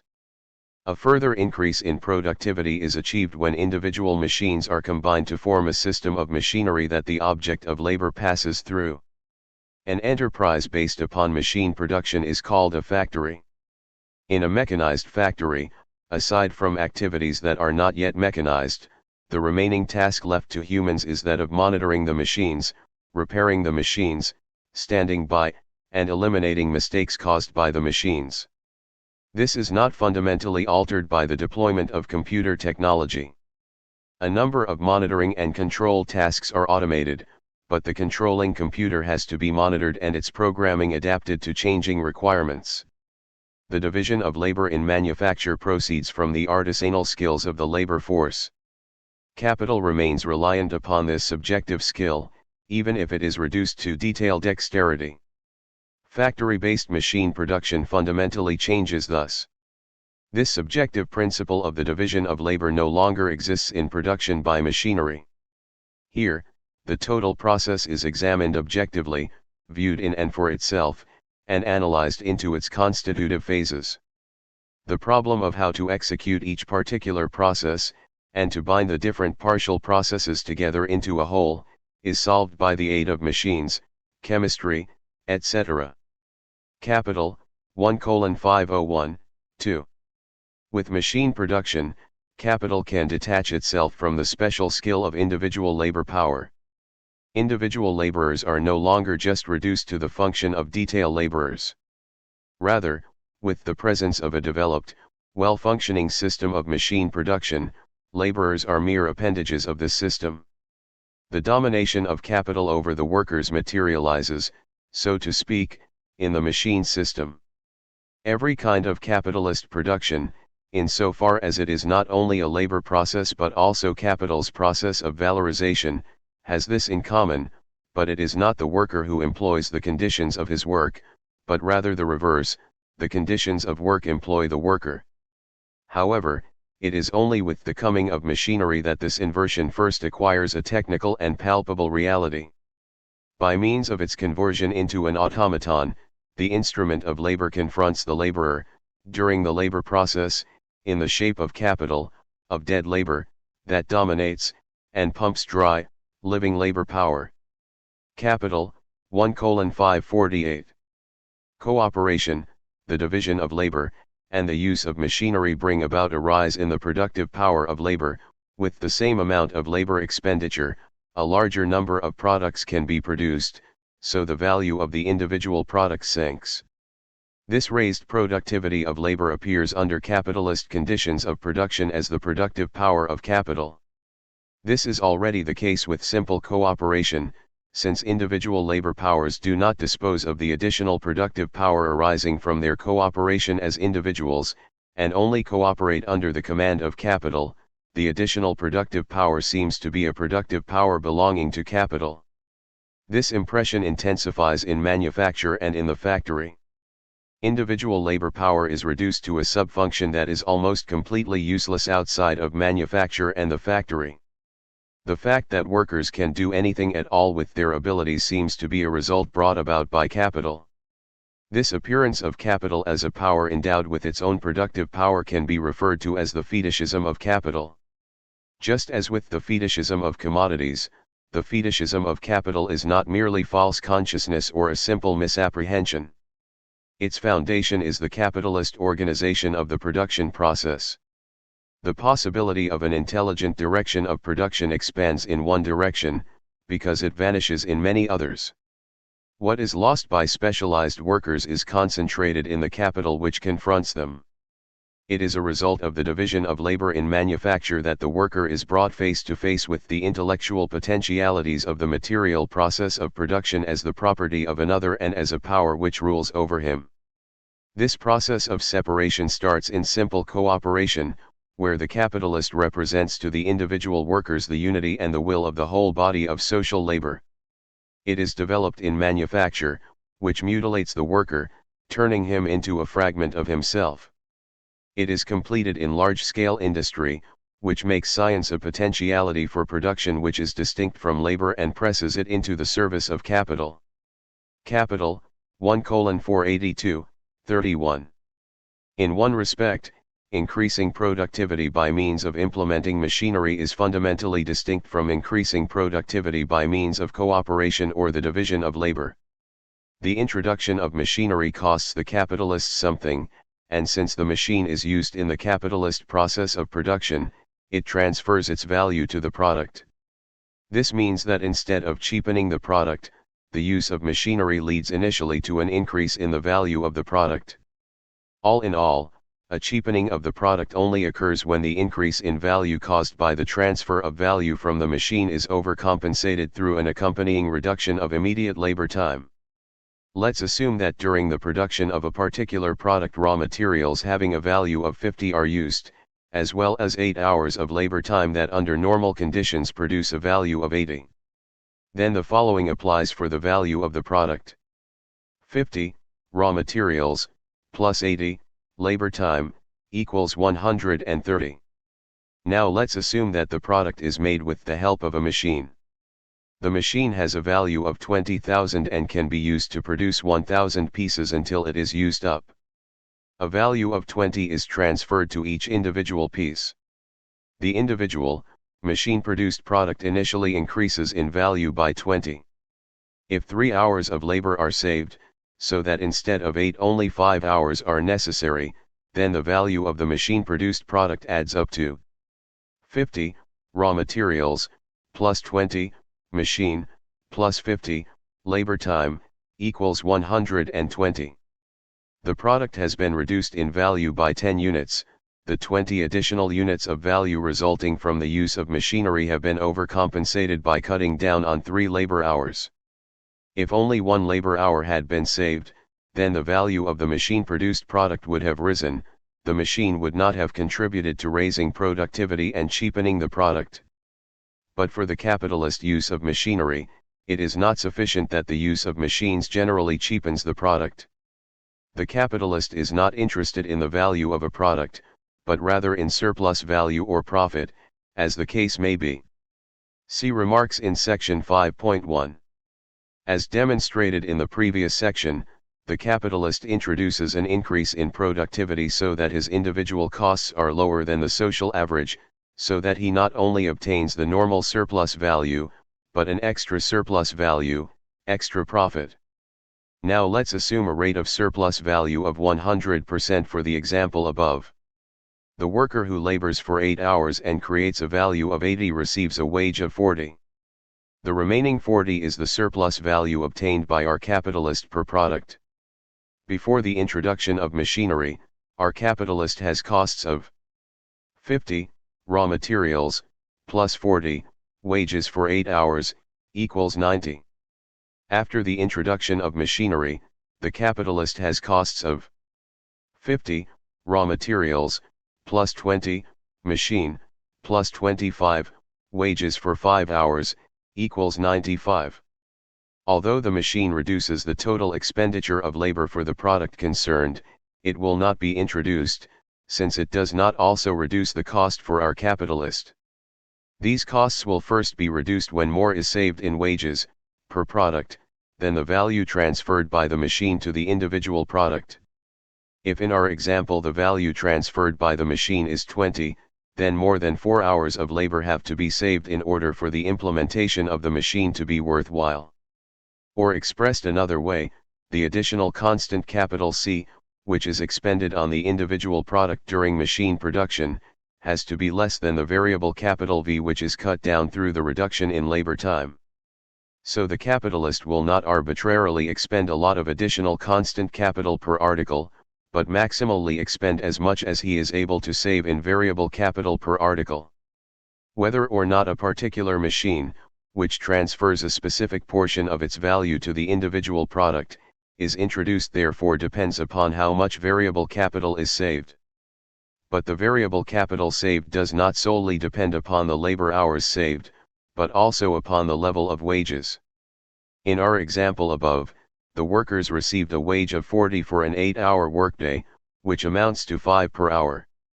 The labor hours saved add up to a saving of variable capital in the amount of 15, so that the introduction of the machine was not advantageous for the capitalist. If wages had been higher, for example 8 per hour, then the 3 labor hours saved would result in a total savings of 24. At this level of wages, the additional constant capital, 20, would have been compensated by the saved variable capital, and our capitalist's costs would have been reduced. The same machine that at a low wage level brings no savings in cost for the capitalist is therefore not introduced. However, at a high level of wages, it reduces costs and is introduced. 5.4 The destructive potential of the capitalist development of the forces of production. The cooperative labor process requires coordination. In the capitalist process of production, the capitalist assumes this coordinator function. However, direction by the capitalist does not just fulfill technical organizational functions, it is also the organization of exploitation and is therefore conditioned by the antagonism between exploiter and exploited, which leads Marx to the conclusion that capitalist direction in form it is purely despotic. Capital, 1:450. With a large number of workers, there is a need for similar to the military-industrial commissioned officers and petty officers, who command in capital's name. The form of managerial hierarchy has undergone somewhat far-reaching changes in the 20th century. Capitalist despotism has experienced constraints through legal regulations on the one hand, and trade union bargaining procedures on the other. During the last decade in a number of industries there has been a tendency by capital to strengthen the autonomy of employees over the labor process. However, throughout all of these changes, the aim of capitalist production, the valorization of capital, the production of surplus value, was not called into question. These various changes still served solely to accomplish this aim. And in the case of skilled trades, it frequently proved to be more advantageous to motivate employees to voluntarily bring in their experiences and performance capabilities through a high level of autonomy, rather than forcing them to do so through constant pressure and supervision. But the consequences of this autonomy for employees are usually just as destructive as the old despotic forms, except that this destruction is now self-organized. The destructive, for labor power, tendencies of capitalist increases in productivity are immediately visible in the tendency toward extension, and recently, flexibilization of labor time. Raising productivity means that the same amount of products can be made in a shorter period of time, but under capitalist conditions, a rise in productivity does not lead to a shortening of labor time. Particularly when the rise in productivity is achieved by the introduction of machinery, the result is a lengthening of labor time as well as shift and night work in order to accomplish the longest possible run time for the machine. There are many reasons for this.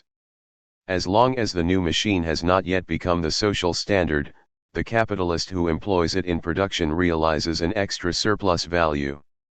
The more products he produces and sells in this exceptional situation, the greater this extra surplus value. If the use of the machine later becomes part of the socially average conditions of production, a long run time for the machine is still an advantage. How long the machine can be profitably used depends not only upon physical wear and tear, but also upon whether a newer, better machine is on the market. The faster a machine transfers its value to the products it helps to produce, the lower the risk that it has to be replaced by a newer, better machine before it has transferred its total value. If the lengthening of the workday runs up against limits set by law or collective bargaining, then the capitalist usually attempts to impose an intensification of work, such as through a higher machine speed. Since the production process is detached from the limitations of individual labor power and becomes the object of scientific examination as an objective process, modern industry never views or treats the existing form of a production process as the definite one. Its technical basis is therefore revolutionary, whereas all earlier modes of production were essentially conservative. Capital, 1:617. The technical foundations of production are constantly revolutionized, the productivity of labor constantly increased. Increasing profit is the sole motivating factor for this. In the course of this process, massive investments are made to acquire new machines or construct new production facilities. Insofar as this investment serves to reduce the cost of the product, they count as necessary. Investments that serve to make working conditions for employees more comfortable or even just to minimize dangers to health and safety constitute deductions from profit and are avoided. Even today one can observe in many sectors the economical use of the social means of production, matured and forced as in a hothouse by the factory system, is turned, in the hands of capital, into systematic robbery of what is necessary for the life of the worker while he is at work, i.e. space, light, air, and protection against the dangerous or the unhealthy concomitants of the production process, not to mention the theft of appliances for the comfort of the worker. Capital, 1:552, 3. Legal coercion or the decisive resistance of employees is constantly necessary in order to impose even the simplest improvements in working conditions. The following statement by Marx is of contemporary relevance. What could be more characteristic of the capitalist mode of production than the fact that it is necessary, by act of parliament, to force upon the capitalists the simplest appliances for maintaining cleanliness and health? Capital, 1:611. The sole aim of capitalist production is the constant production of surplus value. Competition forces the individual capitalist, on pain of his ruin as a capitalist, to make the hunt for increasing surplus value the aim of his activity. Nature, just like labor power, is merely an instrument for attaining this goal. In accordance with its intrinsic logic, capital is just as indifferent toward the destruction of the natural foundations of life, through waste runoff and exhaust fumes, through the destruction and poisoning of entire regions, as it is toward the destruction of individual labor power. Today, an industrial mode of production based upon the combustion of fossil fuels is maintained and expanded, even though local as well as global ecological degradation as a result of climate change are foreseeable. This destructive potential of the capitalist development of the forces of production can only be restrained from outside, through the resistance of workers or the power of the state. If such restraints are not in place, or if they are weakened, this destructive potential immediately asserts itself again, stronger than before. It is still true that capitalist production, therefore, only develops the techniques and the degree of combination of the social process of production by simultaneously undermining the original sources of all wealth, the soil and the worker. Capital, 1:638. In the face of the scale of environmental destruction and danger to health emanating from the industrial method of production, a vigorous debate occurred during the last third of the 20th century as to whether this destruction is intrinsic to the material conditions of industrial production, or whether it is the capitalist conditions that first bring forth such acts of destruction. There is no explicit discussion of this problem in Marx's work. However, he emphasized that a distinction must be made between the increased productivity which is due to the development of the social process of production, and that which is due to the capitalist exploitation by the capitalists of that development. Capital, 1:547. Thus Marx was often accused of regarding the industrial production process itself positively and criticizing only its capitalist shell. This was also the position of Marxism-Leninism. Accordingly, in the Soviet Union, capitalist methods of production were to some extent adopted completely uncritically. As a critic of the corresponding interpretation of Marx, see Jacobs, 1997. Today it is far clearer than in Marx's time that not every industrial process of production simply has to be detached from its capitalist application to suddenly develop its purely beneficial effects. Some lines of development of industrialization are not just destructive as a result of their capitalist application. If atomic energy were put to use in a socialist society, then the risks would still be enormous, and the widespread use of fossil fuels would still lead to climate change. The destructive potential of capital does not just assert itself in the way a technology is applied, but in the choice of particular technical industrial paths of development. 5.5 Formal and real subsumption, Fordism, productive and unproductive labor. In the case of an already existing labor process being subordinated to capital, Marx speaks of the formal subsumption of labor under capital. The sole difference from pre-capitalist conditions consists in the fact that laborers work for a capitalist rather than for themselves. The coercive relation of capital expresses itself simply: the laborer works longer than is necessary for his own self-preservation, and the capitalist appropriates the surplus value thereby generated. On the basis of formal subsumption, only the production of absolute surplus value is possible. If the labor process is transformed in order to increase productivity, Marx speaks of the real subsumption of labor under capital. The labor process under the command of capital is not only formally distinct from the pre-capitalist labor process, it is distinct in its entire organization and structure. The capitalist mode of production creates the material guise of production corresponding to its social form. Real subsumption is possible on the basis of formal subsumption. With the real subsumption of labor under capital, the production of relative surplus value is possible. Up till now, when considering relative surplus value, we have assumed that the quantitative amount of means of subsistence necessary to reproduce labor power, or the family of the laborer, as the case may be, remains constant, that the standard of living for the working class does not change. But this is not necessarily the case. Let's assume an 8-hour workday and a rate of surplus value of 100%. Then the workday breaks down into 4 hours of necessary labor time used to reproduce the value of labor power, and 4 hours of surplus labor time in which surplus value is produced. Let's assume further that the monetary expression of the value created in 8 hours under normal conditions is 160 euros, the daily value of labor power is 80 euros, and the amount of surplus value produced daily is also 80 euros. Now let's say the productivity of labor in all branches of the economy doubles. 32 Then all goods can be produced in half the time previously required, and their value is reduced by a half. The daily value of labor power is then already produced in 2 hours rather than 4, it falls from 80 to 40 euros. 2 additional hours remain for the production of surplus value, its magnitude is raised from 4 to 6 hours, and the surplus value rises 80 to 120 euros. The value of labor power has been reduced by a half from 80 to 40 euros, but for 40 euros just as many means of subsistence can be purchased as previously for 80 euros, and the standard of living for the worker's family has remained constant. Now let's assume further that workers succeed as a result of labor struggles or a tight labor market, for example in obtaining as wages not just the value created in 2 hours, but the value created in 60 euros instead of 40 euros. In this case, the value of labor power would have still declined, from 80 euros to 60 euros, the surplus labor would have still increased by an hour, from 4 to 5 hours, the surplus value now being 100 euros, but now the standard of living for the worker's family has increased.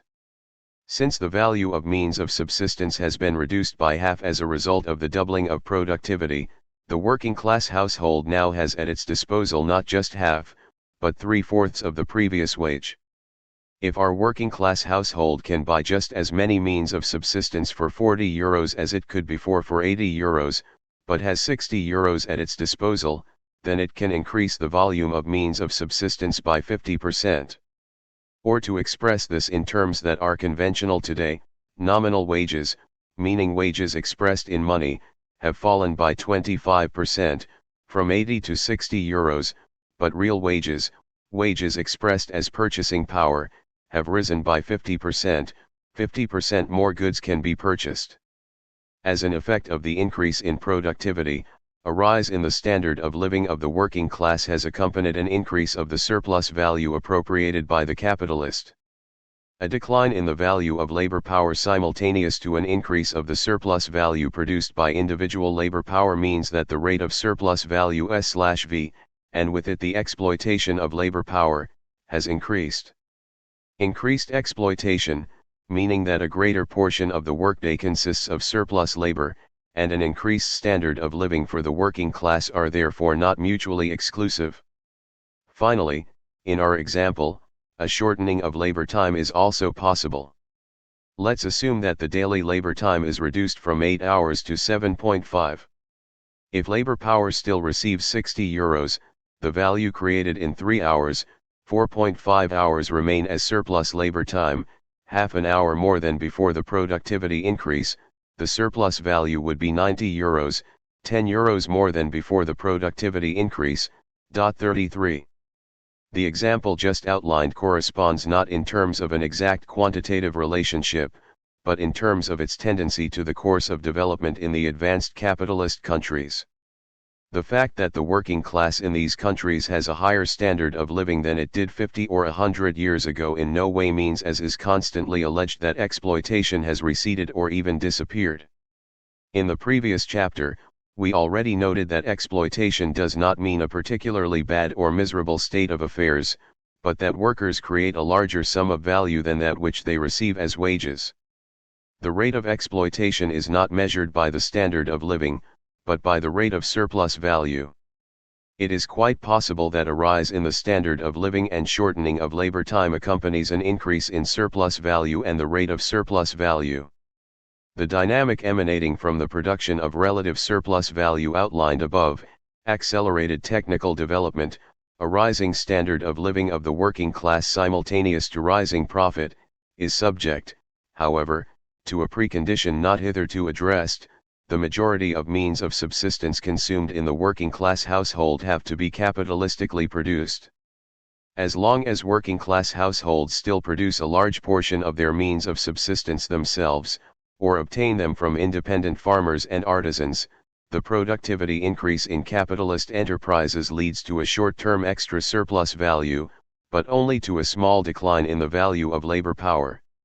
Only over the course of the 20th century was a state of development reached where the bulk of goods consumed by working-class households were produced capitalistically. So-called Fordism played a decisive role, drawing upon Taylor's breakdown of the labor process. Henry Ford with his auto factories succeeded around 1914-15 in producing the Model T as a standardized mass product on the assembly line, considerably reducing the cost of the product and making it into a consumer good for broad sections of the population. At the same time, Ford raised wages, at least for a certain segment of his workforce, white, full-time production workers, far above the average for that time, in order to reduce turnover in the labor force. After the Second World War, Fordism was established across the board. Consumer goods such as cars, refrigerators, washing machines, and televisions were constantly cheapened through Taylorism and assembly line production, but real wages increased. Since the value of labor power declined despite rising real wages, a rise in profit was still possible. Standardized mass production, an expansion of mass consumption, and rising profit went hand in hand for just about 2 decades and were an important, if not the sole basis for the Wirtschaftswunder, economic miracle, of the post-war era in Germany and some other countries in Western Europe and North America. The aim of the labor process, considered independently from its economic form determination, consists in the production of a specific use value. From the standpoint of the labor process, the labor that creates this use value, or is involved in its creation, is productive labor. The aim of the capitalist production process consists in the production of surplus value. From the standpoint of the capitalist production process, only labor that produces surplus value is productive labor. When in what follows we discuss productive labor, this capitalist meaning is intended, unless otherwise specified. Whether a specific type of labor expenditure is productive labor in the capitalist sense does not depend upon the concrete character of the labor, but upon the concrete economic circumstances in which it occurs. If I bake a pizza in order to eat it myself or offer it to my friends, then I have created a use value, but not a commodity. The pizza isn't sold, and for that reason I have also not produced any value or surplus value. But if I am hired as a cook in a capitalist restaurant, and if I bake a pizza that is eaten by paying guests, then I have not only produced value but also surplus value, and in this respect my labor was productive. Whether my labor is productive is not dependent upon the character of the use value produced, but upon whether I produce a commodity that also contains surplus value. As pointed out in section 3.1, not only material products but services, insofar as they are sold, are commodities.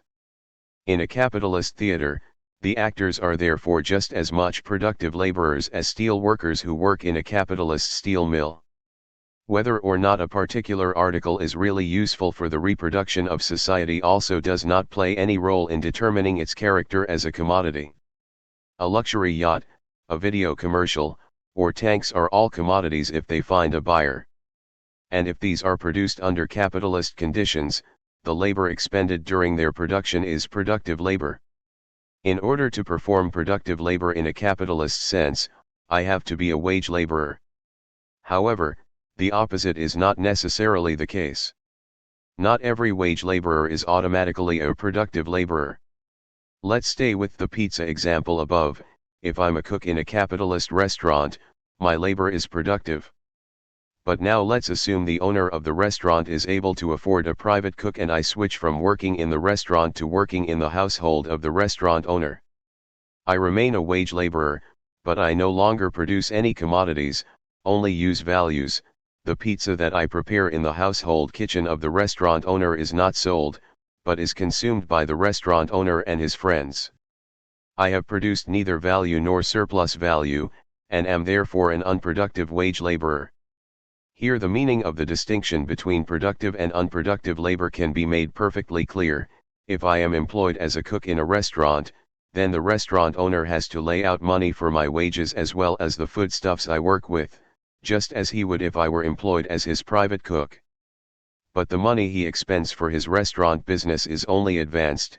If things go well for the restaurant business, the money returns to the owner, increased by the amount of surplus value. The money paid to me as a private cook is spent, the restaurant owner receives a use value in return, but no money. In order to spend money for a private cook, the restaurant owner needs the surplus value produced by a cook in the restaurant. The amount of unproductive labor that the restaurant owner can afford is limited by the amount of surplus value produced by the productive laborers in the restaurant. 5.6 Accumulation, the Industrial Reserve Army, immiseration. If at the end of the capitalist production process the product is successfully sold, the capitalist obtains not only the originally advanced sum of capital but an additional surplus value. This surplus value is the aim of capitalist production. However, it does not exist to serve the consumption of the capitalist. Then the aim of production would only be the mass of use values that can be bought with the surplus value, but rather the further valorization of capital. The valorization of capital is an end in itself, see section 4.2. At the end of the valorization process MCM, money is once again advanced as capital, and not as the initial sum of value M, but rather a sum of value increased by the amount of surplus value, minus the consumption expenditures of the capitalist, that under otherwise stable conditions yields in turn an increased surplus value. The transformation of surplus value into capital is called accumulation. Competition drives the individual capitalist to accumulate. He must participate in the race for a constant increase in productivity to keep up in the price competition. Increasing productivity through the introduction of machinery is generally expensive. Frequently, it is not sufficient to invest the same sum of value in other machines. A higher sum of value is often needed, so that accumulation is imposed upon the individual capitalist. The extent of accumulation can turn out very differently for individual capitals. In the case of large investments, When entire production facilities have to be renovated, there comes a point when the previously created surplus value is insufficient. In such a case, the extent of accumulation can be enhanced by credit. On the other hand, there can also be cases in which the entire surplus value is not required for accumulation, so that the rest of the surplus value can be invested as interest-bearing capital at banks or in the financial markets. In both cases, the rate of interest is a decisive quantity. The examination of interest-bearing capital, credit, and so on, presupposes a few intermediate steps, and is carried out by Marx in the third volume of Capital, see Chapter 8. His depiction of the accumulation process in the first volume, upon which this section is based, is therefore not complete by far, which again indicates the necessity of not restraining one's reading of Capital to the first volume. At the beginning of this chapter, the distinction between constant capital, c. that portion of capital advanced for machines, raw materials, etc., and variable capital, v. capital advanced for wages, was introduced. Marx refers to this ratio of constant to variable capital, c/v, as the value composition of capital. Insofar as the value composition of capital is determined by technological composition, Marx refers to it as the organic composition of capital, 1:762. Thus, this organic composition only accounts for such changes of value composition that result from changes in technical conditions, such as when a new, expensive machine is introduced, but not those that result from a change in value of the means of production used. For example, if coal becomes more expensive, then the constant capital C in a steel mill increases, and C/V also increases, without any change in the conditions of production. In this case, the value composition would have increased, but not the organic composition. When we write below about the composition of capital, then we mean the value composition and not the organic composition. 34. If capital is accumulated under constant conditions, especially in the case of a constant value composition, constant value of labor power and constant length of the workday, then the demand for labor power grows just as strongly as capital. For example, if so much surplus value is transformed into capital that the sum of value advanced as capital rises by 20%, then 20% more labor power is also required. The rising demand for labor power initially improves the conditions under which labor power is sold, so that the current price of labor power can rise above its value. This also diminishes surplus value, which slows further accumulation, puts a brake on the demand for labor power, and therefore also any further rise in wages. If wages rise, then this also has consequences for the introduction of labor-saving machines. As explained in section 5.3, a capitalist will only introduce a machine if the increase in production costs, as a result of the value transferred from machine to product, is less than the reduction of the costs of variable capital. However, the amount of variable capital the capitalist saves when he reduces labor time by a specific quantity depends upon the level of wages. Hence, in the case of the existence of high wages, machines are introduced that would have brought no cost advantage at a low level of wages. Rising wages thus lead to an accelerated introduction of labor-saving machines.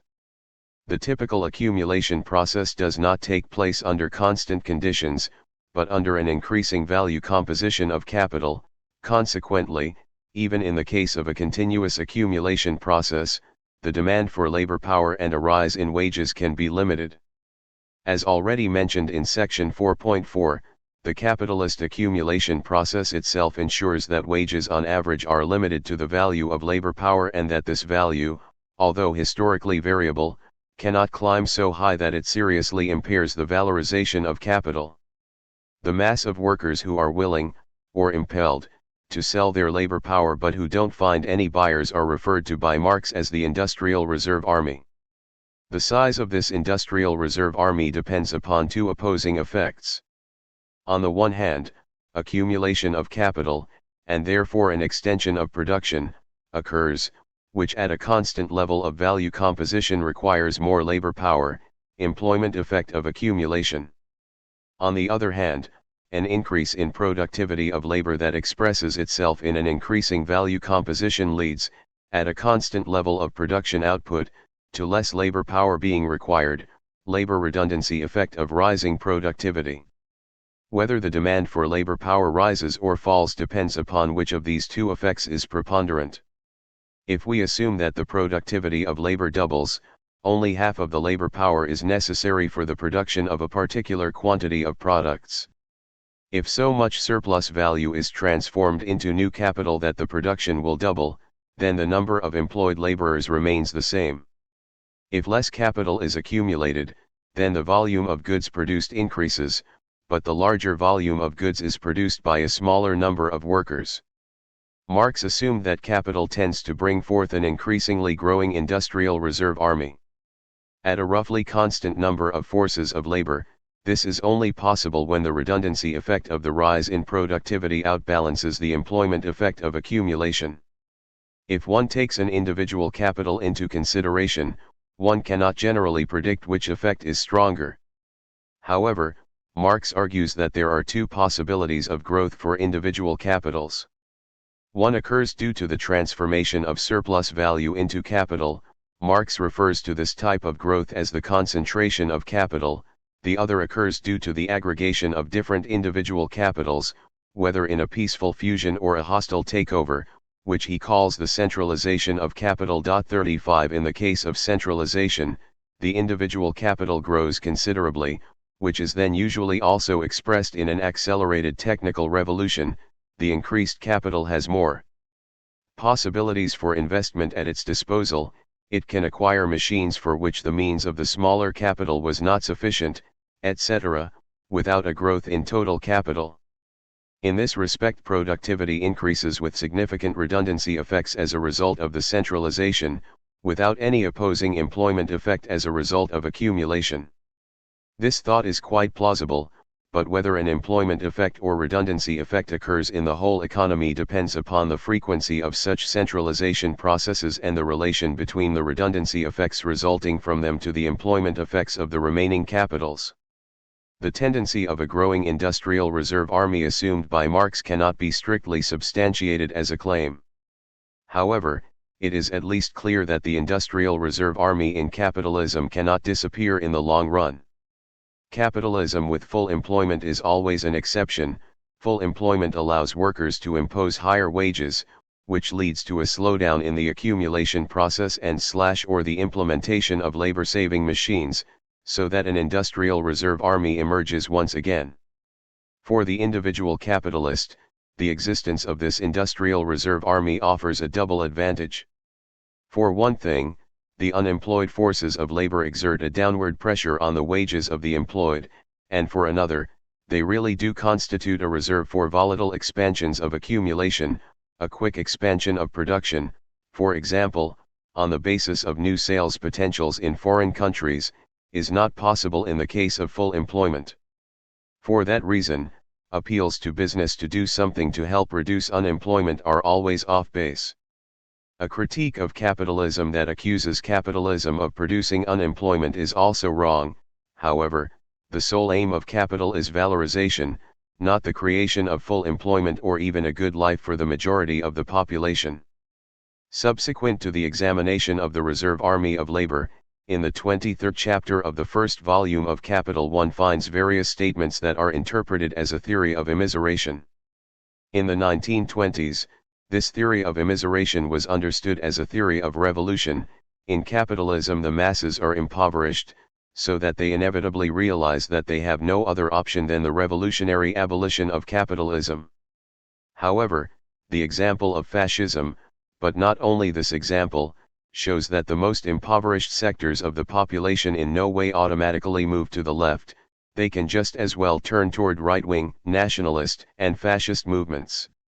During the time of the economic miracle, Wirtschaftswunder, in West Germany and the period of post-war prosperity in general in the 1960s and 1970s, exponents of capitalism eagerly pointed out that Marx's immiseration theory had obviously been refuted by full employment and the constantly rising standard of living of workers, which was then expanded to a fundamental argument against Marx's critique of political economy. The alleged false prediction concerning capitalism's development proved how totally wrong Marx's analysis had been. Marxists did not accept this judgment and made a distinction, not explicitly present in Marx's work, between absolute immiseration, the absolute decline in the standard of living of the working class, and relative immiseration. There might be a rise in the standard of living, but the share that the working class has of the total wealth of society declines relative to that of the capitalists. Substantially, although not with this notion, Marx advanced a theory of absolute immiseration in the Communist Manifesto of 1848, but in the first volume of Capital, published 19 years later, there is no longer any mention of it. In Capital, Marx emphasizes that it is precisely the production of relative surplus value, which, if one wishes to, can be understood as a theory of relative immiseration, that allows an increase in the standard of living of the working class concurrent with an increase in surplus value, see section 5.5. However, in the much discussed passage in chapter 25 of Capital, volume 1, Marx's primary concern is not at all a particular distribution of income. Marx writes, in reference to the production of relative surplus value, that within the capitalist system all methods for raising the social productivity of labor are put into effect at the cost of the individual worker, that all means for the development of production undergo an inversion 36 so that they become means of domination over, and exploitation of the producers, they distort the worker into a fragment of a man, they degrade him to the level of an appendage of a machine, they destroy the actual content of his labor by turning it into a torment, they alienate and fremden from him the intellectual potentialities of the labor process in the same proportion as science is incorporated in it as an independent power, they deform the conditions under which he works, subject him during the labor process to a despotism the more hateful for its meanness, they transform his lifetime into working time, and drag his wife and child beneath the wheels of the juggernaut of capital. But all methods for the production of surplus value are at the same time methods of accumulation, and every extension of accumulation becomes, conversely, a means for the development of those methods. It follows therefore that in proportion as capital accumulates, the situation of the worker, be his payment high or low, must grow worse. Capital, 1:799. The fact that Marx is not primarily concerned with the development of income or living standards is made clear by the last sentence.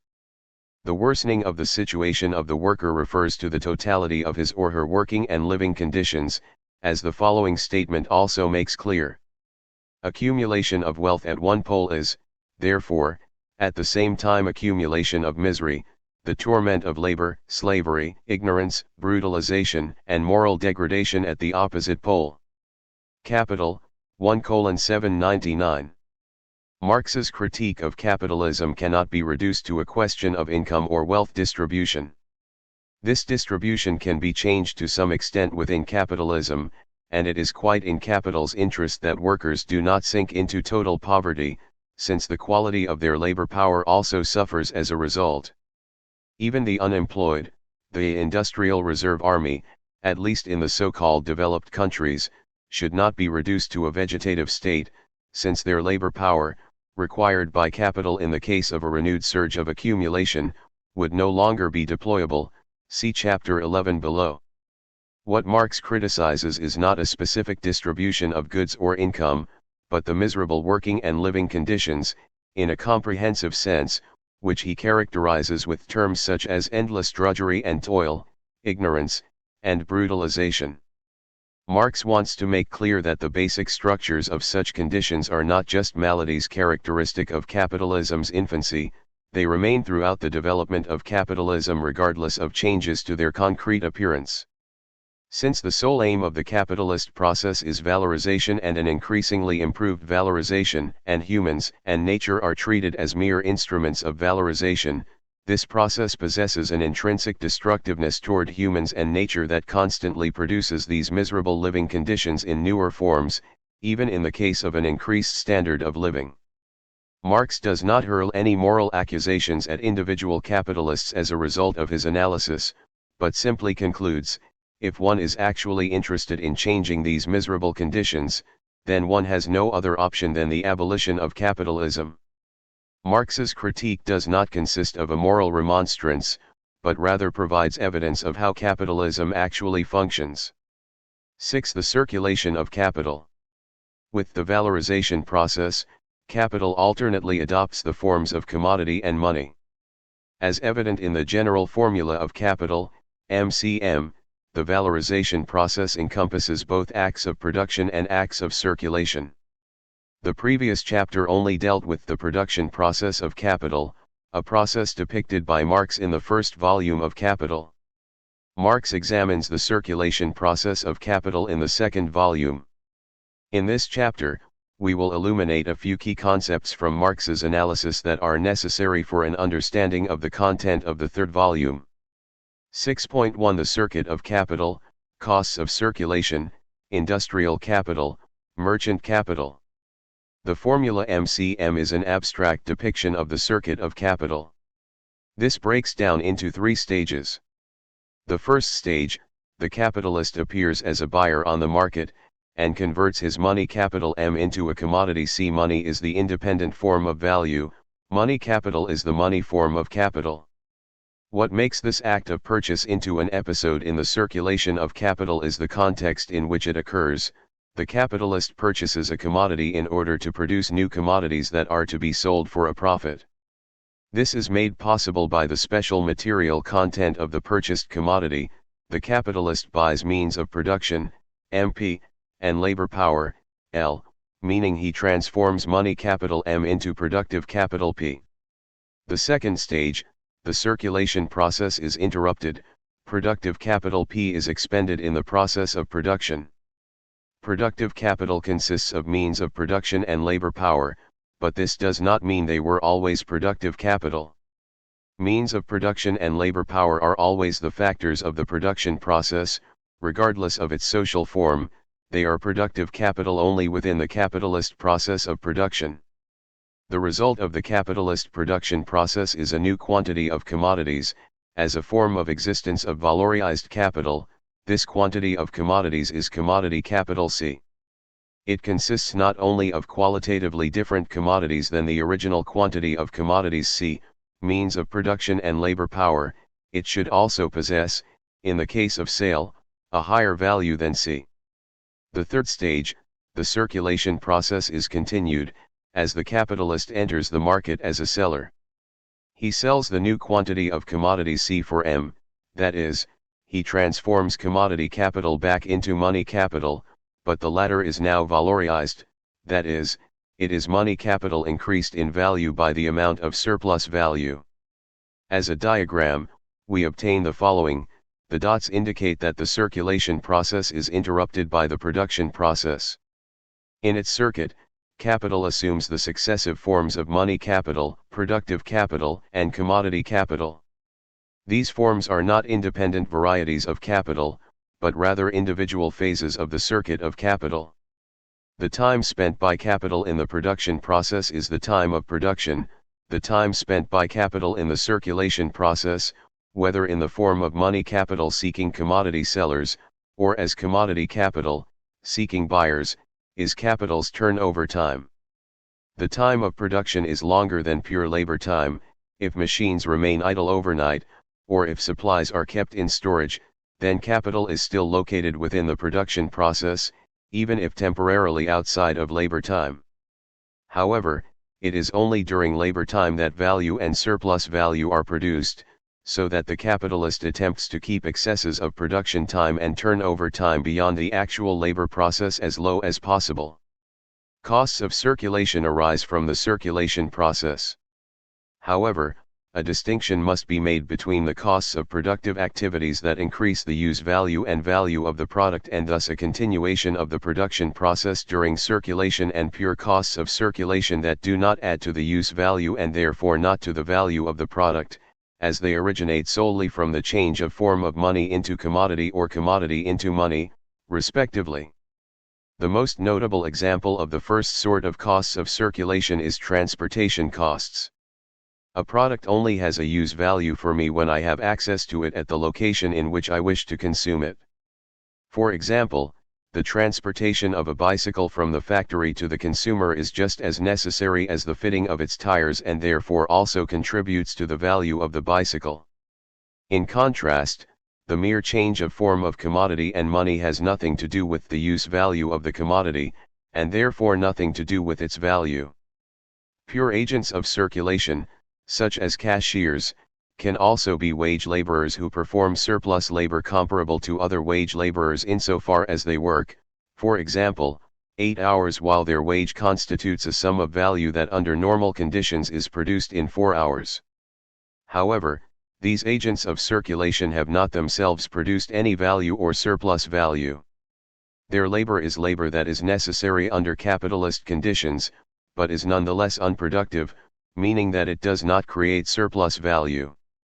The wage for this labor, and the value of the means of production used by it, is a deduction from the surplus value created by productive laborers. The fact that unproductive laborers perform surplus labor and are therefore also exploited does not contribute to surplus value, though the exploitation of the unproductive laborers diminishes the deduction from surplus value. What was just said with regard to the costs of pure agents of circulation is generally valid for the pure costs of circulation. The costs constitute a deduction from surplus value. If these costs decrease, the remaining surplus value increases. For this reason, it appears as if the valorization of capital results not from the exploitation of labor power in the production process but independently from the production process in the circulation process of capital. The capital fetish dealt with in the examination of the production process, see section 5.3, is further reinforced in the process of circulation. Marx refers to capital that passes through the three forms of money capital, productive capital, and commodity capital as industrial capital. This term is not intended to underscore the material character of this capital, such as the use of large production facilities, but is a distinctive feature from the perspective of value. Industrial capital is the only mode of existence of capital in which not only the appropriation of surplus value or surplus product, but also its creation, is a function of capital. Capital, 2:135, 36. Capital invested in service enterprises also belongs to the category of industrial capital in this sense. The sole difference consists of the fact that the finished product, whether a theater performance or an act of transportation, is not a material object acting as independent commodity capital. It can only be consumed simultaneously with its process of production, so that the diagram of its circuit appears as follows. But the value of such a service, like the value of any other commodity produced under capitalism, is determined by the sum of the value of the means of production used in its production C and the value newly created through the expenditure of labor power, V plus S. In contrast, pure merchant capital, trading capital, commercial capital, and interest-bearing capital do not belong to the category of industrial capital. Both appropriate a share of surplus value, but the production of this surplus value does not belong to their capital function. Pure merchant capital is only involved with the purchase and sale of commodities. The laborers employed by merchant capital perform unproductive labor that does not yield any surplus value. 37 The industrial capitalist saves on the monetary expenditures for this unproductive labor, the actual costs of circulation, and also cuts the circulation time for his own capital by selling to merchants instead of consumers. He sells the commodities produced by his own capital under their value to the merchant, who then sells them at their value. In this way, the industrial capitalist shares the surplus value produced by his capital with the merchant capitalist. 6.2 The turnover of capital, fixed capital, and circulating capital. If the circuit of capital is not considered as a single occurrence, but as a periodical process, one speaks of the turnover of capital. The turnover time is the sum of production time and circulation time. It is that period of time for which a capitalist must advance capital before he obtains it again as a valorized sum. A part of the means of production, such as buildings and machines, are only worn out after numerous production periods. In accordance with their average wear and tear, buildings and machines transfer only a portion of their value to the value of the product. If, for example, A particular machine can be used through 20 production periods, it then transfers a 20th of its value to the product in each production period.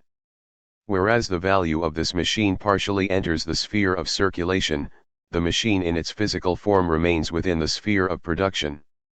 The components of constant capital with this characteristic are referred to as fixed capital. Opposite to fixed capital is fluid or circulating capital. This refers to those components of capital that are physically used up within a single production period, whose natural form therefore disappears. Belonging to the category of circulating capital are, on the one hand, the non-fixed parts of constant capital, such as raw and auxiliary materials, energy, and so on, and, on the other, variable capital. The difference between fixed and circulating capital is not a material one, such as that between animate and inanimate objects, but a difference in the circulation of value, which is of enormous practical significance for the capitalist. Under normal conditions, the value of circulating capital is usually replaced after a single turnover and must be immediately advanced for the next production period. The value of fixed capital is only fully transferred to the product in the course of multiple production periods, and therefore only a part of it is returned after a single turnover. These returns are not immediately needed, but only when the material elements of fixed capital actually have to be replaced, such as when a new machine has to be purchased. Then the entire amount of fixed capital has to be advanced in one fell swoop. Until then, the returns of fixed capital constitute a sinking fund. The distinction between fixed and circulating capital as well as that between constant and variable capital are both distinctions of productive capital, of the capital value transformed into means of production and labor power. The distinction between constant and variable capital refers to the constitution of value. Constant capital C merely transfers its value to the product, whereas variable capital creates new value in the amount of V plus S. In contrast, the distinction between fixed and circulating capital refers to the circulation of value, the point in time when the corresponding capital value returns once again to the capitalist. The distinction between constant and variable capital presupposes a series of theoretical insights into the process of value creation, concerning the connection between value and labor, the difference between labor and labor power, the recognition that wage as compensation for labor is an imaginary expression, etc.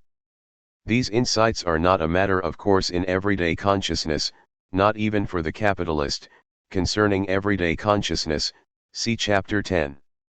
In contrast, the distinction between fixed and circulating capital is, on the basis of its practical significance, immediately apparent for the capitalist and a foundation of his calculations. As this distinction subsumes variable capital and a portion of constant capital under the label of circulating capital, the distinction between constant and variable capital is obscured even further. 6.3 The reproduction of the total social capital. The circuits of individual capitals are intertwined and presuppose one another. The circuit of one capital necessitates that it encounters on the market the products of other capitals, both means of production as well as means of subsistence consumed by the labor power it employs. If the individual capital has produced commodities, it is dependent upon its own commodities entering the circuits of other capitals as means of production or subsistence. The reproduction of an individual capital cannot therefore be considered in isolation. It is only possible as a moment in the reproduction of the total social capital, which is constituted by the entirety of individual capitals. So that the total social capital can be reproduced, the total product must have a certain material proportioning. On the one hand, a certain amount of means of production have to be produced as are required by individual capitals as a whole, and on the other, so many means of subsistence have to be produced as are consumed by workers and capitalists.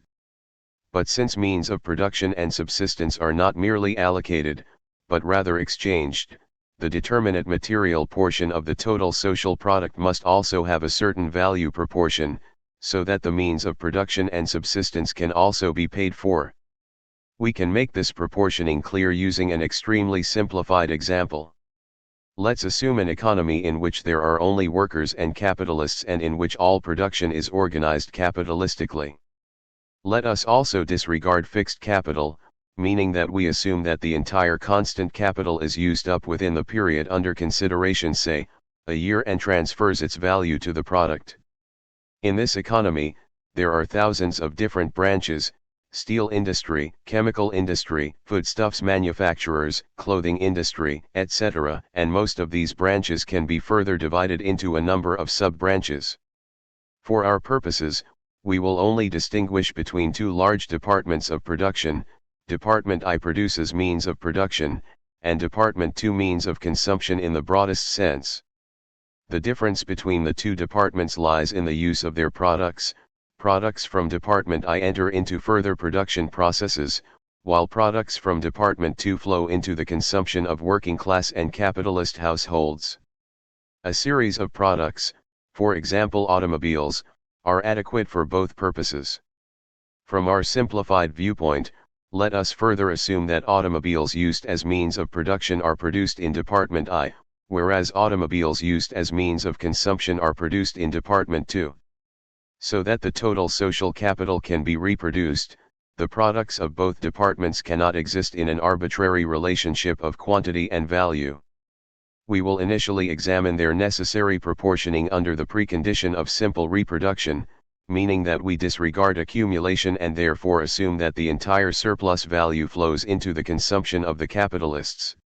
If Ci and 6 are the constant and variable capital for Department I and Si the surplus value produced in that department, with Cii, 7, and Sii the corresponding values for Department II, then the following is valid for the total product value. In Department I Ci plus 6 plus Si. In Department II Cii plus 7 plus Sii. The product of Department I consists materially of means of production. If simple reproduction is to be possible, then this product must replace the means of production used in both departments. Therefore the following value relation must be valid. Ci plus 6 plus Si equals Ci plus C2. The product of Department II consists of means of consumption. It must cover the consumption of the workers and capitalists in both departments. Thus the following must be valid. Cii plus 7 plus Sii equals 6 plus 7 plus Si plus Sii. From both equations, subtracting the common elements on both sides, it follows that Cii equals 6 plus Si. Thus the value of the constant capital used in Department II must be equivalent to the value of variable capital and surplus value in Department I. But individual capitals plan their production independent of one another, and for that reason the conditions formulated above can only come about coincidentally. Normally, a certain disproportion between the individual departments will always occur. If we now consider the expansion of reproduction, thus assuming the existence of accumulation, meaning the transformation of a portion of surplus value into new capital, then we can in principle make the same assertion: the product of Department I must now not only suffice to replace the means of production used in Departments I and II, but must also produce more means of production to make accumulation in both departments possible. The same is true for Department II.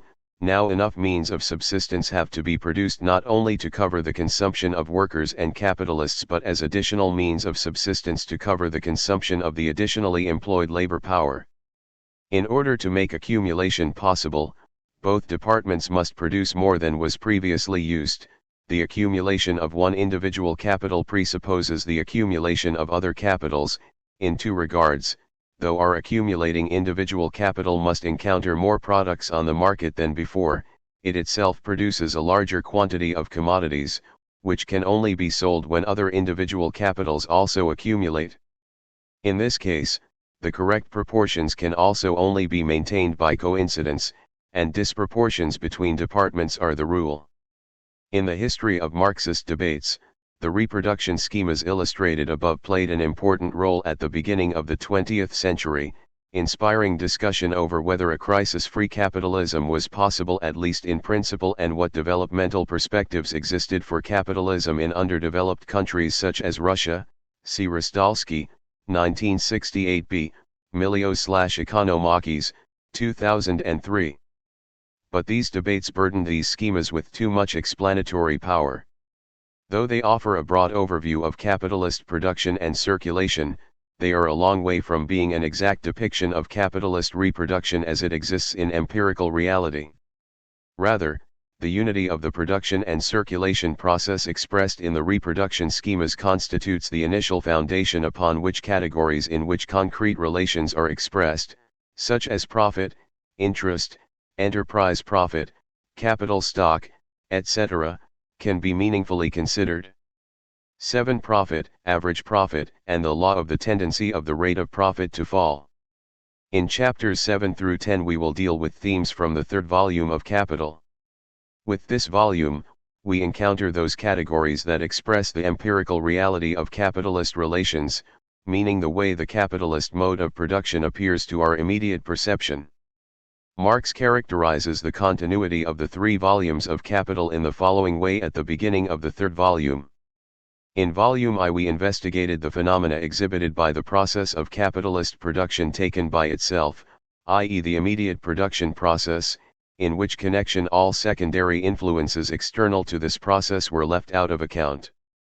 But this immediate production process does not exhaust the life cycle of capital. In the world as it actually is, it is supplemented by the process of circulation, and this formed our object of investigation in the second volume.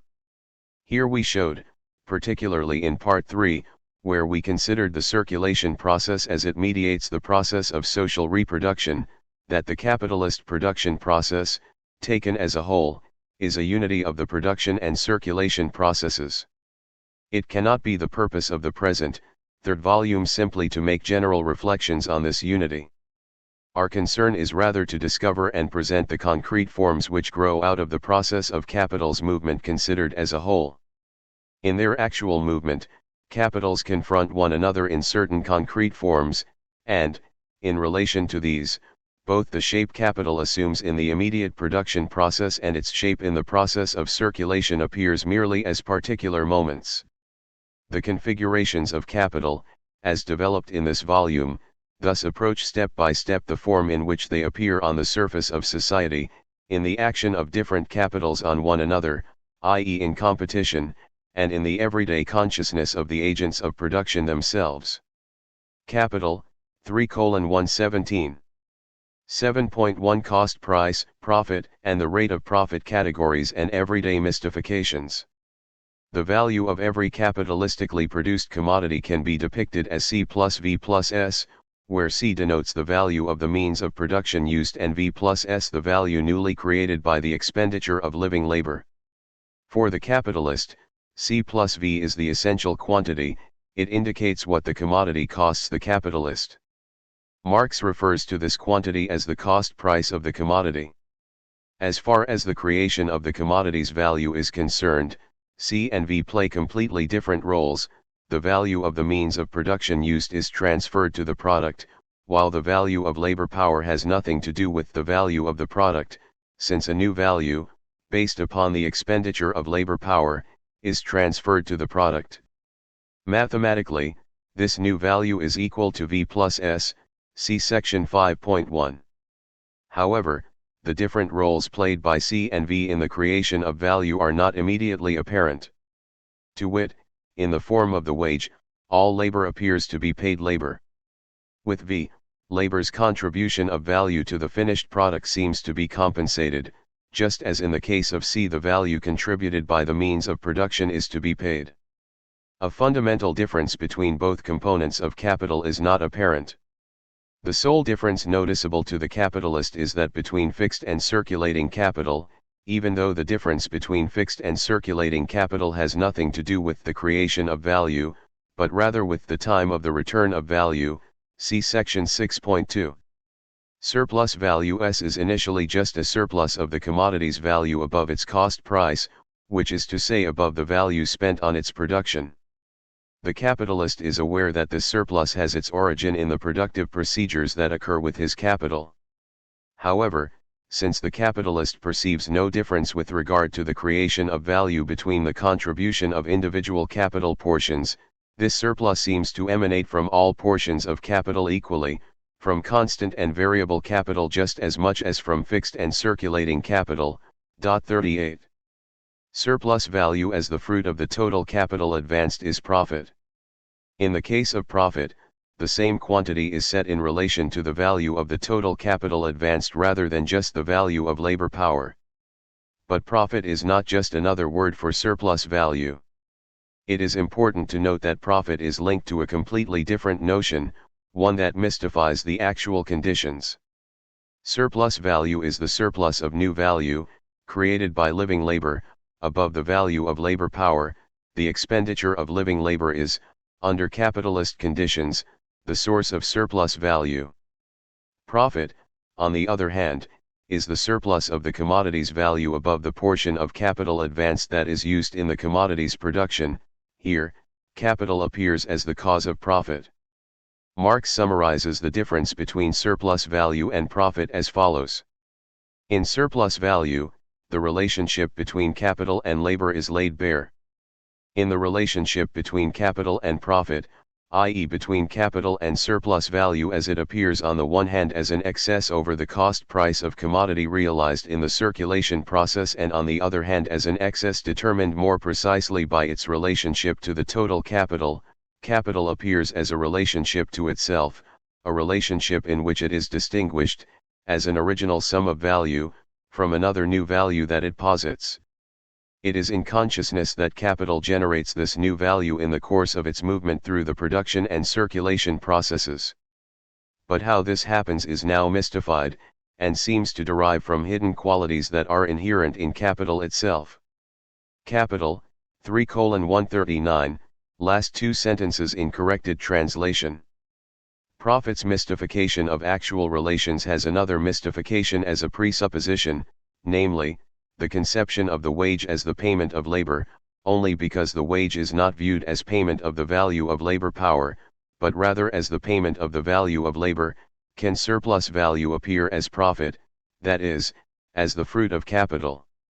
Surplus value in the form of profit is not just a conception that mystifies actual relations, this conception is of practical relevance, since the individual capitalist is only interested in profit as a surplus of the commodity's value above the value of capital required for its production.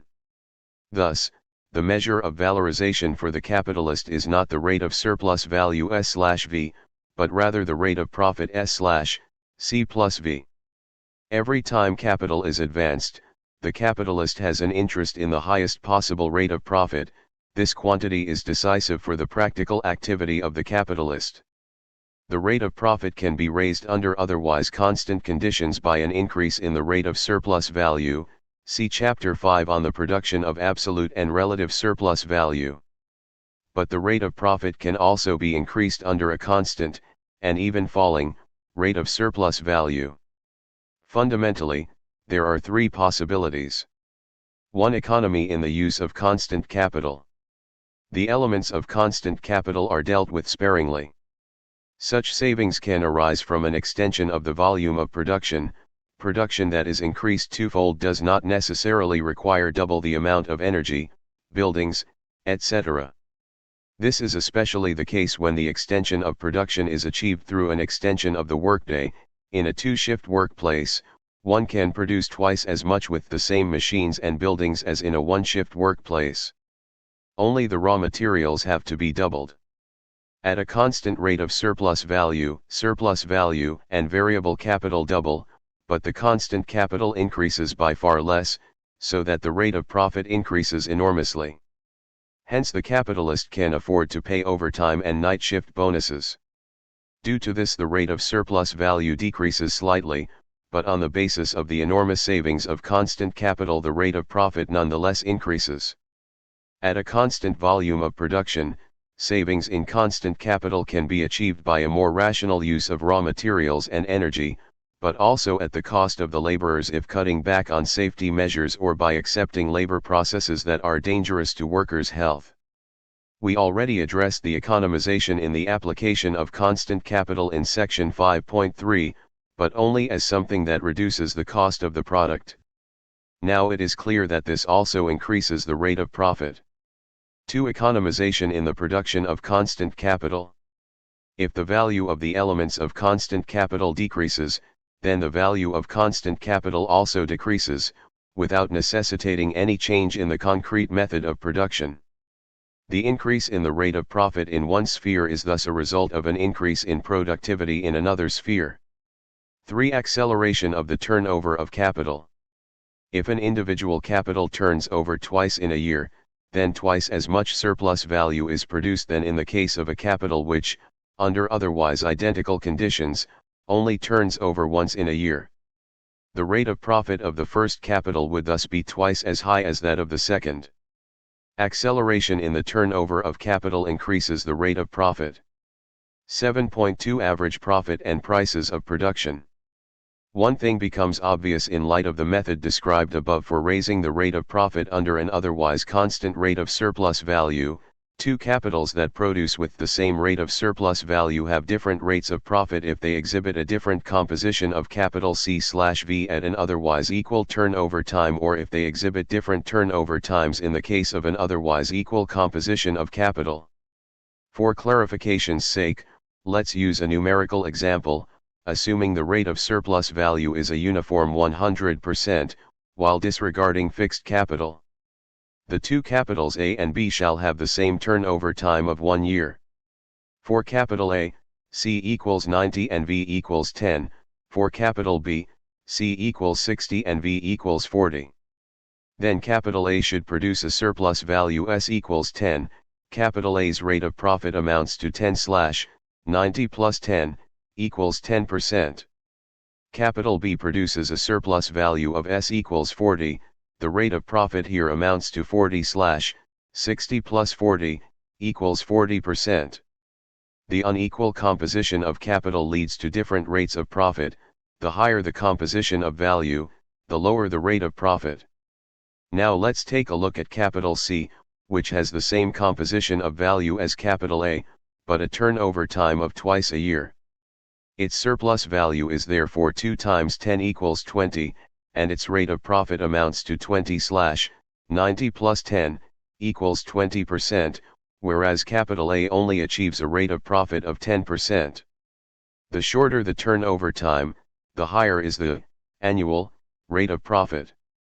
However, the composition of value and the turnover time of capital cannot be arbitrarily selected by the capitalists, but are bound by the concrete conditions within individual branches. In a steel mill, for example, considerably more constant capital in proportion to variable capital is employed than in the clothing industry. If commodities were sold at their values, that is, if the normal prices of commodities were an adequate expression of the value of commodities, then there must be completely different rates of profits among the individual branches, even if the rate of surplus value, the exploitation of labor power, is the same everywhere. The sole aim of capital is valorization. The sole interest of the owner of capital, insofar as he or she behaves like a capitalist, that is to say as capital personified, consists in achieving the greatest possible valorization of his or her advanced capital.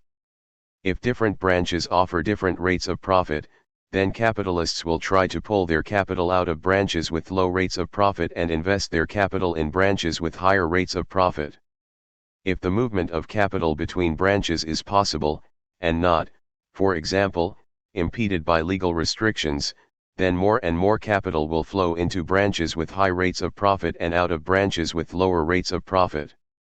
This leads to the amount of available commodities increasing in branches with high rates of profit and decreasing in branches with low rates of profit.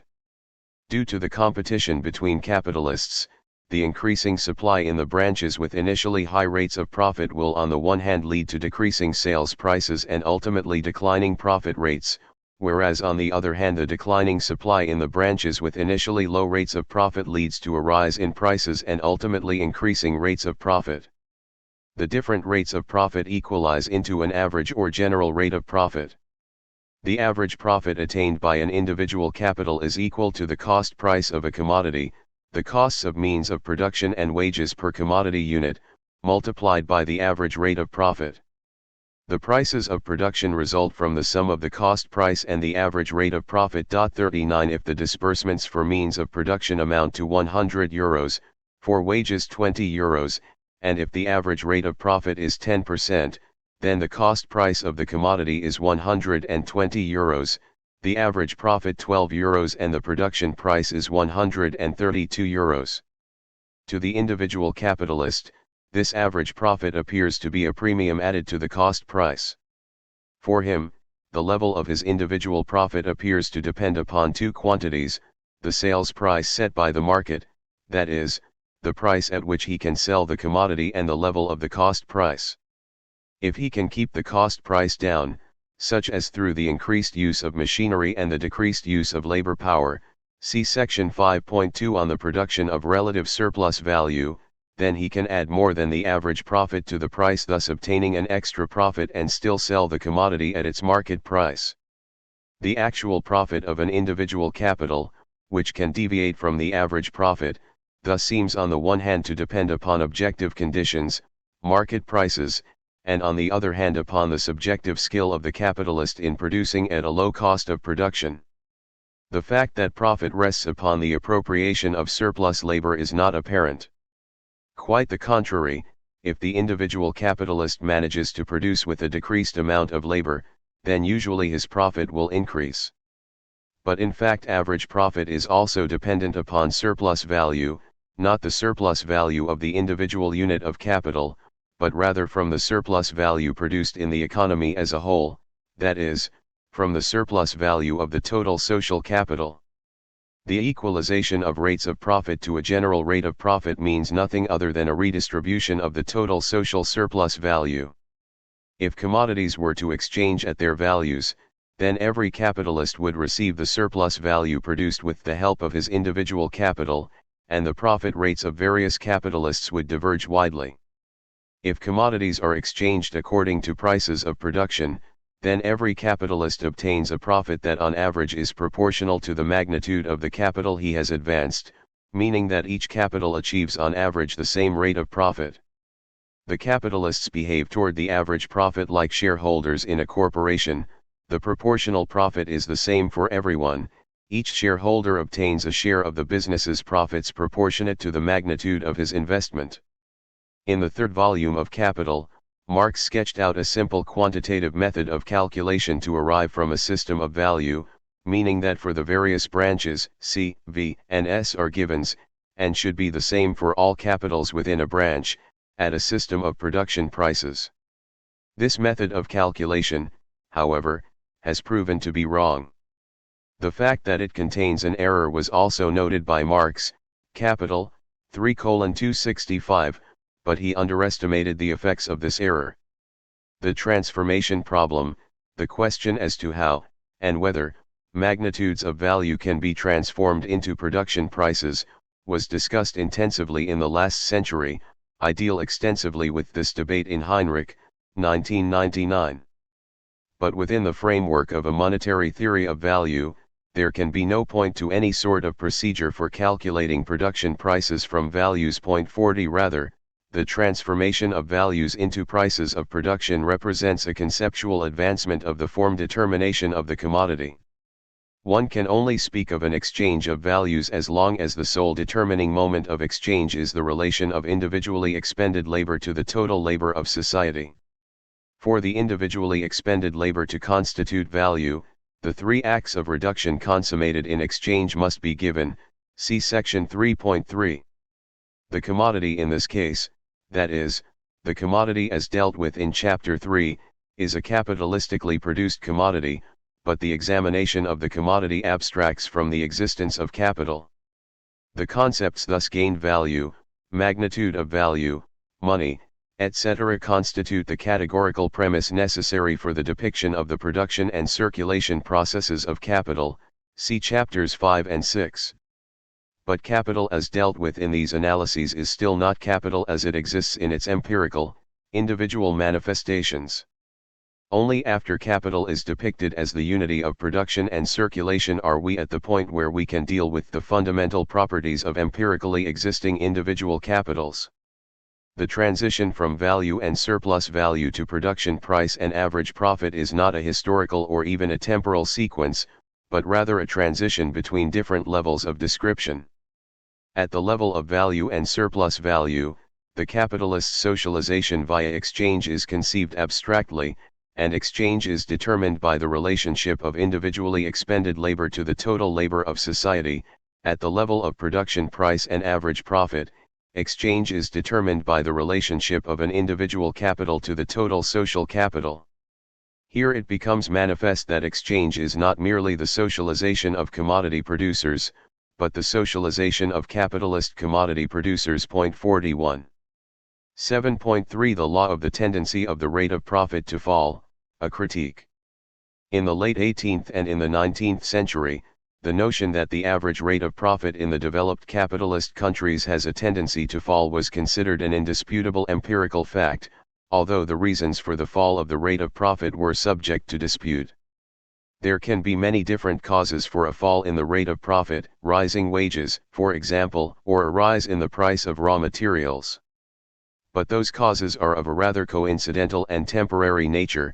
Wages can once again decline, and raw materials can become cheaper, so that the rate of profit rises again. What Marx intended to show under the rubric law of the tendency of the rate of profit to fall was that, independent of such temporary causes, there is a tendency for the rate of profit to fall deriving from the nature of the capitalist mode of production itself, capital, 3:319. That is, disregarding all particular circumstances, the general properties of capitalist development should bring about a tendency of the rate of profit to fall. Whether or not Marx managed to provide proof of this is a topic of heated debate. At the beginning of this chapter, it was pointed out that the rate of profit can be raised through the economization of constant capital or through the acceleration of capital turnover, but that the actual source of valorization is the exploitation of labor power. In Chapter 5 it was made clear that there are two fundamental possibilities for increasing the exploitation of labor power: lengthening of labor time, production of absolute surplus value, and reducing the value of labor power through an increase in the productivity of labor, production of relative surplus value. The lengthening of labor time is, however, only possible within limits. Thus the typically capitalist method for increasing exploitation is the production of relative surplus value, and through the implementation of increasingly expensive machines at that. The constant revolution of production and the increasing displacement of human labor through the introduction of newer and more efficient machines. This is the picture given by the capitalist mode of production since the late 18th century. Such an accelerated development of the forces of production did not exist in any other mode of production preceding capitalism. In Chapter 5.2, it was shown that the individual capitalists introduce productivity increases in order to achieve an extra surplus value, or rather, as we can now say, an extra profit above the average profit. This extra profit disappears when the increase in productivity is generalized. Then the value and the production price of the commodity respectively decrease. Insofar as the commodity enters into the consumption of working-class households, then the value of labor power also decreases, so that as a result the rate of surplus value increases. Marx intends to prove that the average rate of profit falls due to this typically capitalist method of increasing productivity. As a result of the ceaseless drive for extra profit, not only should there be a decreased value, or production price, of the commodity as a result of the generalization of the new conditions of production, but also, behind the backs and against the wills of the individual capitalists, a decline in the average rate of profit. For Marx, the tendency for the rate of profit to fall and capitalist development of the forces of production are two sides of the same coin. If Marx had been able to conclusively prove the connection, then he would have shown that a falling rate of profit belongs to the essence of capitalism. We will now take a detailed look at Marx's argumentation. If the average rate of profit falls, the individual rates of profit for all capital units do not necessarily have to fall. However, this must be the case for most of the largest individual capitals. If the falling rate of profit is in fact a typical tendency, then it must demonstrate itself in the case of a typical individual capital. Marx's arguments refer to such a typical individual capital. Just as Marx did, we will remain in the following: at the level of value, production prices entail additional complications, disregarding fixed capital and assuming a constant turnover time of 1 year. The product thus has a value of C plus V plus S, and the rate of profit amounts to S/C plus V. As discussed in Chapter 5, as a consequence of increasing productivity via the implementation of machinery, the rate of surplus value S/V increases, as does the value composition of capital C/V. The quantitative development of these two magnitudes is decisive for the movement of the rate of profit. If one divides the numerator and denominator in the above formula for the profit rate by V, we are merely abbreviating the fraction by V, thus not changing the numeric value of the fraction. Then we obtain the following expression for the rate of profit. Here, the rate of surplus value and the value composition of capital are visible as determinants of the rate of profit. Marx bases his arguments for the tendency of the rate of profit to fall upon a rise in C/V. If S/V were to remain constant, then a rise in C/V would automatically lead to a decline in the rate of profit. The numerator of our fraction remains constant, the denominator increases, and thus the value of the fraction decreases. However, Marx claims that the rate of profit also falls in the case of an increasing rate of surplus value. If both the rate of surplus value S/V and the value composition of capital C/V increase, then the profit rate only falls if C/V plus 1, the denominator of our fraction, increases faster than S/V, the numerator. In order to prove that the rate of profit necessarily falls, it is not sufficient to prove that C/V increases. One must also show that C/V increases by a certain degree, that the condition just named is fulfilled.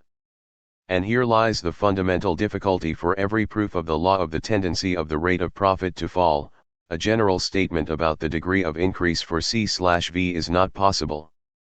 In one case, a specific increase in productivity can be achieved through a small quantity of additional constant capital.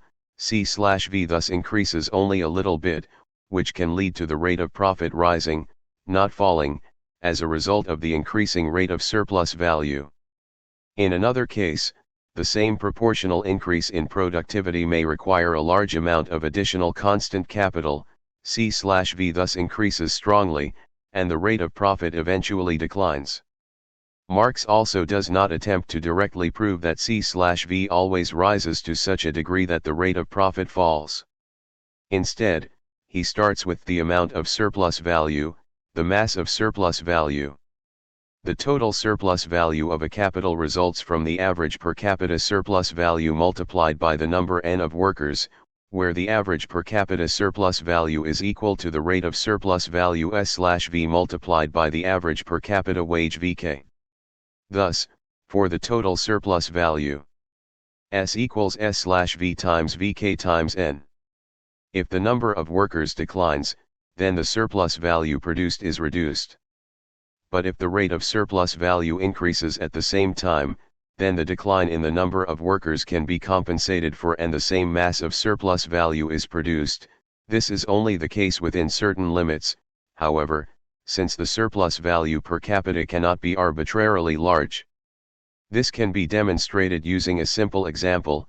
See Capital, 3:356.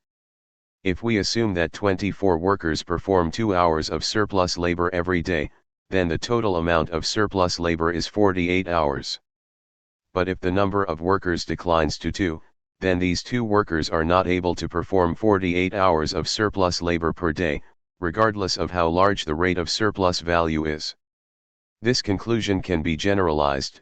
If the number of employees declines beyond a certain critical mass, then at some point the amount of surplus value produced also declines, regardless of how strong the rate of surplus value increases.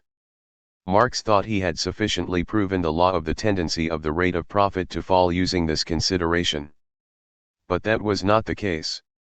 A declining mass of surplus value S only indicates a fall in the rate of profit with certainty when the total capital C plus V required for the production of the surplus value has not also fallen, but has at least remained constant. And Marx implicitly assumes this precondition in his example. But this assumption is not unproblematic. If, to stay with our example, instead of 24 workers only 2 are employed, then the amount of wages paid is correspondingly smaller. If the value of labor power remains constant, variable capital would be reduced to 1/12 of its previous value. But since the rate of surplus value increases enormously, the value of labor power is also drastically reduced, and the two remaining workers would expend much less than 1/12 of the previous variable capital. For the total capital to remain the same, it is not sufficient for the constant capital C to increase, rather, it must increase by a certain amount, namely, it must increase by the same amount that the variable capital has been reduced. Whether or not this is the profit fall cannot be answered at such a general level. We don't know whether the productivity increase has been implemented with a lot or a little additional constant capital. If constant capital does not increase strongly enough to compensate the reduction of variable capital, then the total capital advance declines. In this case, we have a declining mass of surplus value and declining capital. Whether the rate of profit falls depends upon what falls quicker, the mass of surplus value or the advanced capital. If the mass of surplus value falls quicker than the advanced capital, then the profit rate declines. If the advanced capital declines quicker than the surplus value, then the rate of profit increases despite the reduction in the mass of surplus value. In contrast to Marx, we cannot assume a law of the tendency of the rate of profit to fall. This doesn't mean that the rate of profit can't fall, which may very well be the case. However, the rate of profit can also rise. A long-lasting tendency for the rate of profit to fall cannot be substantiated at the general level of argumentation by Marx in Capital. Point 42. Now the question is whether Marx's critique of political economy really loses anything without the law of the tendency of the rate of profit to fall. Many Marxists regarded this law as the foundation of Marx's crisis theory, which is one reason why the debates were conducted with such vehemence. As we will see in Chapter 9, Marx's crisis theory does not require this law.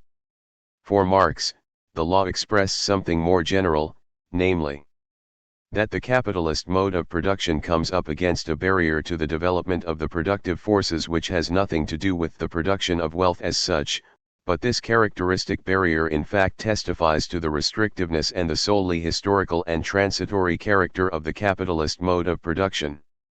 Capital, 3:350. Even without this, the limitations of the capitalist mode of production are already manifest in the fact that the development of the forces of production and the production of wealth are subordinate to the valorization of value, and this narrow goal unleashes a glut of destructive forces against humanity and nature. Whether the expression of value in the terms of capitalists and accountants rises or falls, it does not alter the fundamentally blinkered character of the capitalist mode of production. 8. Interest, credit, and fictitious capital. 8.1 Interest-bearing capital, interest, and profit of enterprise, the consummation of the capital fetish. For as long as money has existed, it has probably been lent at interest. Interest-bearing capital existed long before the entire economy was organized on a capitalist basis. We find it in the most diverse social formations, in the slave-holding societies of antiquity as well as in the feudal societies of the Middle Ages. In pre-bourgeois societies, kings and princes incurred debt as a means of financing their luxury consumption and wars. Outstanding debts and interest were then paid back with money raised through taxes and conquest. But peasants and artisans experiencing financial hardship would go into debt. They had to pay back the debt by working, which in light of their penury and interest rates of 20 or 30% or more was often not possible. As a result, they lost their homes and farmlands. Expropriation by usurers was a widespread phenomenon. Lenders were perceived as bloodsuckers, and hatred for usurers was the consequence. Under capitalist relations of production, that is, when production is also organized capitalistically, lending money occurs under completely different conditions. On the basis of capitalist production, a sum of money can be transformed into capital, and one can expect that this capital will yield an average profit. Money is not, as it was under simple circulation, an independent expression of value and therefore exchangeable with every other commodity. Money is now potential capital. In this capacity of potential capital, as a means to the production of profit, it becomes a commodity, but a commodity of a special kind. Or what comes to the same thing, capital becomes a commodity. Capital, 3:459, 60. The sale of this unique commodity has a unique form, money is lent. What is sold is its ability, under capitalist conditions, to yield a profit within a specific period of time. The price paid for this unique commodity is interest. This interest is paid from the profit that was made with the help of the money. Non-capitalists such as wage laborers also borrow money, whether as a result of financial difficulties or in order to finance consumption. These loans must then be paid back out of wages. Such consumer credits are quite meaningful and also play an important role in the course of the accumulation process, since they contribute to the stabilization of demand. But what is new in capitalism is that a large number of loans serve the enrichment of the debtors, they borrow money to use it as capital. This form of credit, which only existed as an exception in pre-bourgeois societies, is the typical form of credit for capitalist enterprises, and dominates all other forms. The special form of circulation of modern interest-bearing capital is therefore MMCMM. Modern interest-bearing capital, and in the following we refer only to this type, and will therefore leave out the adjective modern, is thus advanced twice, once by its owner to the industrial capitalist, and then by the industrial capitalist to finance a profit-yielding production process. There follows a double return, first to the industrial capitalist, and then from the industrial capitalist to the lender. The return to the industrial capitalist contains a profit, in the case of successful valorization, and the return to the lender contains interest, which is paid from this profit. The fact that interest is paid out of profit does not yet say anything about the rate of interest. Under normal capitalist conditions, the rate of interest will lie above zero, otherwise the lender of money would have no reason to lend it, but under the average rate of profit, otherwise, the industrial capitalist would not demand additional capital. Point 43 The rate of interest at any given time will depend upon the levels of supply and demand, a natural interest rate or a natural relationship between the rate of interest and the average rate of profit does not exist. Point 44. Marx refers to the capitalist who owns interest-bearing capital as the money capitalist, whereas the capitalist who borrows this capital is the functioning capitalist, in whose hands the interest-bearing capital becomes functioning capital within the reproduction process. Each functioning capital yields a certain profit, the gross profit, the amount of which can be above or below that of the average profit. Interest is paid from this gross profit, and what remains is the profit of enterprise, Unternehmergewinn, received by the functioning capitalist. The division of gross profit into interest and profit of enterprise is initially just a quantitative division. However, this quantitative division consolidates into a qualitative one that even capitalists who don't borrow capital include in their deliberations. The money capitalist is the owner of interest-bearing capital. He receives interest for putting his property at the disposal of others. Thus interest appears to be merely the fruit of the ownership of capital, capital that seems to exist outside of the production process. In contrast, profit of enterprise seems to be the result of capital functioning in the production process. Interest and profit of enterprise therefore appear to be qualitatively different amounts, originating from different sources. This illusion is strengthened by the fact that the rate of interest develops on the market as a uniform quantity, not dependent upon individual capitalists, whereas the rate of profit of an individual capital, and therefore also that of the respective profit of enterprise as a surplus above the rate of interest, can definitely be affected by measures taken by functioning capitalists, reducing costs of the means of production, shortening turnover time, etc. See section 7.2. The distinction between interest and entrepreneurial profit is also relevant for the capitalist who does not use borrowed capital. He has the choice of lending his capital and therefore obtaining merely the interest, or allowing it to function in the production process.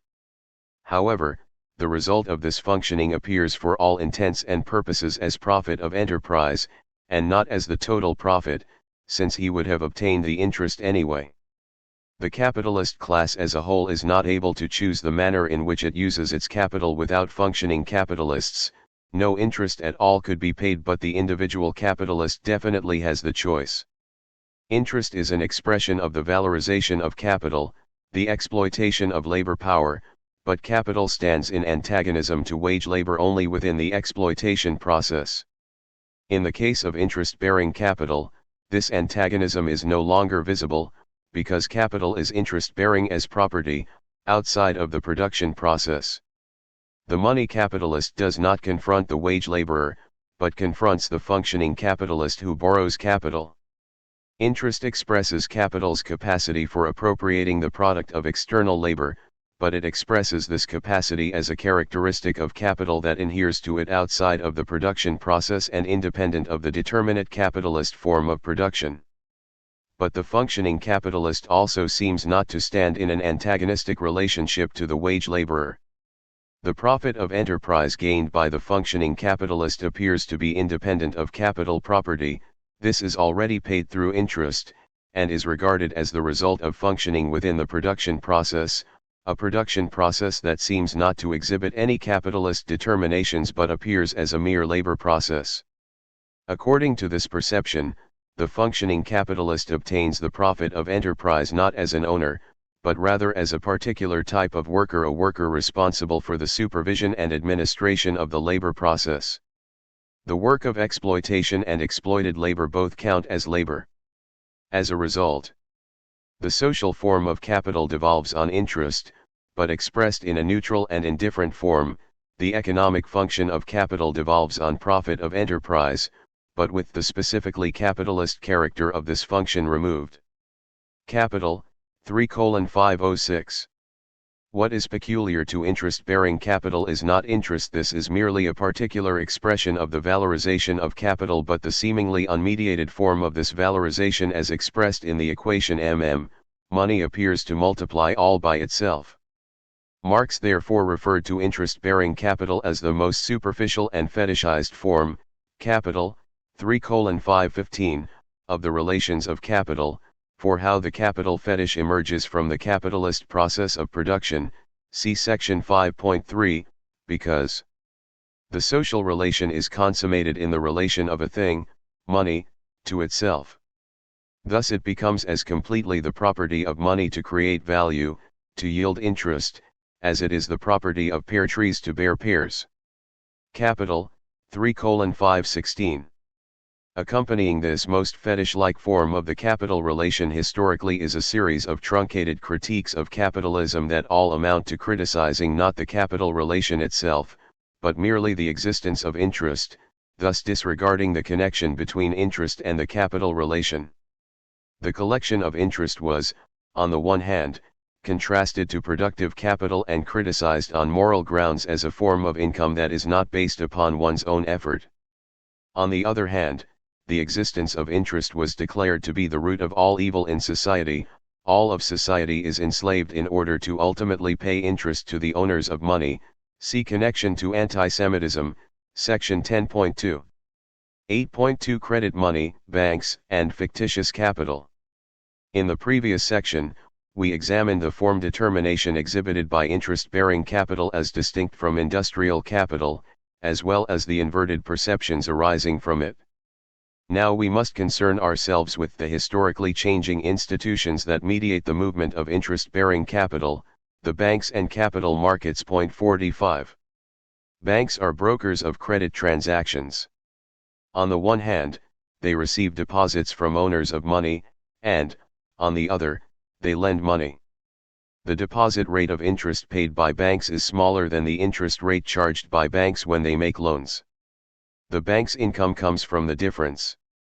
Whatever remains after deducting the costs is the banking profit. Point 46. But banks are not just passive intermediaries that transport money from one hand to another. Banks also create money, credit money. Credit money is a promise to pay that itself performs functions of money. Credit money already comes into being when person A borrows €100 from person B and signs a promissory note that remains with B. If the note has a fixed, relatively short-term date of payment, one speaks of a bill of exchange. This promissory note is a promise to pay from A. If B now purchases a commodity from person C and C accepts this promissory note as a means of payment, then A's promise to pay has functioned as money. Alongside the original €100 in cash, the real money with which A can make purchases, an additional €100 of credit money, with which B makes a purchase, is also in circulation. This credit money emerges from nothing with the granting of a loan and vanishes again into nothing with the redemption of the promise to pay. The promissory note is wiped out.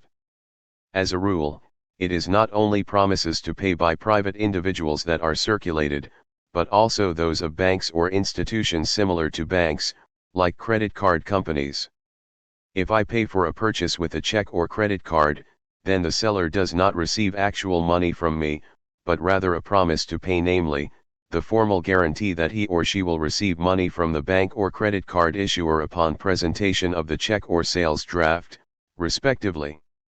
However, I am not the one who guarantees this promise, the bank does. 47. Credit money results from every deposit at a bank.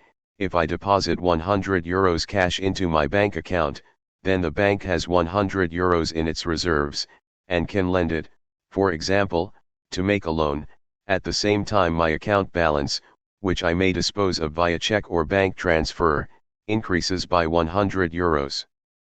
Thus, in addition to the €100 that was moved from my pocket into the bank's reserves, €100 of credit money have accrued to my bank account. Now if the seller that I have paid by check uses the check to credit his account, the credit money was merely transferred from my account to his and can continue to function as credit money. Only if the seller cashes the check, that is to say, requests cash from the bank's reserves, is credit money eliminated.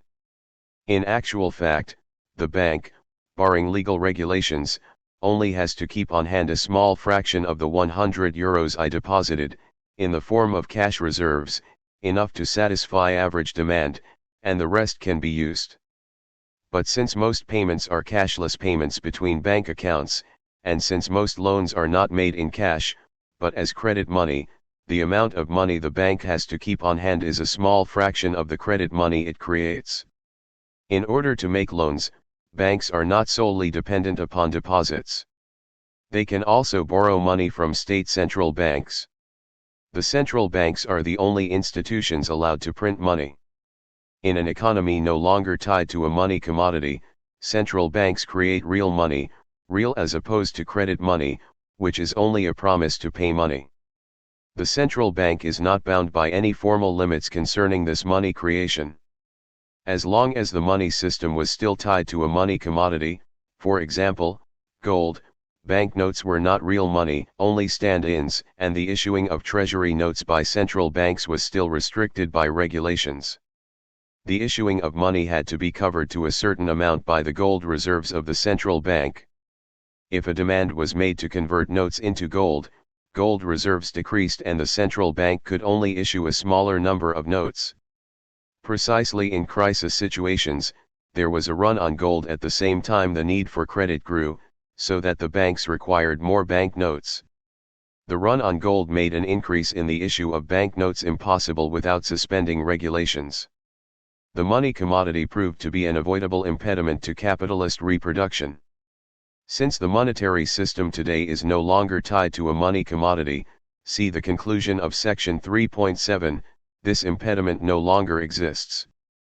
Without a money commodity, the banking system can react more flexibly than before during crises. However, this does not mean that crises themselves can be avoided, see chapter 9 regarding this point. Contrary to the position of Marx that the existence of a money commodity is unavoidable in capitalism, it is clear that a monetary system tied to a money commodity is in no way a property of capitalism at its ideal average. For more on this point, see Heinrich, 1999, 302. On the capital market, borrowers and lenders of money enter into a direct credit relationship with one another. Borrowers, above all large enterprises and states, get money directly from money owners and promise in return to pay a fixed annual interest as well as the principal at a fixed date. In return for making the loan, lenders receive a security or bond in which conditions are stipulated, because of the fixed interest rate, One speaks of a fixed interest security. Since the loan comes off without the aid of any bank, 48 lenders and borrowers can share among themselves the difference between the rate of interest on bank deposits and the interest rate for loans offered by the bank. The interest rate on securities is normally lower than the interest rate for loans offered by banks and higher than the rate of interest on bank deposits. However, the lender now shoulders the burden of risk entirely. If the enterprise to which he has lent money goes bankrupt, he loses his money. For that reason, usually only large enterprises assumed to remain solvent are in a position to issue bonds. On the other hand, if an enterprise or individual borrowing from a bank goes bankrupt, this reduces the bank's profits, but does not affect deposits as long as the bank itself does not go bankrupt. Securities are not the only means through which business can obtain money on the capital markets. They can also do so by issuing stocks. Through the purchase of a stock, one acquires a share of the respective enterprise, becoming a co-owner. Similar to fixed interest securities, the stock constitutes a claim. The owner of the stock is entitled to vote at shareholders' meetings and to a slice of the distributed earnings, called dividends, both proportional to the individual's percentage of the entirety of shares. However, there is no entitlement to the repayment of the price of the stock by the enterprise, and the level of distributed gains is also not fixed, but depends upon the course of business. Fixed interest securities and stocks can be sold on the capital market. 49 They have a price, their respective market price or share price. One can read the previous day's stock exchange quotations in the business pages of major newspapers. However, these papers have no value, but constitute mere claims on value, interest and dividends. What are traded are claims. After the sale, the enterprise no longer pays interest or dividends to person A, but to person B. In everyday life, as well as in the dominant economic theories, no distinction is made between price and value. The market price of the stock or fixed interest security counts as its value. The amount the owner of a fixed interest security obtains for its sale, the market value, depends upon the current market interest rate. Let's assume that A bought a security from business Y in the last year and paid €1,000 for the right to be paid €50 annually for 10 years and the original principal of €1,000 at the end of this 10-year period. Person A has thus purchased a bond with the nominal value of €1,000 and an interest rate of 5%, relative to the principal. Now let's further assume that in the next year, interest rates climb to 7%. That means that for any new bond costing €1,000, the annual interest payment is €70. If A now wants to sell his bond, he won't find anyone who will pay him €1,000 for it, since the interest payment is fixed at €50. Person A will only be able to sell the bond if he settles for an amount less than €1,000. The market value of the bond falls below the nominal value when interest rates rise. In the case of falling interest rates, the market value would rise above the nominal value. 50. Likewise, in the case of the sale of stocks, here the share prices are constantly changing. But their movement is not decided solely by the current dividends, but also by the future profits of the business. Dividends play only a secondary role, since only a tiny portion of the profit is doled out to shareholders in the form of dividends. The greater portion is invested. However, the future profit is never a certainty, but rather an expected quantity. If the expectations of profits increase, then the share prices also increase. If expectations decline or if there is great uncertainty concerning them, then the share prices decline. In this respect, the course of the share price does not express contemporary developments, but rather, expectations concerning future developments. The circulation of securities and stocks constitutes an act of duplication similar to credit money. In the case of credit money, payment promises circulate alongside real money, whereas in the case of stocks and bonds, we are dealing, on the one hand, with real capital flowing from investors to a business and used by the latter, and on the other hand, a claim on interest or the payment of dividends that is traded and circulated at fluctuating market prices. Due to their specific value determination, meaning the determination of market value outlined above. Marx refers to these circulating claims, securities, and stocks as fictitious capital. This term does not mean that these claims cannot be redeemed. Rather, it refers to the fact that the real capital the owner originally possessed in the form of money has been advanced only once, during the purchase of stocks and bonds. After that, it is possessed by the business and is advanced by it. Securities, stocks, and bonds represent mere claims to certain payments. Their value, the market price, has nothing to do with the amount of value originally paid for these claims. Now this amount of value exists in the form of, for example, productive capital within an enterprise, or in the case of government bonds, has been spent by the state.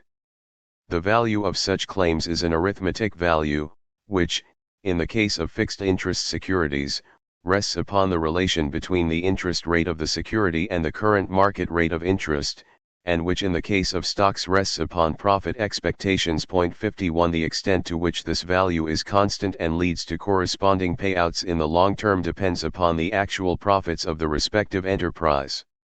Since profit expectations can change quickly, the course of stocks can also change quickly. For that reason, during a single trading day, billions of euros in market value, that is, billions in fictitious capital, are destroyed on the market in the case of rapidly declining share prices, and billions of euros in market value are created in the case of strongly increasing share prices. These amounts are not reserves that can be destroyed or newly created and hypothetically invested for other purposes, but rather are arithmetic valuations of commercial papers. However, these fluctuations are also not insignificant occurrences. If shares and bonds are used as collateral for loans, then the collateral is devalued in the case of declining market prices. The borrower then has to offer further collateral or pay back the loan. If he can't do that, he goes bankrupt. If the bank experiences too many such defaults, it is also threatened with bankruptcy. Expectations have a tendency to reinforce themselves over a period of time. If share prices rise, many people want to hop on the bandwagon, the demand increases, share prices rise further, and even more money owners want to jump on the bandwagon. If share prices fall, then many people want to get rid of their stocks, the supply increases, share prices further decline, etc. Strong oscillations in performance are the consequence. A bull market, strongly rising share prices, is followed by a bear market, falling prices. 8.3 The credit system as a regulating instance of the capitalist economy. We can sum things up by referring to banks and capital markets as the credit system. The movement of interest-bearing capital mediated by this credit system is not a mere addition, a superstructure resting atop industrial capital. Although, as will be made clear shortly, interest-bearing capital emanates from the circulation of industrial capital, the movement of industrial capital is not at all possible without credit. In Chapter 3, we emphasized that Marx's value theory is a monetary theory of value. The commodity and value cannot exist and also cannot be conceptualized without reference to money. The same can be said concerning the relationship between capital and credit. However, within traditional Marxism, a non-monetary theory of value was dominant, as was a conception of credit that reduced it to a mere appendage that was unnecessary for the existence of capital, and unnecessary for an understanding of capital. In the circulation of industrial capital there emerges an array of funds that consist of temporarily idle capital, as a result of the sale of commodities, advanced capital returns that cannot be immediately employed as capital. Most important are accumulation funds, surplus value to be invested, but only at a later time, because for example a minimum amount is required for investment, and sinking funds, in which the value elements of fixed capital are collected, see section 6.2. Until they are invested, such funds can be used as interest-bearing capital. Instead of waiting for these funds to fill up, a portion of accumulation as well as the renewal of fixed capital can be financed through credit, so that the ensuing returns do not flow into an accumulation or sinking fund, but toward the payment of interest and principal on the loan. Ultimately, the circulation of surplus value, that part of the total social product with a value corresponding to the total social surplus value, is not possible without either the existence of reserves or the issuing of loans. Disregarding fixed capital, the capitalists of a single country advance capital with a value C plus V in the course of a year, but produce products with a value of C plus V plus M. The question is thus posed as to where the money to pay for the products comprising the value of M should come from. One possibility consists in a part of the capitalists possessing a reserve fund in addition to the capital advanced for production. They could then purchase a portion of M, and the capitalists that have sold this portion can in turn use this money to purchase commodities from the first group of capitalists, so that at the end of the process all of the products have been sold and the reserves returned to their original owners. However, a reserve fund existing only to facilitate circulation implies foregoing the chance to valorize this sum. If capitalists follow the maxim of the greatest possible valorization of capital, then they will not possess such a reserve, but will instead finance the corresponding purchases by means of short-term loans.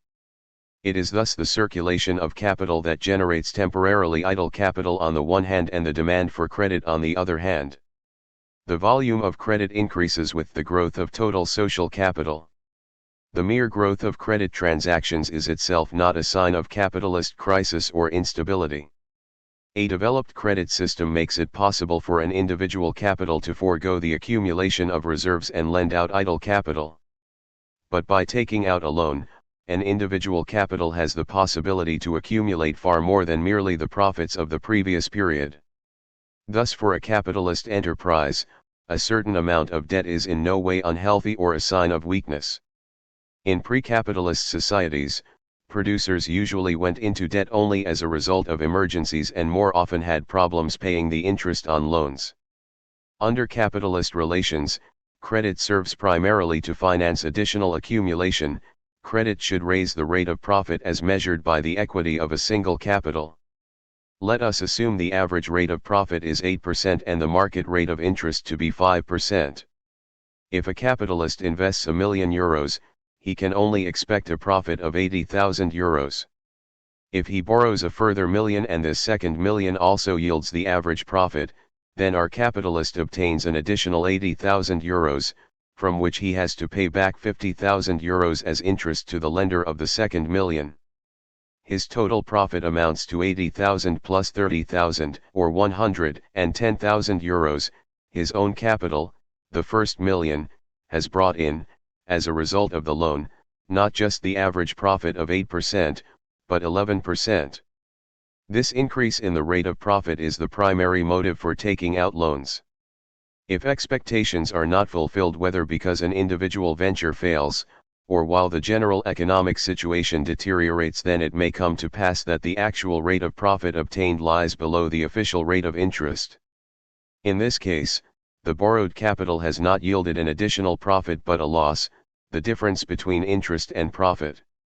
Further, the existence of credit also has effects upon the total social capital.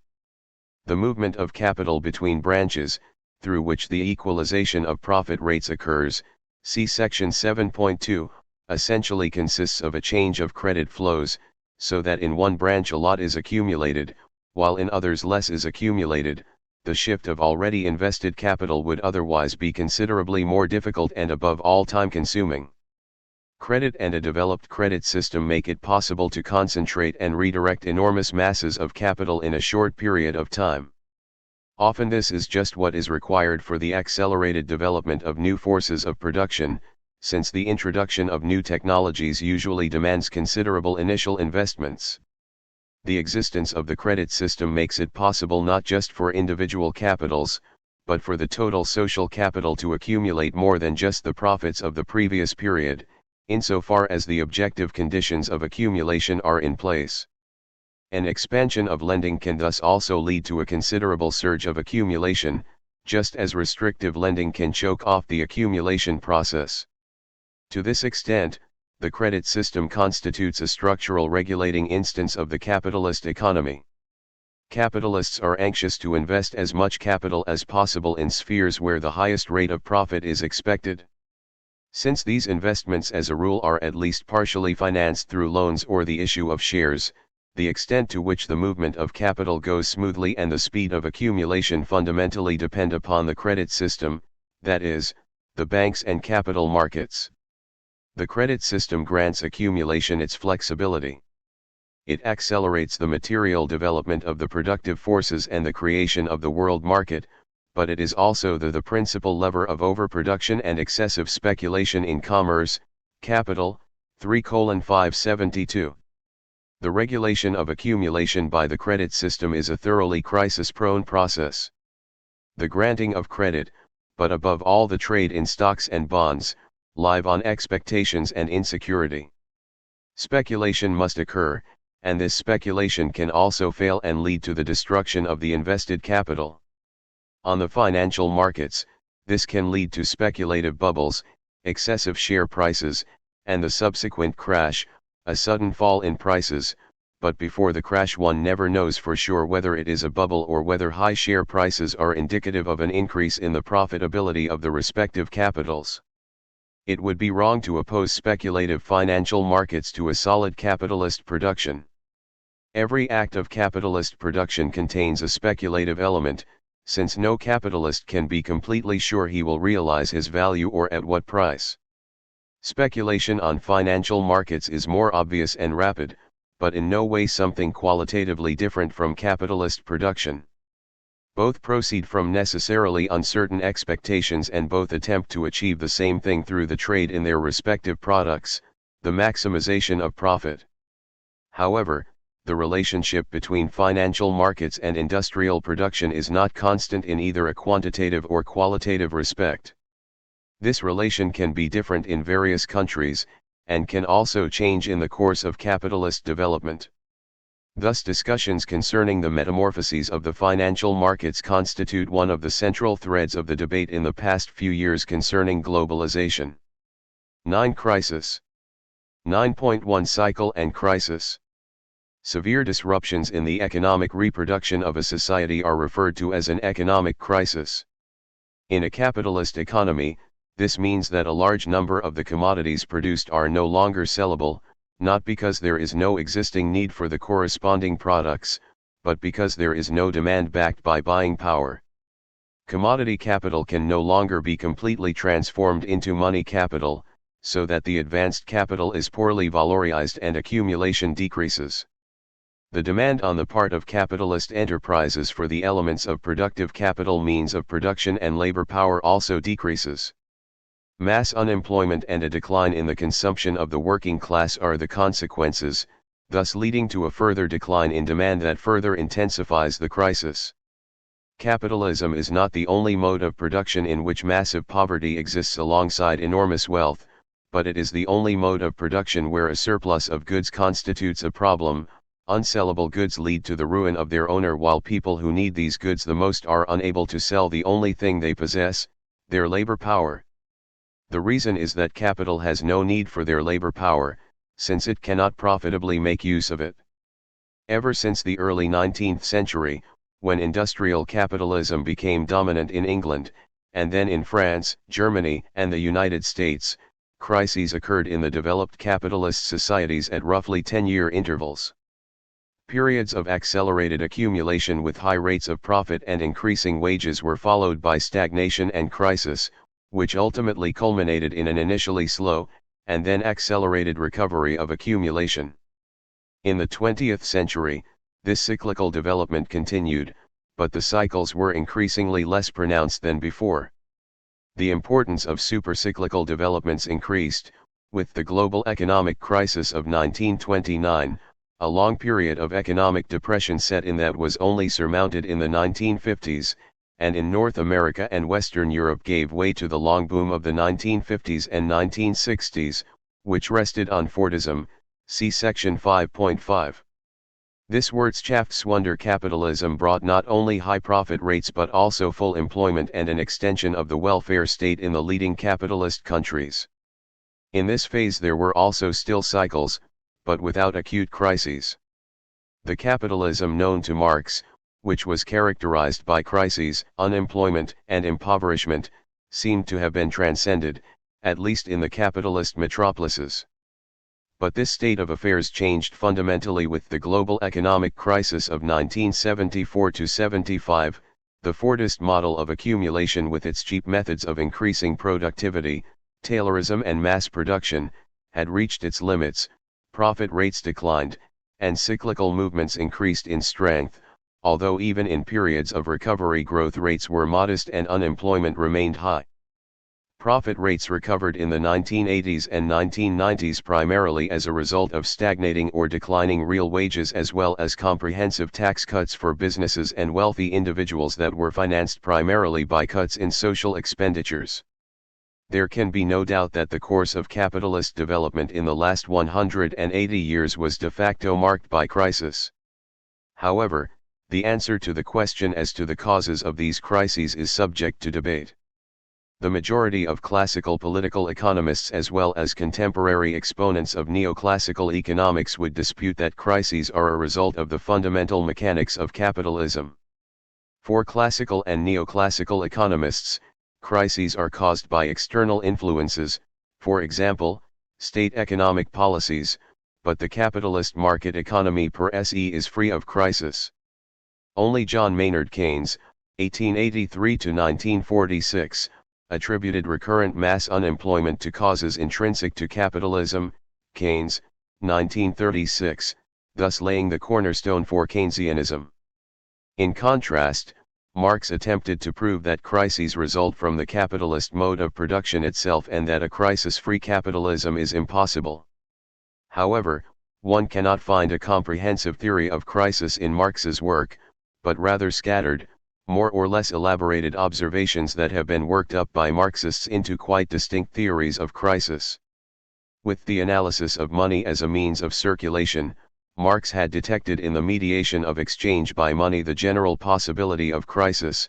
One can sell one's own commodity without necessarily buying another commodity with the money thus earned. By holding on to the money, the process of reproduction is interrupted, see section 3.7, and Capital, 1:2089. Say's law, which claims there is a necessary equilibrium between buying and selling or that supply necessarily induces an equal demand, is only valid when the circulation of commodities, mediated by money, is equated with direct barter, only then does each sale coincide with a simultaneous purchase. Thus when classical and neoclassical economics purport to substantiate the claim of an inherently crisis-free capitalism, they basically assume a capitalism without money. It must be explained how an actual crisis results from the mere possibility of crisis, why the chain of reproduction is interrupted. Of the various Marxist approaches to this question, considerations based upon the law of the tendential fall in the rate of profit, see section 8.3 above, played an important role in traditional Marxism. As a result of the falling rate of profit, the profit mass will also eventually fall, so that accumulation increasingly slows down and ultimately leads to crisis. This apparently close tie between crisis theory and the law of the tendential fall in the rate of profit was usually behind the vehement defense of this law. However, Marx's decisive arguments concerning the theory of crisis are completely independent of this law. In the first volume of Capital, Marx had already identified the production of relative surplus value as the fundamental tendency of capitalist development, decreasing the value of labor power by increasing the productivity of labor. The most important method for developing the productivity of labor is the introduction of increasingly improved machinery, see sections 5.2 to 5.3. The cost-saving introduction of machinery is mostly tied to the extension of the volume of production. An increase in productivity is therefore accompanied by an increase in the quantity of goods produced, which is further intensified by the necessities of competition, the need to be the first to flood the market with goods, the need to anticipate the devaluation of the means of production by attempting the fastest possible exhaustion of their productive capacity. The tendency for an unlimited extension of production confronts an ability to consume in society that is limited in a variety of ways, which Marx makes clear in Volume 3 of Capital, 352 ff. The total social consumption is not limited to the individual consumption of end consumers. It consists of the consumption of the working class, the luxury consumption of the capitalists and investments, or more precisely the replacement investments that replace used-up machinery, and the expansive investment through which additional means of production are acquired, that is, through which capital is accumulated. The consumption of the working class is constricted by the logic of capital valorization. Capitalists attempt to keep wages, as well as the number of employed laborers, as low as possible, since for an individual capitalist the wage is merely an expense factor. Under-consumptionist theories of crisis are based upon this constricted power of consumption of the working class. As an explanation for the existence of crises, the argument of excessively low wages and the resulting demand gap is insufficient. Wages are always lower than the total value of the product. This total value is equal to C plus V plus M, whereas wages are only equal to V. Wages, whether high or low, are never sufficient enough to constitute the demand for the total product. In addition to the consumption demand of the working class, there also exists the luxury demand of the capitalists, which is low relative to the total economy, however, so we can neglect it here. Finally, there is investment demand. This is the decisive variable. The demand of capital for additional means of production depends upon it, as does, indirectly, the further development of the consumption of the working class, insofar as additional labor power is employed or not. Whether investments in productive capital, means of production and labor power, are high or low depends, on the one hand, upon the expected profit. If only a small profit is expected, then investment is held back, and on the other hand, upon the difference between the expected rate of profit and the rate of interest. The individual capitalist, albeit not the capitalist class as a whole, always has the choice of investing his capital in productive capital or of employing it as interest-bearing capital. Investment in fictitious capital increases relative to investment in productive capital when interest rates are high or when expectations of a rise in share prices increase. So capitalist production and capitalist consumption are not just differently determined. Rather, their determining factors are also downright antagonistic. A potentially unlimited production confronts a limited consumption, limited not in terms of human needs and desires but by the logic of valorization. The consequence is a tendency toward the overproduction of commodities, overproduction relative to buying power, and the overaccumulation of capital, accumulated capital that either cannot be valorized at all, or only very poorly, which ultimately leads to crisis. Reproduction stagnates, invested capital is devalued or even completely wiped out, the least profitable production facilities are closed down, the least profitable individual capitals go bankrupt, workers are laid off and wages decline with the rise in unemployment. Crises are also enormous processes of destruction. Social wealth is annihilated and the living conditions of a large number of people worsen considerably. However, it is precisely these destructive moments that violently eliminate the imbalance between production and social consumption. Crises do not have only a destructive side. For the capitalist system as a whole they are quite productive. The destruction of unprofitable capitals reduces production, and the devaluation of functioning capital and low wages increase the rate of profit for the remaining capitals. Ultimately, interest rates once again decline, since the demand for borrowed capital also decreases. All of these factors combined clear the way for a renewed upturn, which is often supported by the introduction of technological improvements. An increased demand for new machinery stimulates investment in Department I, the sector producing means of production, and as a consequence of rising employment also accelerates accumulation in Department II, the sector producing means of consumption. A new upturn begins that ultimately culminates in the next crisis. So crises are not just destructive. Rather, in crises the unity between spheres, such as production and consumption, that belong together but become independent of one another, production and consumption follow different determinations, is violently restored. Marx makes constant reference to the fact that crises perform a valuable service for the capitalist system precisely by means of these acts of destruction. See, for example, Capital, 3:357, 419. Even if it is possible to figure out the mechanisms of crisis in general, crises themselves cannot simply be prevented. For one thing, the pressure of competition forces individual capitalists to engage in specific behavior, even if they know that this behavior has altogether destructive effects, but no individual can simply opt out, and the sole hope consists in emerging relatively unscathed. Point 52. For another thing, the specific period of the cycle of crisis in which one finds oneself can never be determined with certainty. Is the economy still in a period of upturn, and will this continue, so that an extension of production is still worthwhile? Or has the state of overproduction already been reached, and will it make itself felt in a sales slump? It is precisely the constant development of the forces of production through the introduction of new methods of production forced upon every producer who wishes to assert his or her presence on the market that leads to shifts in demand flows. New branches emerge, old ones disappear or lose their importance. Machines and raw materials that were previously important are no longer so, old enterprises are devalued, new ones emerge without certainty as to whether they will yield profits at the expected level. The only thing certain in this economic turmoil is uncertainty.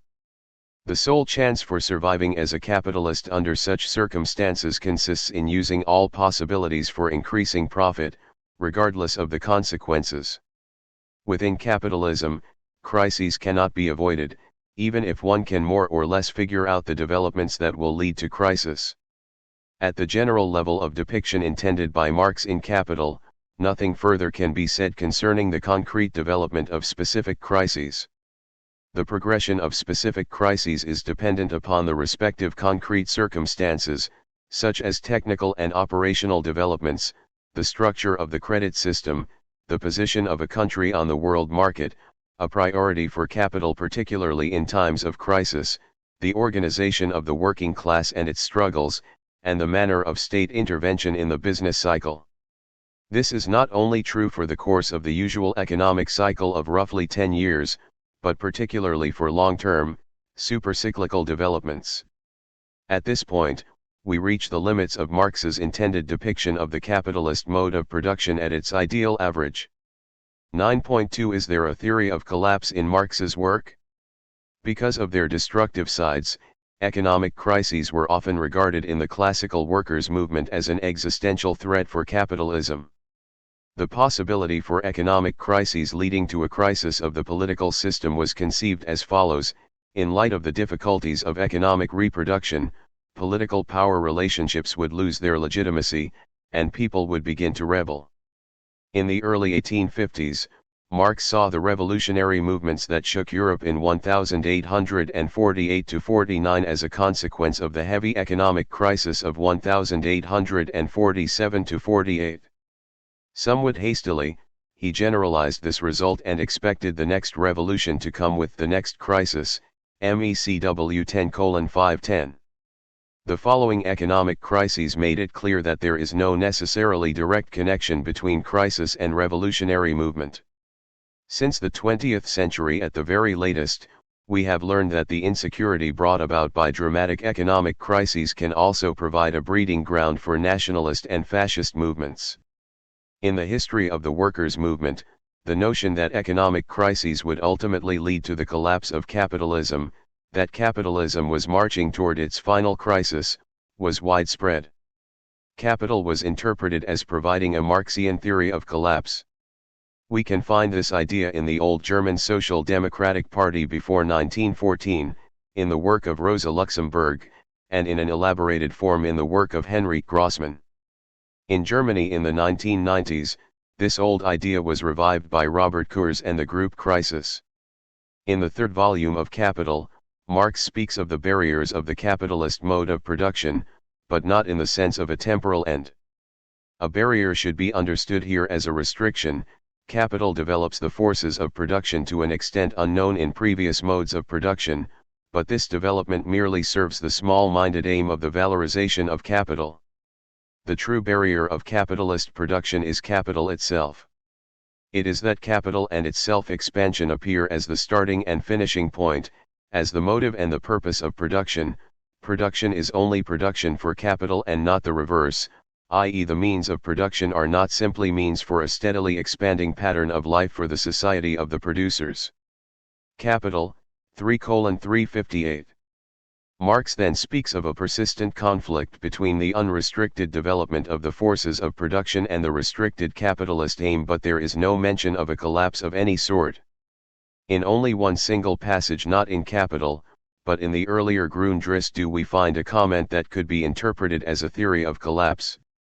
Marx notes that within the context of the increasing importance of the application of science to the productive process, it is no longer primarily the labor expended in the production process that is of significance, but rather the application of science, the general productive force. Marx thus draws the conclusion of a collapse of the whole mode of production resulting from these changes within the capitalist process of production. As soon as labor in its immediate form has ceased to be the great source of wealth, labor time ceases and must cease to be its measure, and therefore exchange value must cease to be the measure of use value.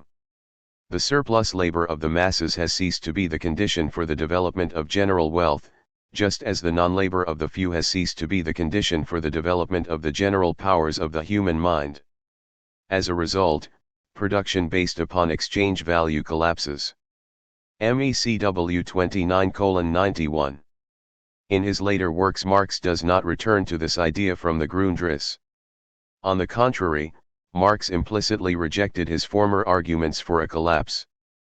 First, the significance of science for the capitalist production process is dealt with in many passages of the first volume of Capital, but the separation of the intellectual faculties of the production process from manual labor, Capital, 1:548, is not regarded as weakening the capitalist mode of production, but as a force for increasing the power of capital over labor, see section 5.3. Second, the value side of this process, the fact that increasingly less labor must be expended in the process of producing a single commodity, is not regarded in Capital as a tendency toward collapse but as the foundation for the production of relative surplus value. The apparent contradiction that so astonished Marx in the Grundrisse, that Capital striving to reduce labor time to a minimum, while, on the other hand, positing labor time as the sole measure and source of wealth, MECW 29:91, which is elevated by contemporary representatives of collapse theory like Robert Kurz to a logical self-contradiction of capital necessarily leading to capitalism's collapse, is casually deciphered by Marx in the first volume of Capital as an old riddle of political economy with which the 18th-century French economist Quesnay had harried his opponents.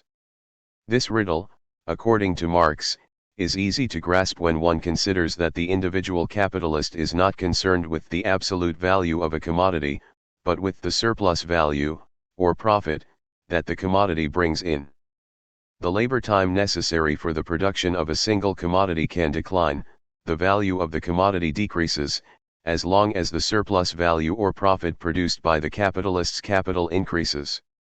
Whether the surplus value/profit is apportioned among a small number of products of high value or a large number of products with a smaller value is therefore insignificant. Capital, 1:437. Even disregarding all the detailed objections, theories of collapse are confronted with the fundamental problem that they claim an inevitable developmental tendency that capitalism is so unable to deal with that its further existence necessarily becomes impossible regardless of whatever happens in the actual course of history. For the left, the theory of the collapse of capitalism has historically always had an excusatory function, regardless of how bad contemporary defeats were, the opponent's end was a certainty. To criticize such theories of collapse means in no way to defend capitalism, as some representatives of collapse theory maintain. Such a critic just aims to fight against capitalism without illusions that rest on badly founded theories. 10. The fetishism of social relations in bourgeois society. 10.1 The Trinity Formula. With the predominance of the capitalist mode of production, the old estates and feudal relationships, together with their political and religious trappings, dissolve. Estates, privileges, and inherited seigniorage fade away behind the equality of commodity owners, with uneven property as the only inequality. The systematic development of science and technology required and promoted by capitalism undermines customary prejudices and religious explanations of the world. Upon this foundation emerged the self-conception of bourgeois capitalist society as a bastion of enlightenment, civilization, and culture, in which Occidental civilization had reached its supposed climax. From this perspective, all other social formations appear as underdeveloped precursors of bourgeois society, or as primitive, demonstrated among other things by their fetishism, in which magical powers are attributed to a piece of wood or cloth. This feeling of superiority supplied the colonialism of the 19th and 20th centuries with its ideological embellishment. It was supposedly merely the case that culture and civilization were being brought to the colonized populations. The rationalist self-conception of the bourgeois capitalist epoch was also echoed by sociological reflection. Thus did Max Weber, 1864–1920, one of the most important founding fathers of modern sociology, establish the disenchantment of the world and a rationalization penetrating all spheres and relations of life as decisive characteristics of capitalist societies. Marx and Engels also had such disenchantment in mind as they characterized the consequences of the rise of the bourgeoisie in the Communist Manifesto of 1848. The bourgeoisie, wherever it has got the upper hand, has put an end to all feudal, patriarchal, idyllic relations. In one word, for exploitation, veiled by religious and political illusions, it has substituted naked, shameless, direct, brutal exploitation. All fixed, fast-frozen relations, with their train of ancient and venerable prejudices and opinions, are swept away, all new-formed ones become antiquated before they can ossify. All that is solid melts into air, all that is holy is profaned, and man is at last compelled to face with sober senses, his real conditions of life, and his relations with his kind. MECW, 6:486, 87. In the Communist Manifesto, Marx and Engels still hold the opinion that with the establishment of capitalism, social relations would become increasingly transparent, domination and exploitation are no longer mystified and disguised, but openly visible. Connected with this view was the hope that the oppressed and exploited, now that they were forced to perceive their situation with sober senses, would increasingly strike back against exploitative relations. The notion that the exploitation of the working class in capitalism was readily transparent and that only the manipulation of the rulers with the help of the press, church, schools, etc. disguised it was widespread in traditional Marxism. The critique of ideology was understood as an act of exposure, one merely had to uncover the real interests behind a notion. 53. However, Marx did not remain at the level of analysis of the Communist Manifesto. In Capital, it is in no way the case that social relations in capitalism are regarded as transparent. Quite the contrary, central passages of the work deal with the mystification of these social relations. That which Marx describes in Capital as fetishism and mystification are inversions that do not arise from the manipulation of the ruling class, but rather from the structure of bourgeois society and the activity that constantly reproduces this structure. The fact that Marx speaks of fetishism is a pointed barb against the enlightened rationalist self-confidence of bourgeois society, as well as against the empirical self-conception of political economy, which rests upon this fetishism. See section 3.8. The various fetish forms and mystifications that were dealt with in the previous chapters do not exist unconnected alongside one another. They constitute a whole that Marx outlines in summary at the end of the third volume of Capital under the title The Trinity Formula, chapter 48. The capitalist process of production is a specific historical form of the social process of production. Its foundation is the separation of direct producers from the means of production, which is why workers, although formally free, are forced by material circumstance to sell their labor power to the capitalist, who owns the means of production. The capitalist pays the value of labor power, its cost of reproduction, in the form of wages, but allows labor power to work longer than is necessary for the reproduction of its value. The capitalist extracts surplus labor from his employees, and this surplus labor is realized as surplus value when the product is sold. But the surplus value does not remain entirely with the capitalist. First he must pay ground rent to the landowner, or buy land, thus becoming a landowner himself. Capitalists must pay ground rent, since land is limited and is the private property of landowners. The capitalist can only make the annuity payments out of his surplus value, even if he regards the annuity as a normal cost factor. The class of capitalists, who are the first to appropriate surplus value, must share it with the class of landowners. 54. However, products are not sold at their value, so the individual capitalist does not appropriate exactly the amount of surplus value created by the labor power he employs. Barring coincidental fluctuations, the individual capitalist obtains the average profit, that is to say, a profit proportional to the quantity of the capital advanced by him. This average profit is then divided into interest and profit of enterprise. 55.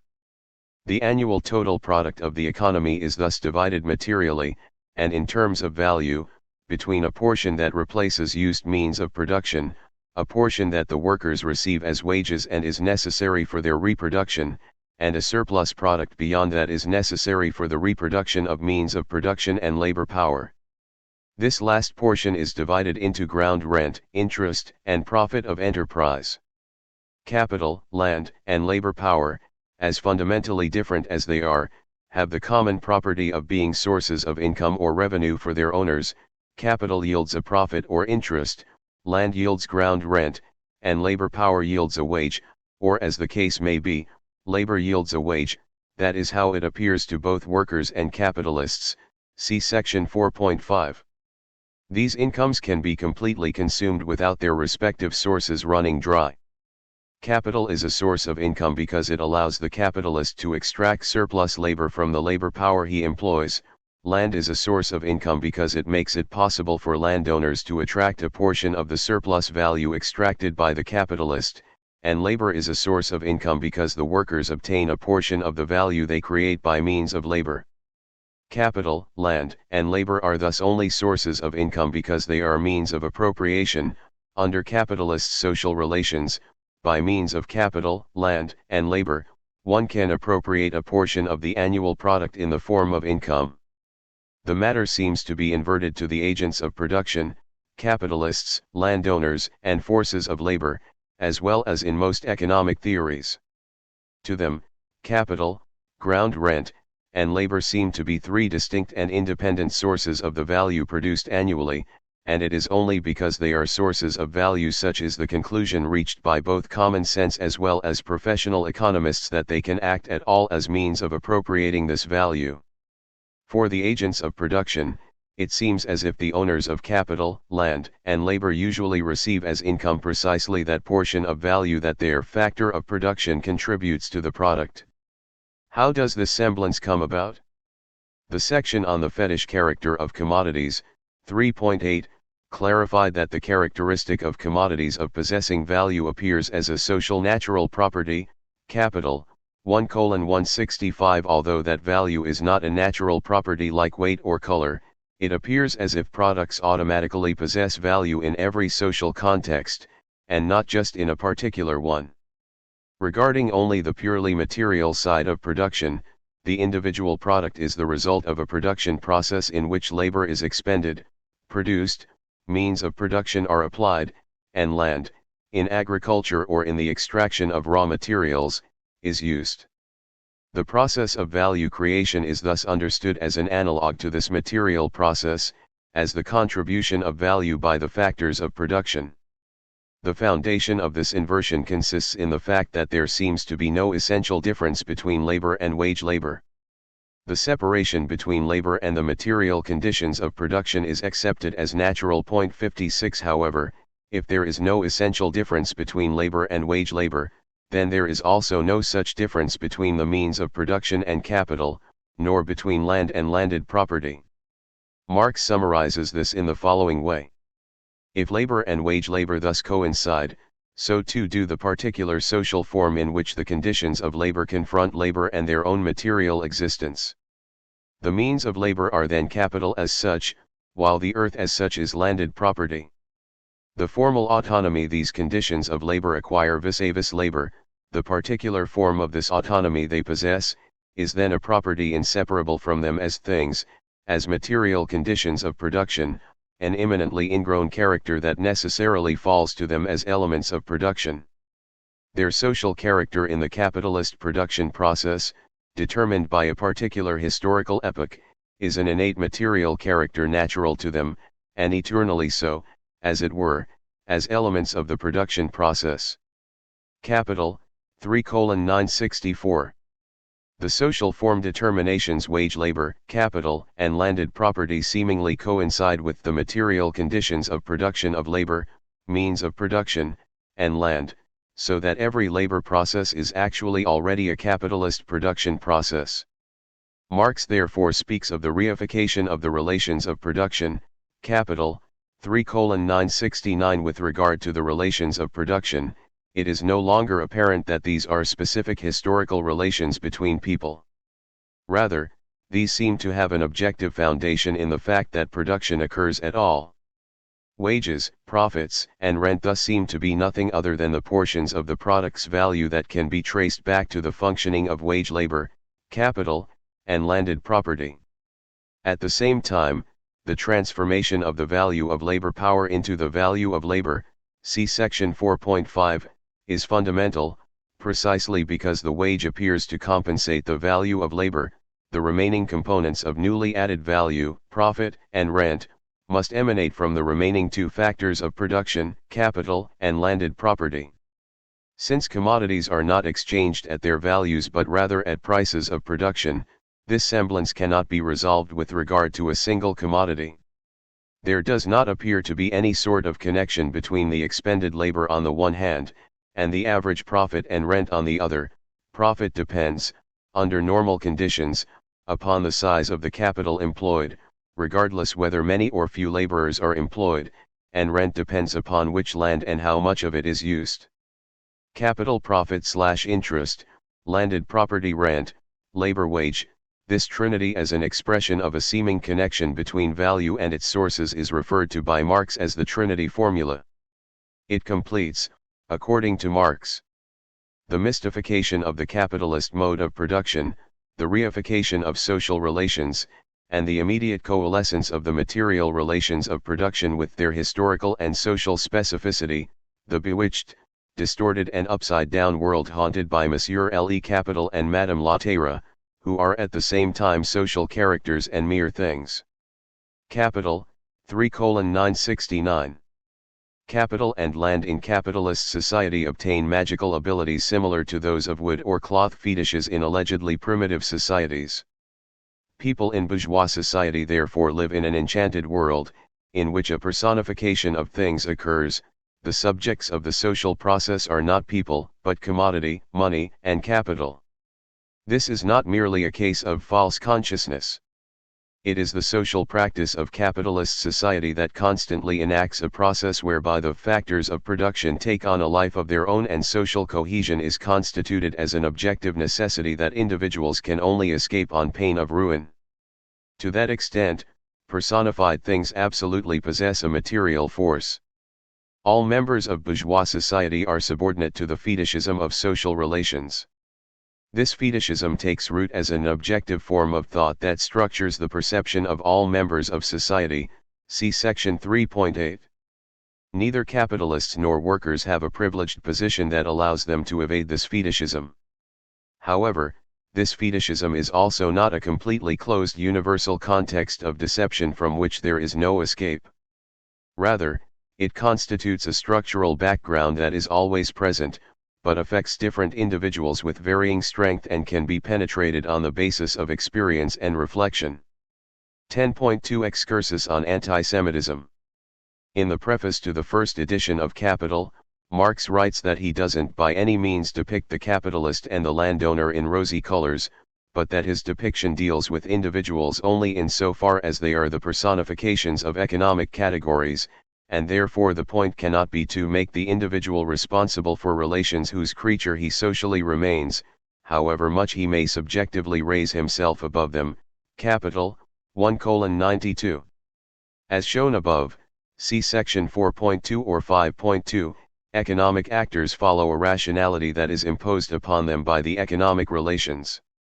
Thus the constant attempts by capitalists to raise the level of valorization, in the normal case, does not result from an excessive addiction to profit on the part of the individual capitalist. It is competition that forces such behavior upon individual capitalists on pain of economic ruin. Everybody, including those who profit from the operation of capitalism, is part of a gigantic wheelwork. Capitalism turns out to be an anonymous machine, without any foreman who steers the machine or can be made responsible for the destruction wrought by the machine. If one wishes to put an end to such destruction, it is not sufficient to criticize capitalists. Rather, capitalist structures in their entirety must be abolished. With the personification of things and the reification of the relations of production, capital, 3:969, capitalism as a whole seems to be largely immune to criticism.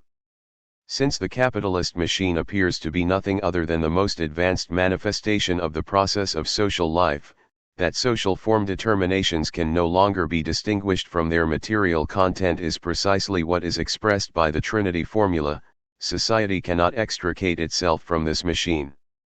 The subjugation to allegedly unavoidable objective necessities is, so it would seem, impossible to escape. One must simply come to terms with the situation. In light of the impositions of capitalism, its crisis-prone development, often catastrophic in its effects upon individual lives, its constant calling into question all living conditions and circumstances, there occur time and time again forms of a blinkered negation of fetishism. Guilty parties are sought behind the anonymous capitalist machinery that can be made responsible for the misery. Attempts are made to influence their actions.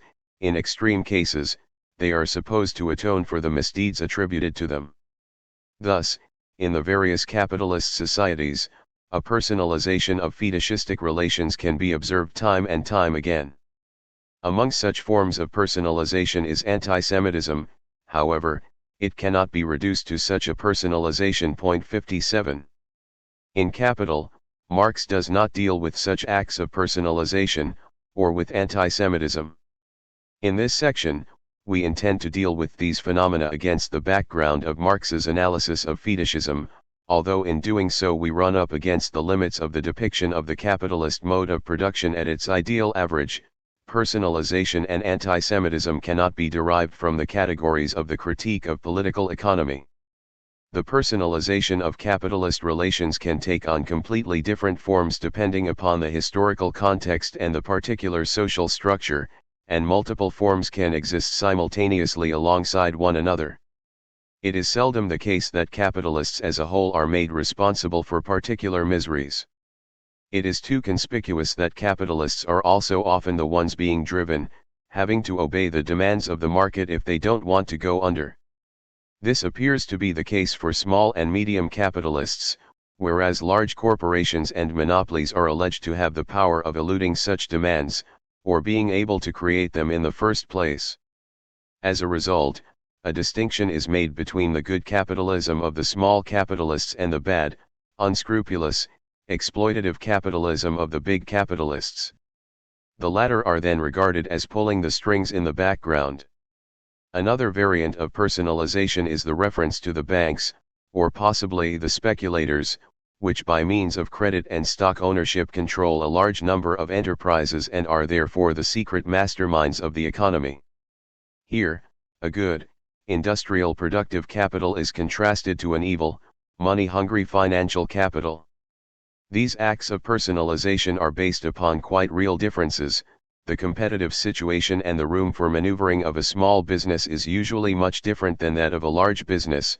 Between banks and industrial enterprises there are often considerable differences of interest concerning many questions. There are also plenty of examples of the bosses of large businesses and banks attempting to exploit their positions of power. Yet even big businesses and large banks cannot permanently extricate themselves from the coercive laws of an economic system mediated by value. Often, big businesses, banks, and speculators are accused of being motivated solely by the quest for profit, but that's always the case in capitalism for every capitalist, large or small. A special form of personalization occurs in antisemitism. Here, Jews are accused of an economic orientation toward money and profiteering that is allegedly rooted in their nature or since the rise of race theories in the 19th century in their race, as well as an unconditional striving for power that includes plans for world domination, plans that are alleged to have been already successful to a certain extent. Hatred and persecution of Jews already existed in pre-bourgeois societies, primarily in the European Middle Ages. However, there are significant differences between medieval hatred of Jews and the anti-Semitism of the 19th and 20th centuries. Since the Crusades, the first occurred in 1096, hatred of Jews had a strong religious component. Jews had already been described as murderers of God due to the crucifixion of Jesus, but with the Crusades this accusation acquired a new quality.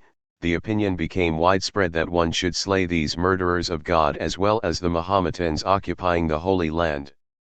In the same period, the ban on Christians earning interest was tightened. Third Council of the Lateran, 1179, while Jews were simultaneously denied entry to a variety of professions. Fourth Council of the Lateran, 1215. If Jews did not wish to be baptized as Christians, nearly the only available sources of income were trade and money lending. In pre-bourgeois societies, exchange and money also existed, but only played a subordinate role. Exploitation and domination were directly mediated by personal relations of force and dependence, the dependence of slaves upon their owners, the dependence of serfs or peasants compelled to perform corvée upon landlords, etc. The spread of exchange and money undermined pre-bourgeois relations and increased the misery of the lower classes. Often, impoverishment had begun through an act of borrowing from a small money lender. Nobles and princes made use of the services of large Jewish bankers.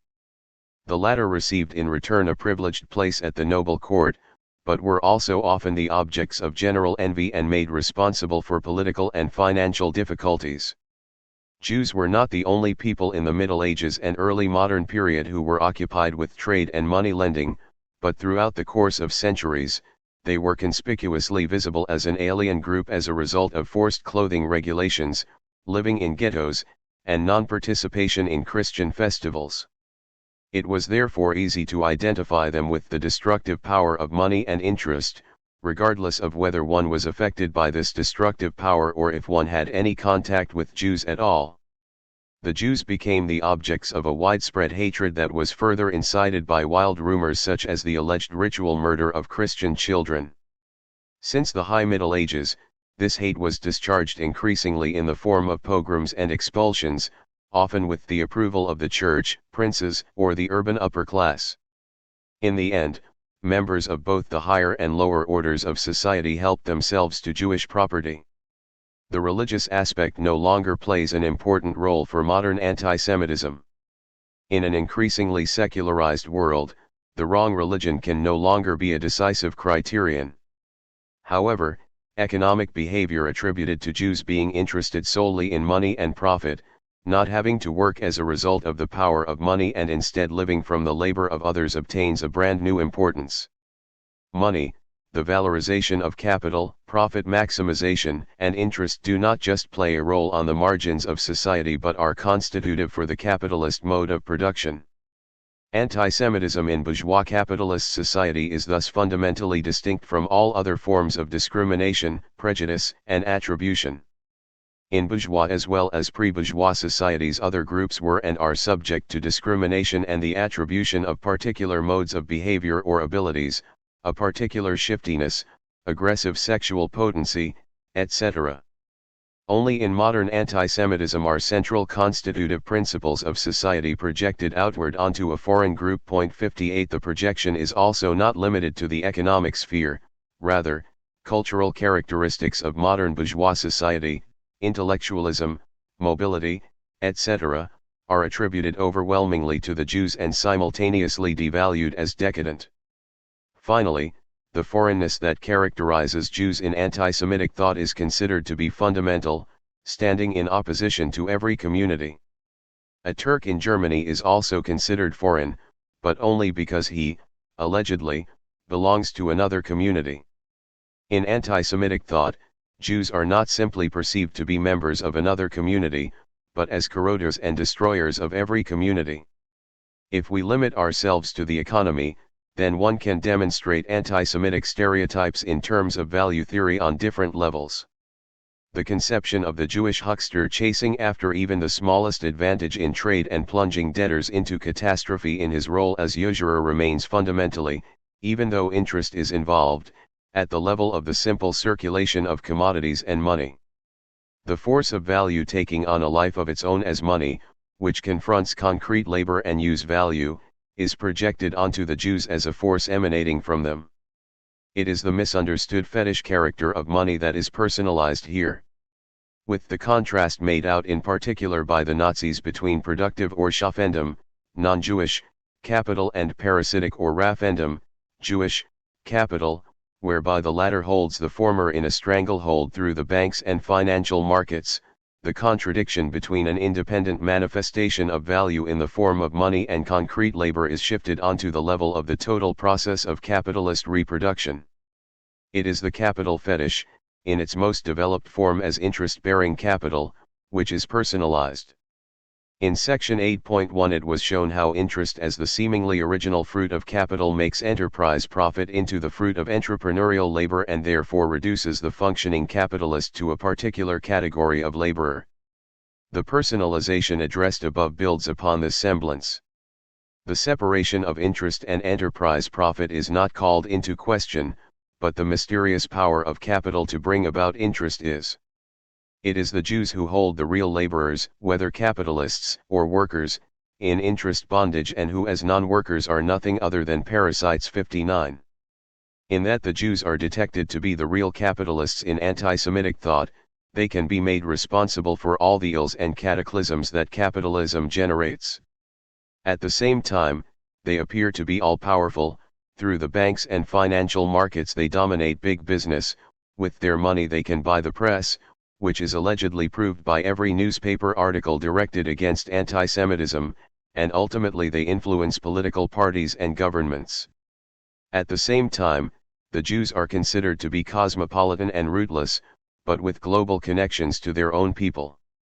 These two stereotypes, the all-powerfulness of Jews and their rootlessness, leads to a third stereotype in anti-Semitic thought, the global Jewish conspiracy, to which Jewish communism is often also attributed. The Jews are accused of seeking world domination and of already having come close to accomplishing this goal. All threats emanating from anonymous, incomprehensible powers now obtain a face, the threat of global Jewry. However, with this general determination of anti-Semitism, nothing is yet said about whether and to what extent anti-Semitism is actually widespread. The fact that the personalization of capitalist relations provides a release for the individuals suffering under those relations does not necessarily mean that those individuals always aim for that release. Nor when they do so does it mean that the acts of personalization always have an anti-Semitic character. 60. It must be emphasized that at the general level of argumentation in Marx's Capital, at which the thoughts outlined above occur, no statement is possible concerning the specific societal effects of anti-Semitism, or the extent of the harm it inflicts. 61. 10.3 Classes, Class Struggle, and Historical Determinism. Many currents of traditional Marxism understood Marx's analysis of capital primarily as a class analysis, an examination of the struggle between bourgeoisie and proletariat. Most present-day conservatives and liberals consider the concepts of class and in particular class struggle to be ideological, which is supposed to mean something like unscientific. As a rule, it is primarily leftists who use these terms. However, talk of class is not specific to Marx. Even before Marx, bourgeois historians spoke of classes and class struggle, and David Ricardo, the most important representative of classical political economy, pointed out the fundamentally opposed interests of the three large classes of capitalist societies: capitalists, landlords, and workers. Classes and class struggle constitute the central point of reference for Marx's argumentation primarily in the Communist Manifesto, 1848. At the very beginning of that work, one finds the famous sentence, "The history of all hitherto existing society is the history of class struggles," MECW, 6:482. That which Marx saw as his own contribution to class theory, he summarized in a letter to his friend Wade Meyer. Marx emphasizes that he in no way discovered the existence of classes or class struggle, but that his contribution was one to show that the existence of classes is merely bound up with certain historical phases in the development of production, 2. That the class struggle necessarily leads to the dictatorship of the proletariat, 3. That this dictatorship itself constitutes no more than a transition to the abolition of all classes and to a classless society, MECW, 39:62, 65. The word dictatorship as used here does not mean an authoritarian form of rule, but rather simply class rule, independent of political form. Points 2 and 3 sound very deterministic. History appears driven by the class struggle to move toward a particular goal. One also finds this conception in the Communist Manifesto. In Capital, Marx writes repeatedly of classes, but there is no attempt at a systematic treatment or even a definition. Only at the end of the third volume does Marx begin a section on classes, and it is precisely here that the manuscript breaks off after a few sentences. From this arrangement, one can see that a systematic treatment of classes is not the precondition of Marx's depiction, but rather should come at the end as its result. In the following, we will not engage in speculation as to what Marx possibly intended to take on in the unwritten section on classes. Rather, we shall attempt to summarize what can be said about classes and class struggle on the basis of what was said in previous chapters. The following section thus depends strongly upon the conception of the critique of political economy outlined in this book. Without claiming to have a fully developed class theory, one can speak of social classes in two distinct senses. In a structural sense, classes are determined by their position in the social process of production. To that extent, somebody can belong to a particular social class without necessarily being aware of it. Distinct from this are classes in a historical sense. These are social groups that in a particular historical situation understand themselves to be classes as distinct from other classes. The members of the class distinguish themselves by means of a common class consciousness. In Capital, Marx uses the concept of class predominantly in the structural sense, such as when he establishes that a particular class relation is at the foundation of the capital relation, the owners of money and means of production on the one hand, and the workers free in a double sense on the other hand, see section 4.3. Groups that are neither bourgeois nor proletarian, primarily the self-employed as well as artisans, small merchants, or small farmers, are referred to by Marx as middle class or petit bourgeois.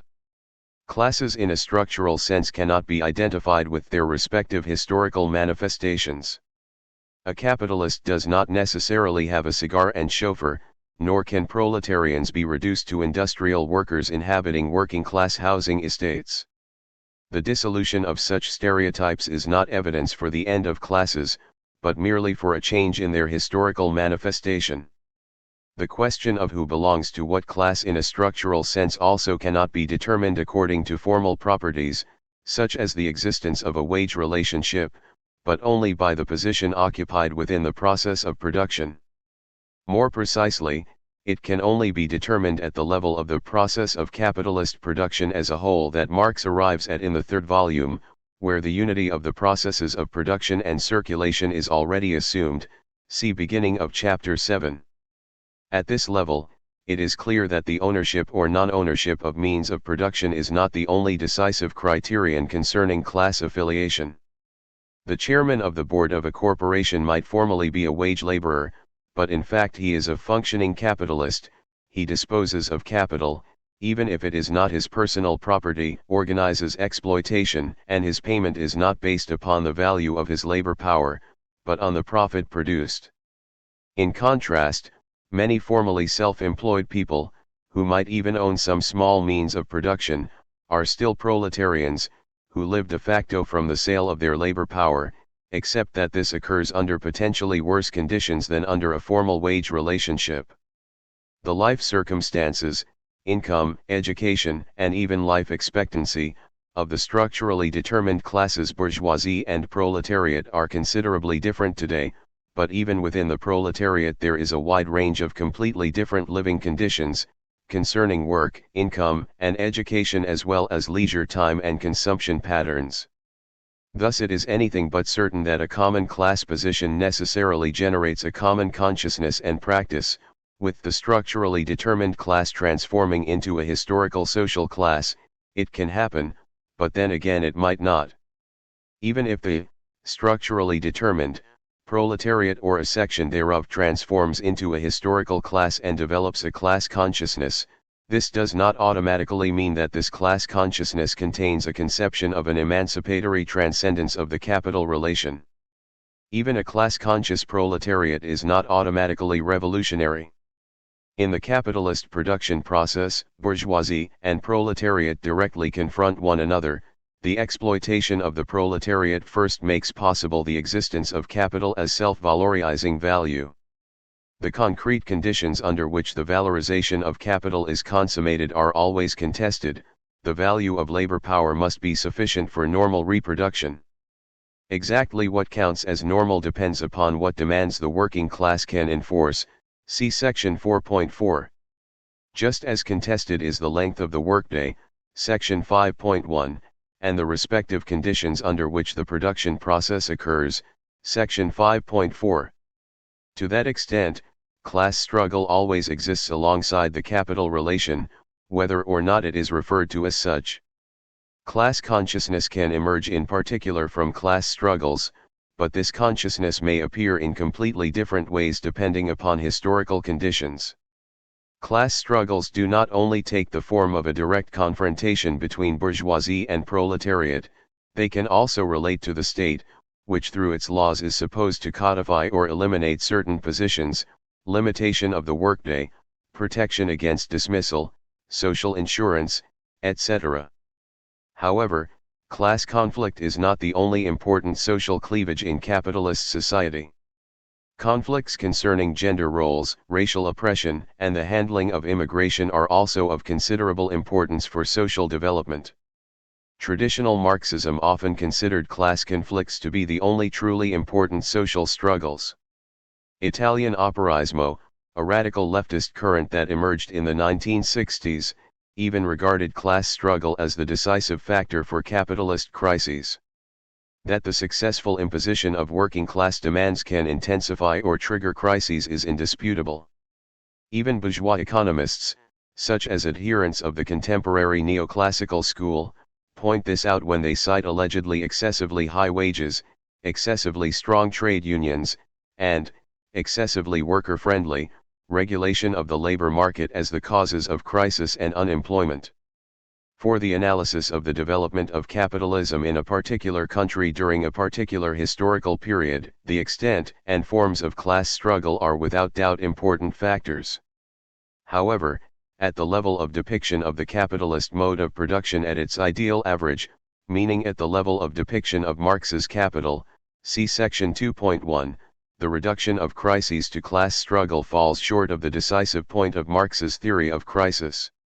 It was precisely Marx's intent to show that there are crisis tendencies immanent to capital that lead to crises completely independent of the state of class struggle. That means that even if class struggle were to come to a complete standstill, crises would still occur. Class struggles are initially struggles within capitalism.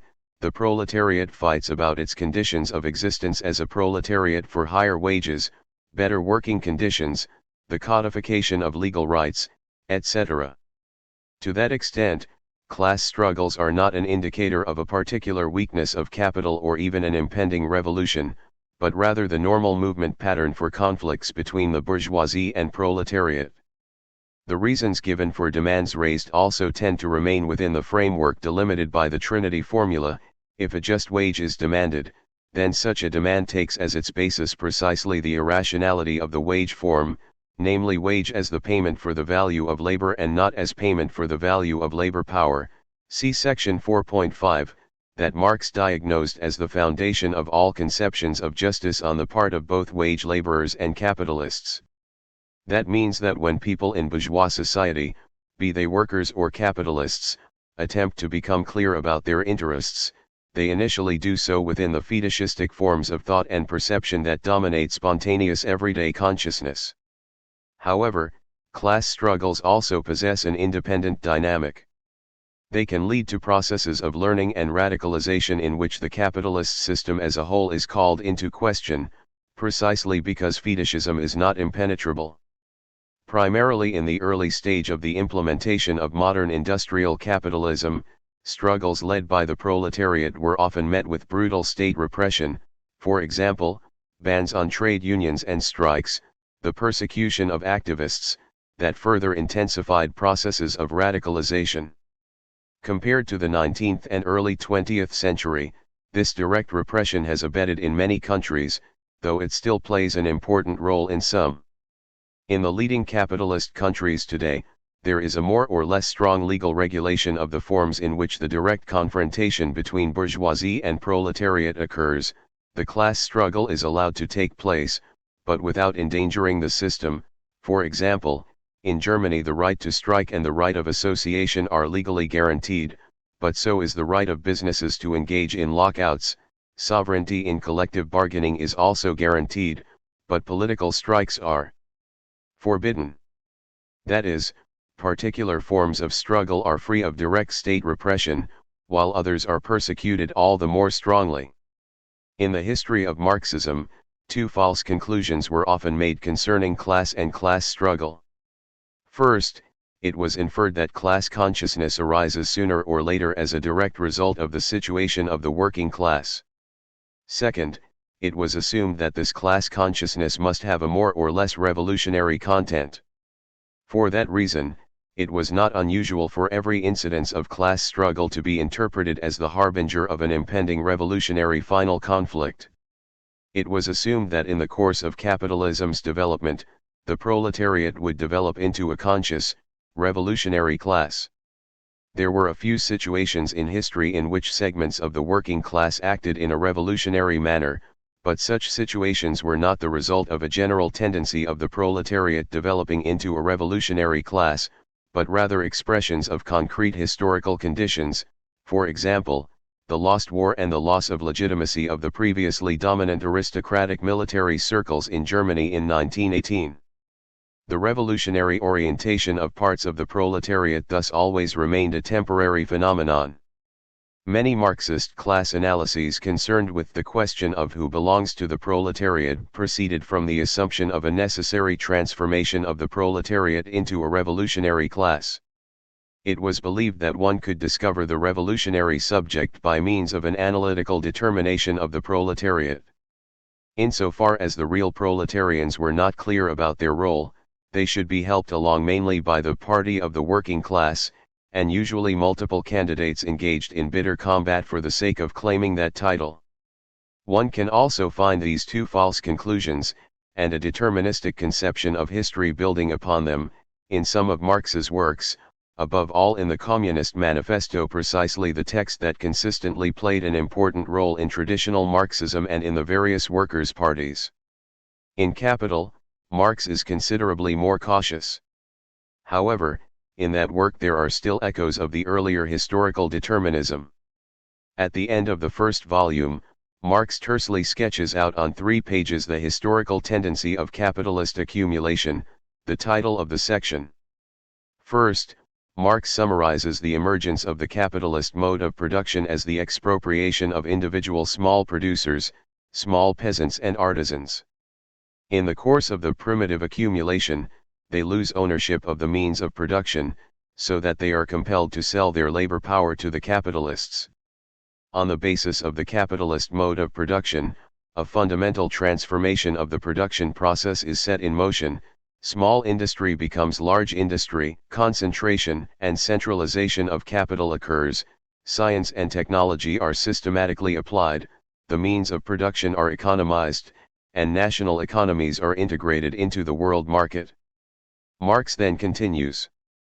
Along with the constant decrease in the number of capitalist magnates, who usurp and monopolize all the advantages of this process of transformation, the mass of misery, oppression, slavery, degradation, and exploitation grows, but with this there also grows the revolt of the working class, a class constantly increasing in numbers, and trained, united and organized by the very mechanism of the capitalist process of production. The monopoly of capital becomes a fetter upon the mode of production, which has flourished alongside and under it. The centralization of the means of production and the socialization of labor reach a point at which they become incompatible with their capitalist int-egument. This int-egument is burst asunder. The knell of capitalist private property sounds. The expropriators are expropriated. Capital, 1:929. In this outline, the development of the proletariat into a revolutionary class and the overthrow of the rule of capital appear to be an inevitable process. And in a footnote, Marx quotes the Communist Manifesto, where the following is said about the bourgeoisie: its fall and the victory of the proletariat are equally inevitable. Capital, 1:930. In the early workers' movement, such messages were eagerly accepted, given that one experienced regularly the exclusion and humiliation brought about by the very bourgeois society whose end was predicted. In the social democratic press before the First World War, and later in the communist press, this 3-page excerpt from the first volume of Capital was frequently printed and cited, considerably influencing the perception of the content of Marx's analysis. However, these predictions are not backed up by Marx's own research. The extent to which the monopoly of capital becomes a fetter upon the mode of production, which has flourished alongside and under it, is not at all obvious. That the fruits and social costs of capitalist development are so extremely unequally distributed is not an impediment to capitalist development, but rather, as Marx's own analysis makes clear, its intrinsic pattern of movement. And the fact that the proletariat experiences a numeric increase as a result of the imposition of the capitalist mode of production, and in a certain sense is unified and schooled by large industry, to the extent that the proletariat has to organize politically and in trade unions to continue existing as a proletariat, is true, but the idea that this inevitably leads to the constitution of a revolutionary class is in no way a consequence of Marx's analysis. On the contrary, Capital offers the details for understanding why revolutionary developments are so rare and why the revolt in the passage quoted above does not lead immediately to a struggle against capitalism. With the analysis of fetishism, the irrationality of the wage form, and the Trinity formula, Marx showed how the capitalist mode of production generates an image of itself in which social relationships are reified, and where capitalist relations of production apparently arise from the conditions of all production, so that only changes within capitalist relations are possible. A revolutionary development can arise, it is not impossible, but it is anything but inevitable.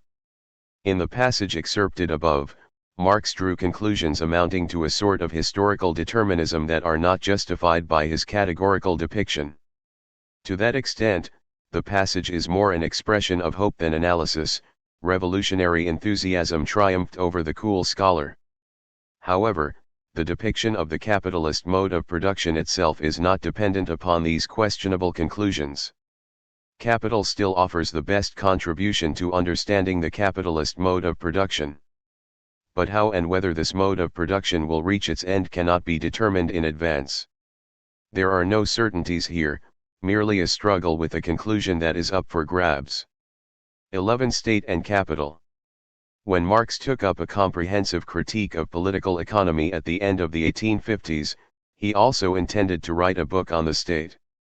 Marx planned a total of 6 books, on capital, landed property, wage labor, the state, foreign trade, and the world market. In terms of range of content, the 3 volumes of Capital approximately comprise the first 3 books. The planned book on the state was never written. In Capital there are only isolated references to the state. A few general elements of a theory of the state can be found in the later works of Engels, the Anti-Düring, 1878, and above all the origins of the family, private property, and the state, 1884. In the 20th century, there was a broad debate among Marxists concerning state theory, but it did not lead to a common understanding of the state. 62 In this chapter, we will not attempt to offer a compact Marxist theory of the state. Rather, we will attempt to emphasize, on the basis of a few fundamental topics, that against the background of the critique of political economy an alternative to bourgeois theories of the state is not the only point. The point is a critique of politics. By that we mean not a critique of certain policies, but rather a critique of the state and politics as social forms, that is, as particular modes of mediating social cohesion. 11.1 The state an instrument of the ruling class. Above all, 2 points addressed by Marx and Engels considerably shaped subsequent theoretical discussions concerning the state: first, the phrases base and superstructure, and second, the conception of the state as an instrument of the ruling class. In the 1859 preface to a contribution to the critique of political economy, Marx summarizes his general view of society on about 1.5 pages. Marx identifies the economic structure of society as the real foundation, on which rises a legal and political superstructure, and emphasizes that neither legal relations nor political forms could be comprehended whether by themselves or on the basis of a so-called general development of the human mind, but that on the contrary they originate in the material conditions of life.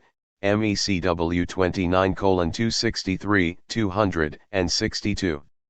Thus were the phrases base and superstructure frequently used by Marxists, though rarely by Marx introduced into the debate. In traditional Marxism and Marxism-Leninism, the terse statements of this preface are regarded as one of the foundational documents of historical materialism. The conclusion was often drawn that the economic base essentially determines the political superstructure, state, law, ideology, and every phenomenon of the superstructure must have a corresponding cause in the base. This simple reduction of things to economic causes is called economism. Many discussions among Marxists revolved around the question as to what extent the base actually determines the superstructure. In the attempts to extrapolate definitive scholarly results from this preface, it was often overlooked that Marx was initially only concerned with distancing himself from the discussions of the state predominant in his time, which regarded the state as independent from all economic relations. In contrast, Marx emphasizes that the state and law cannot be grasped by themselves, but must always be examined against the background of economic relations. With this contour it is not even foreshadowed how the analysis of the state should actually look. The economistic interpretation of the terms base and superstructure was well suited to a characterization of the state originating primarily with Engels. At the end of The Origin of the Family, 1884, Engels makes a few general observations concerning the state. He emphasizes that the state did not exist in all human societies. Not until the emergence of social classes with antagonistic interests, when these antagonistic interests threaten to tear society apart, is a power seemingly standing above society necessary. This power that emerges from society but which increasingly takes on a life of its own is the state. MECW 26:269. However, the state apparently stands only above classes. In fact, it is the state of the most powerful, economically dominant class, which through the medium of the state, becomes also the politically dominant class. MECW 26:271. Engels initially understands the state as a power opposed to society. This overlaps with the general, colloquial understanding of the state as an institution possessing a monopoly on the legitimate use of force in a particular society. Except in cases of self-defense, nobody may employ violence outside of appointed state organs such as the police or the military. Engels also emphasizes that this institution is at the same time an instrument of the ruling class even in a democratic republic with universal suffrage, which according to Engels rests upon various indirect mechanisms of rule, the direct corruption of officials but also on the alliance between government and stock exchange. As a result of the national debt, the state is increasingly dependent upon the financial markets. Even universal suffrage does not stand in the way of an instrumentalization of the state, as long as the proletariat is not yet ripe to emancipate itself and regards the established social order as the only possible one. MECW 26:271, 72. When the proletariat ultimately liberates itself and establishes a socialist/communist society, then, according to Engels, social classes will also disappear not in one fell swoop, but gradually. Since the state only emerged as a force standing above society as a result of the class divide, the state will disappear along with social classes. The state dies out according to the famous formulation in the Anti-Düring, MECW, 25:268. The conception that the state is primarily an instrument in the hands of the economic ruling class was not only dominant in the various Marxist debates. Radical democratic bourgeois critics regarded at least the existing state as an instrument of direct class rule. According to the claims made by modern states, the state is neutral with regard to social classes. Imperative is the equality of citizens before the law and the obligation of the state to serve the common welfare. Whoever conceives of the state primarily as an instrument of class rule therefore usually attempts to prove that the actual activity of the government and the mode of functioning of state organs run counter to this claim of neutrality. Such a conception has a certain empirical plausibility. One can always find examples of laws that primarily benefit the well-off or capitalist lobby groups exercising legal, or even illegal, influence on the legislative process and the political activity of the government. It is indisputable that particular fractions of capital attempt to use the state as an instrument, and sometimes succeed in doing so. The question is whether awareness of this state of affairs implies that one has already grasped the fundamental characteristics of the modern bourgeois state. Usually state measures exist that benefit the poorer stratums of the population. Exponents of an instrumentalist conception of the state interpret such measures as mere concessions, a means of pacifying the oppressed and exploited. Critique of the state is understood by exponents of this conception primarily as exposure. The intent is to prove that the neutrality of the state is merely illusory. This critique of the state applies primarily to the particular application of the state, but not to the state and politics as social forms. 63.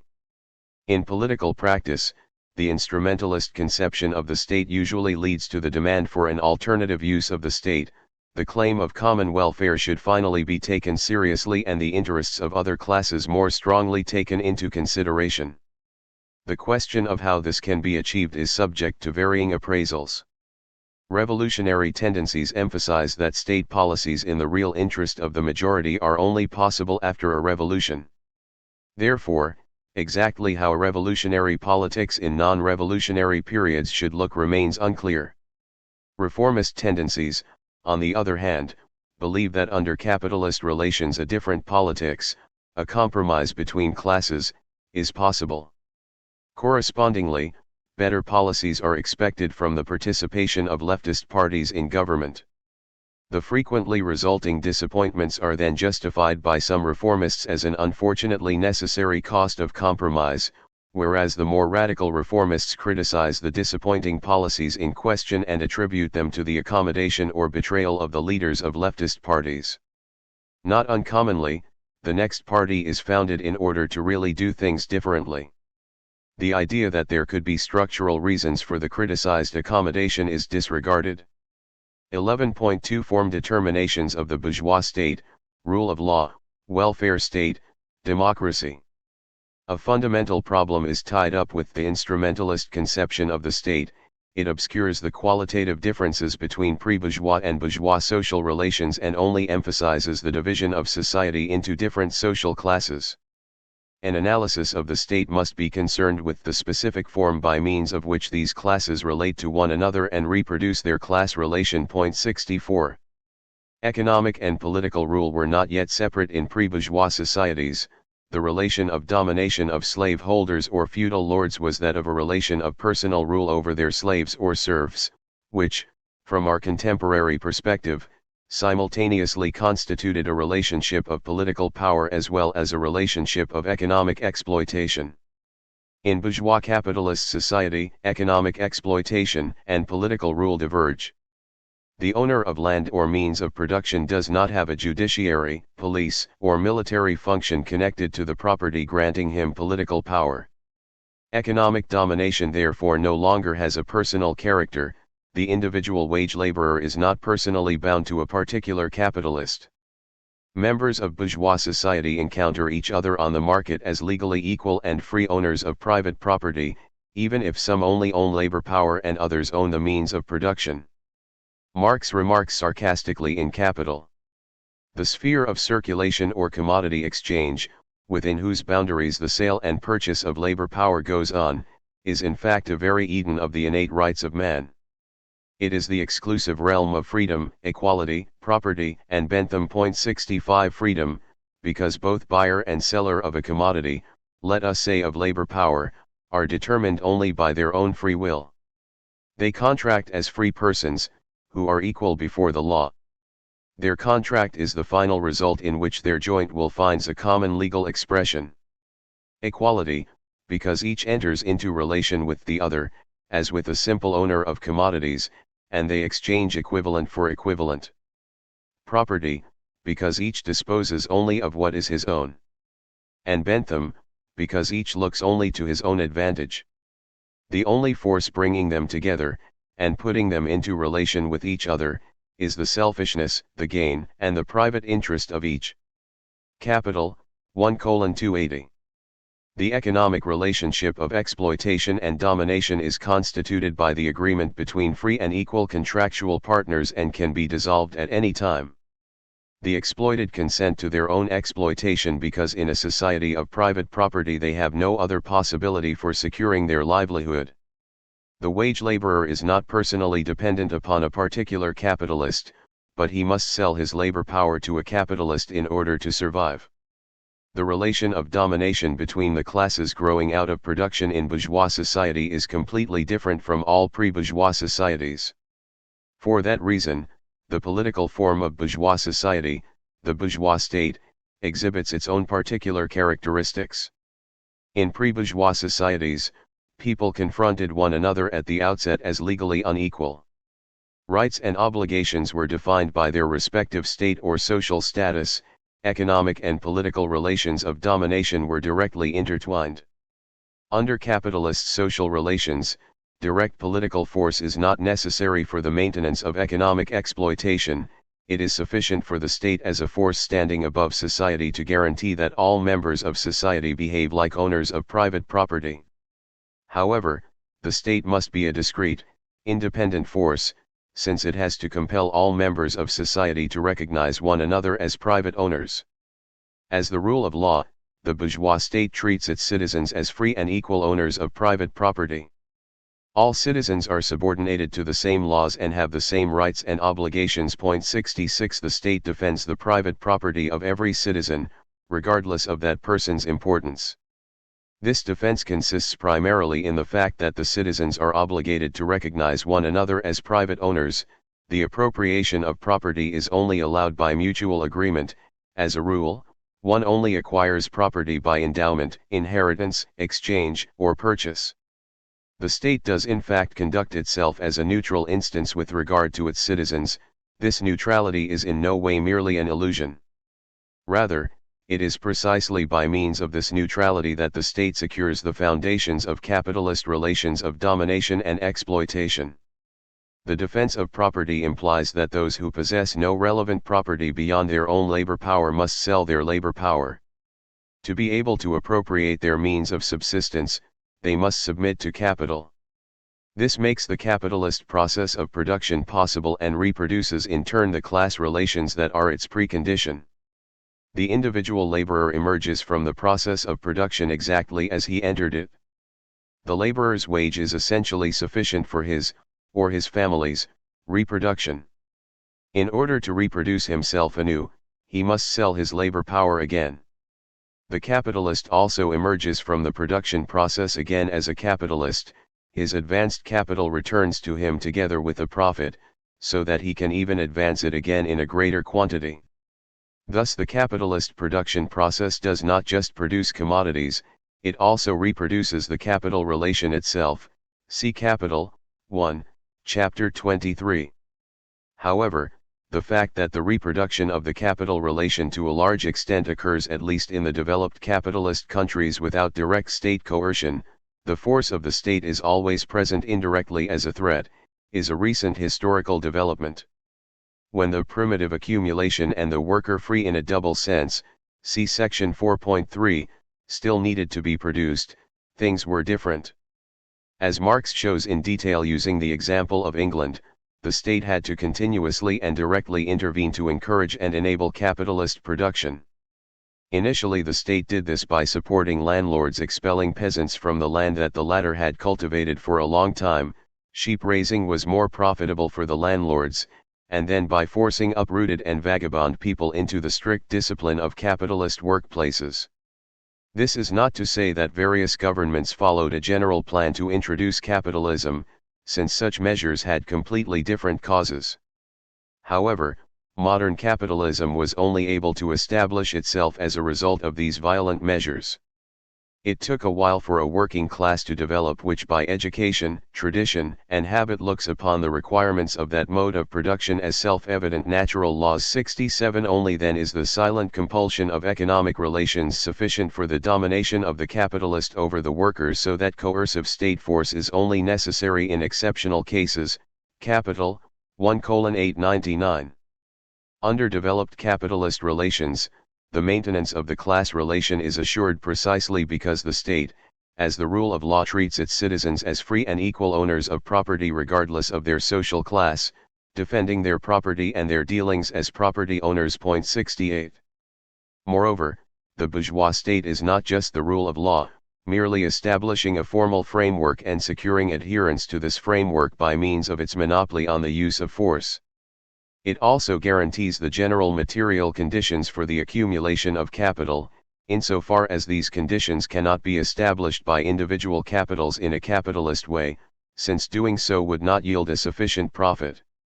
Among these conditions, which vary or are of varying importance in different historical periods, are the provision of a corresponding infrastructure, primarily transportation and communication, research and educational facilities, as well as a stable currency through the central bank. 69 The state thus acts as an ideal personification of the total national capital, idealer Gesamtkapitalist, as Engels called it, MECW, 25:266. Through its policies, the state follows the capitalist general interest of the most profitable accumulation possible. This general interest is not always identical with the particular interests of individual fractions of capital or an individual capitalist, which is why the state sometimes acts in opposition to these particular interests. For that very reason, there must be a self-contained instance independent of specific capitals. Of course, there are always examples of governments favoring individual capitals, but that is not an essential aspect of the state. For that very reason, such acts of favoritism are also denounced as a scandal in bourgeois circles that are in no way critical of the state and capital. The essential precondition of capitalist accumulation is the existence of wage laborers. Their reproduction is made possible by the wage paid by capital. For an individual capital, the wage, just like occupational health and safety measures, constitutes a cost factor that must be minimized in order to obtain the highest possible profit under the pressure of competition. If capital does not encounter resistance in the form of strong trade unions or similar associations, then excessively long working time, unhealthy and dangerous working conditions, and starvation wages will be imposed that prevent the reproduction of labor power. A tendency toward the destruction of labor power is thus intrinsic to capital's drive, imposed by competition, for an increasingly greater valorization. The individual capitalist might recognize this and even regret it, but he can't do much to change things if he wishes to avoid bankruptcy. So that capital does not destroy its object of exploitation, this object must be protected by compulsory state laws. A legal workday, see Capital, 1, Chapter 10, Regulations concerning occupational health and safety, as well as a legal minimum wage, or state welfare measures that function as a minimum wage level, all of which were first imposed through workers' struggles, limit capital's possibilities for valorization, but secure them in the long term. The state does not only prevent the destruction of labor power, in the form of the welfare state, it also guarantees its reproduction insofar as this is not possible solely as a result of the wage compensation negotiated by workers and capitalists. Through various social insurance policies, the state secures labor power against the fundamental risks it is exposed to in a capitalist economy, The permanent inability to sell labor power as a result of an accident or old age, accident insurance and old age pensions, respectively, and the temporary inability to sell labor power as a result of illness or unemployment, health insurance and unemployment insurance, as well as welfare. The means for state social welfare measures originate in the capital accumulation process, regardless of whether these measures are financed by social insurance contributions or taxes. A portion of the total social value is used, so that the mass of surplus value is reduced. For the individual capitalist, this deduction constitutes a restriction, just like the protective regulations mentioned above. To that extent, the state as welfare state violates the direct interest of each individual capital in maximum valorization and therefore encounters corresponding resistance. It is thus frequently the case that state social welfare measures come about as a result of struggles by the labor movement. The welfare state is therefore frequently understood as an achievement of the labor movement, a concession to the working class, in order to pacify it. It is in fact the case that the lives of wage laborers are considerably easier and more secure with state social welfare measures than without them. However, it is not the case that such measures are one-sided benefits for the forces of labor that, as is occasionally asserted, already constitute the first step in transcending capitalism. Rather, they safeguard the existence of workers in a manner consistent with capitalism, namely as wage laborers. On the one hand, it is in the interest of capital that those workers whose labor cannot be profitably used for a temporary period of time as the result of illness, accident, or the lack of demand are still maintained in an orderly condition amenable to capital. On the other hand, state social welfare measures are usually contingent upon the sale of labor power, or the willingness to sell one's labor power. Benefits such as unemployment insurance or old age pensions depend upon the previous wage, a correlation that already functions as a means of disciplining workers. In the case of people physically and mentally able to work, the payment of unemployment insurance or welfare is also contingent upon their active effort to sell their labor power. If this is not the case, the reduction or suspension of benefits is used as a means of discipline by state agencies. The benefits of the welfare state, therefore, do not free one from the compulsion to sell one's labor power. A decisive shortcoming of the conception of the bourgeois state as an instrument in the hands of the capitalist class is that it presupposes a ruling class that is both unified and capable of acting, as well as a clearly defined class interest that simply needs an instrument for its implementation. Neither assumption is self-evident. The economic ruling class in capitalism consists of capitalists with widely varying, even opposing interests. There is a common interest in the maintenance of the capitalist mode of production, but if the system is not threatened by a revolutionary movement, then this interest is far too general to serve as a guideline for normal state action. The interests that determine the state's activity are not just sitting around waiting to be implemented, as is assumed by the instrumentalist conception. Rather, these interests must first be constituted. All of the state's measures are contested, whether the issue is the concrete organization of the legal system, the securing of the material conditions of accumulation, or the type and extent of welfare state benefits. As a rule, every measure brings disadvantages for some capitalists, sometimes even for all capitalists, and advantages for others, or fewer disadvantages than for the rest. Advantages expected but not certain over the long term are pitted against immediate disadvantages. The issue of what the general capitalist interest consists in, which challenges the state should react to, and how all that has to constantly be ascertained. State policies presuppose a constant ascertainment of the general interest and the measures for its implementation. Not uncommonly, there are different possibilities for implementing the capitalist general interest. Alternative strategies are possible, so that state policies cannot be reduced to the simple implementation of necessities of the capitalist economy. The reference to the economic purpose behind a state measure, popular in Marxist circles, is insufficient as an explanation. The relations of power between individual fractions of capital, cunning alliances, influence within the state apparatus and in the public media and similar factors are of decisive importance for the implementation or prevention of individual measures or even entire strategies. Sometimes results that are even harmful for the general capitalist interest are brought about. Lobbying, competing for influence, and so on is not a violation of the rules, but precisely the way in which the search for consensus occurs. State policies do not only presuppose a consensus concerning the capitalist general interest within the most important fractions of capital. Such policies have to be legitimized in relation to the lower classes.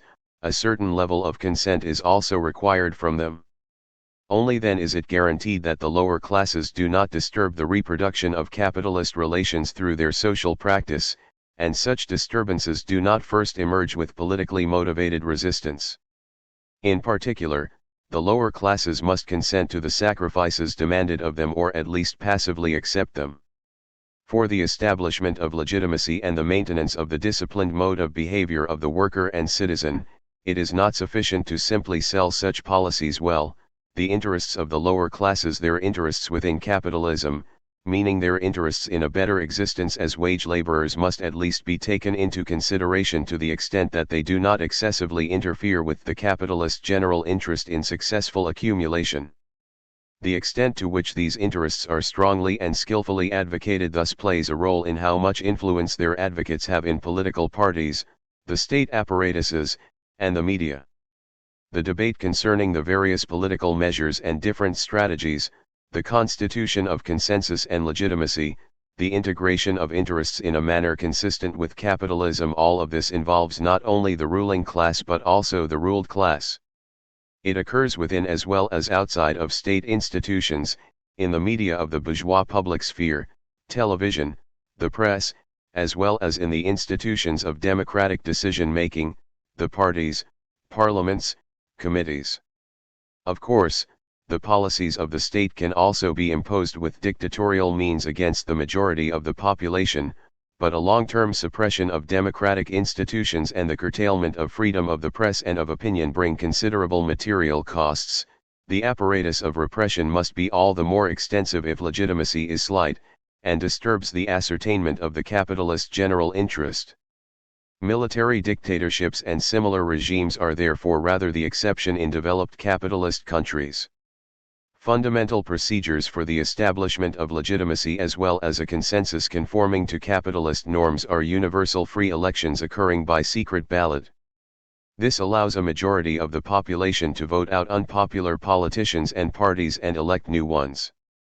The new government, regardless of whether its policies are different from that of the old one, can maintain against critics that it has been elected and therefore wanted by the majority of the population. This legitimacy by procedure comes to the fore in the way political science deals with democracy, neglecting the capitalist context to a large extent. The dissatisfaction of the population concerning the impositions of politics is not just offered a timely safety vent by the possibility of regular elections, it is also channeled, in that it is directed against individual politicians and parties and not the political and economic system behind their policies.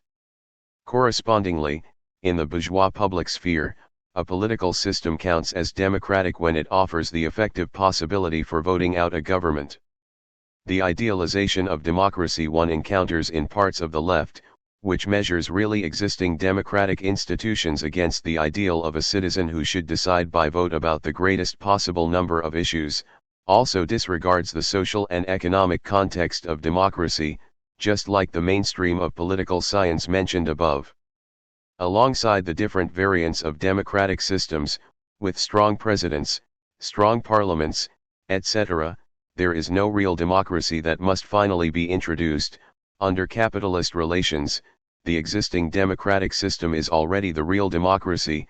Whoever sees real democracy in multiple, easily initiated plebiscites should take a look, for example, at Switzerland, and see if that leads to great changes. The state and the public sphere constitute, as is often emphasized, an arena for different interests. In a democratic system, this can be seen rather clearly. However, this arena is not a neutral playing field.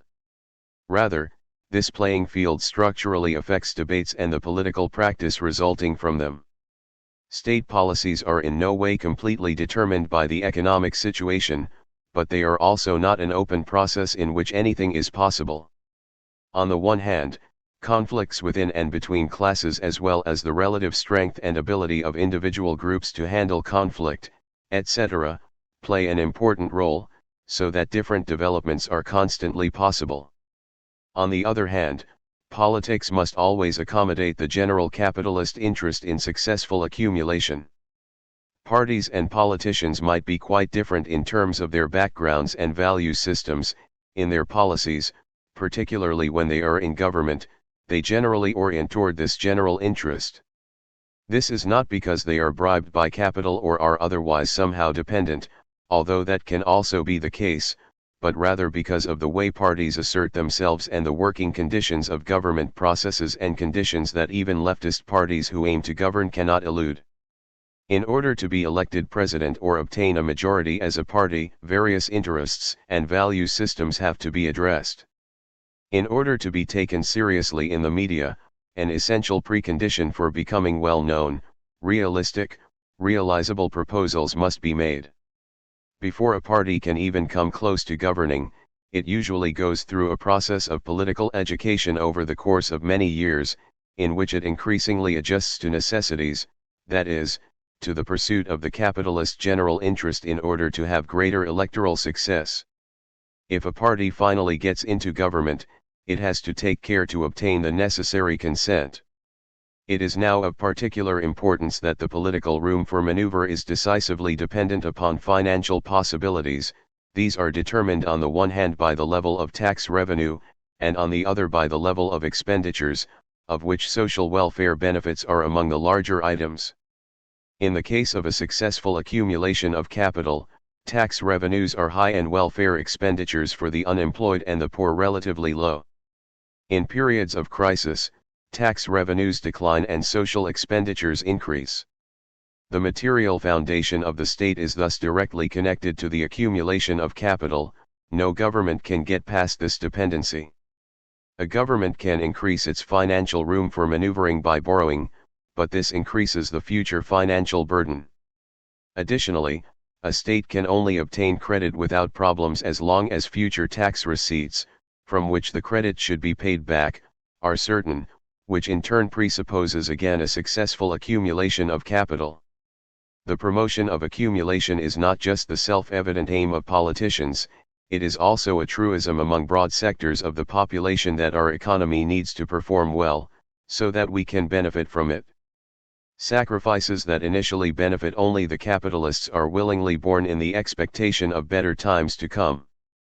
The former Social Democratic Chancellor of Germany, Helmut Schmidt, formulated this memorably in the 1970s, "The profits of today are the investments of tomorrow and the jobs of the day after tomorrow." Criticism usually arises in the population not as a result of the impositions of policies and the promotion of policies, but due to the absence of the expected results.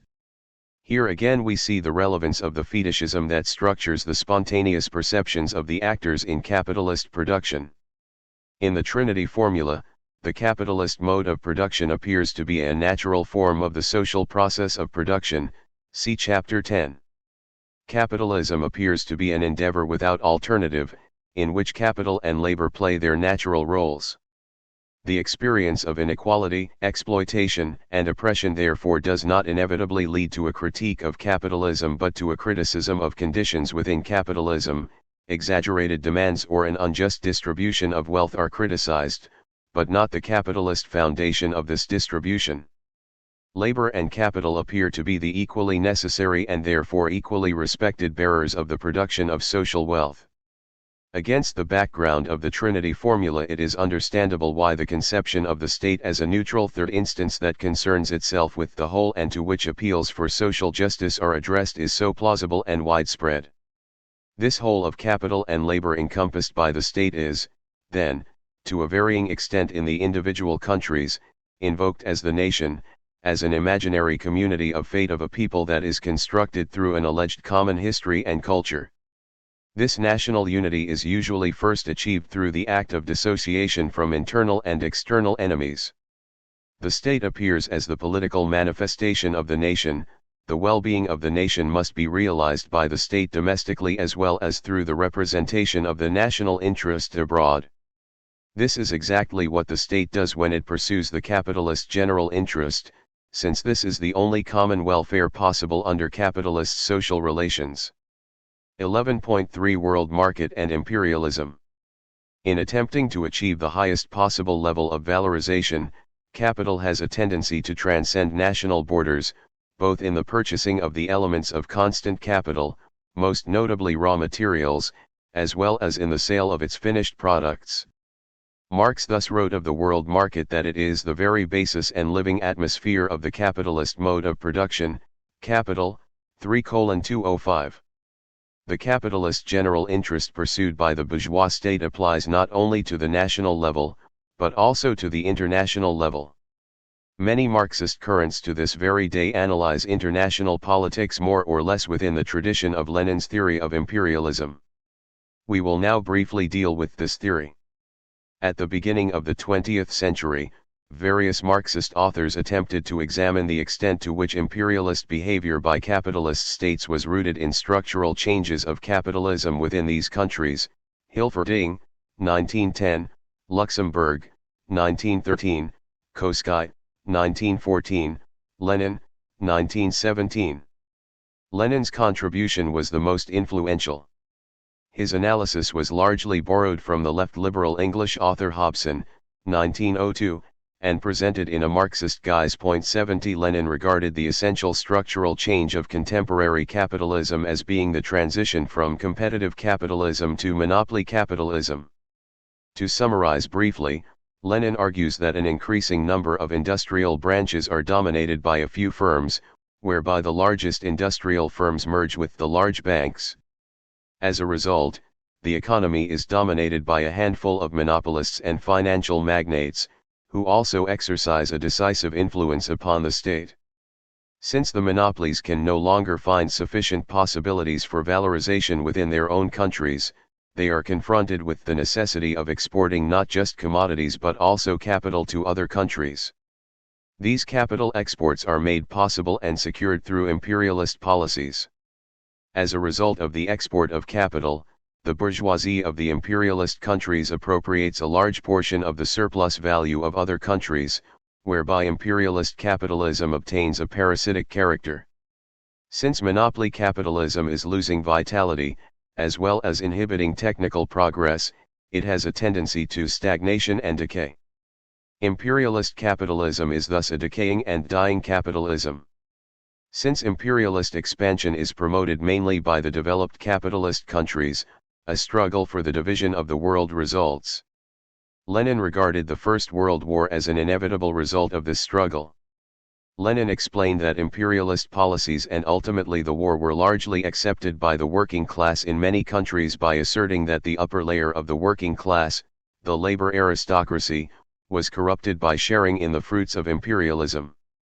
In this view of things, imperialism is not just a type of politics that could in principle be completely different, but rather an economic necessity that results from the transition from competitive capitalism to monopoly capitalism. Lenin thus conceived of imperialism as a necessary stage in the development of capitalism, as the final stage of monopoly capitalism.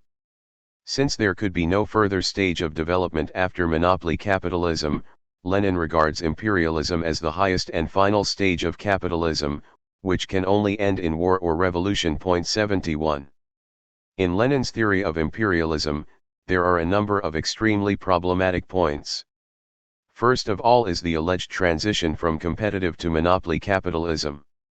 The growth of individual capitals and an increasingly smaller number of capitals dominating a single branch, trends, by the way, that are not at all universally dominant and that sometimes even reverse, led Lenin to conclude a change in the capitalist mode of socialization.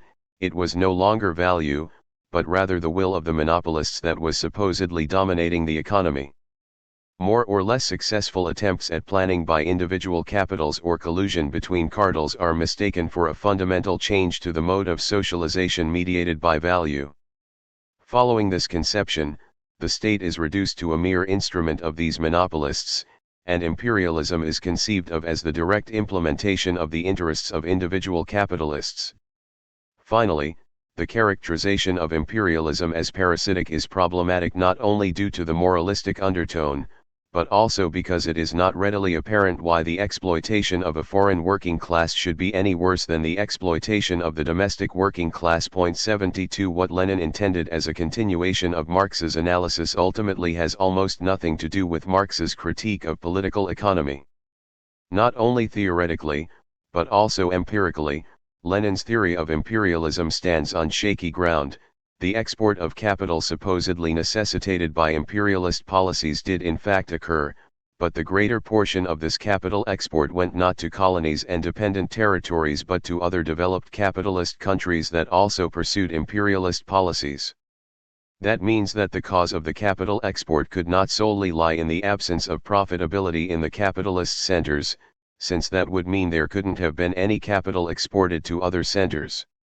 Besides, such capital export was not secured by the imperialist policies of the home country, since such policies aimed at the rule of foreign territories outside of the capitalist centers.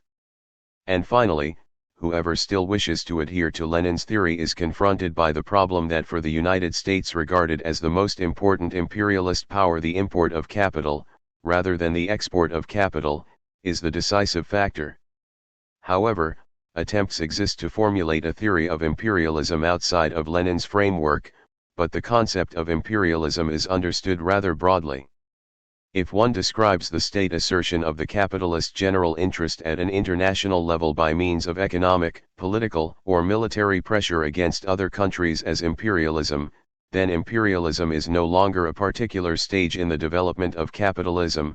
Rather, every bourgeois state is imperialist within the limits of possibility, but then the term imperialism really doesn't say very much. The question of which goals are pursued by imperialist policies and what the driving factors are cannot be answered at such a general level. In any case, it can't be a simple mechanism such as securing capital exports. At the international level, a multiplicity of states of widely varying economic, political, and military strength and with completely different interests face one another. Between them, there exist disparate constellations of dependency and alliance, as well as antagonisms. The opportunity for action of each state is limited by the actions of all other states. In this competition between states, every state attempts to win and maintain opportunities for itself. An independent terrain of conflicts for power and influence between states is constituted.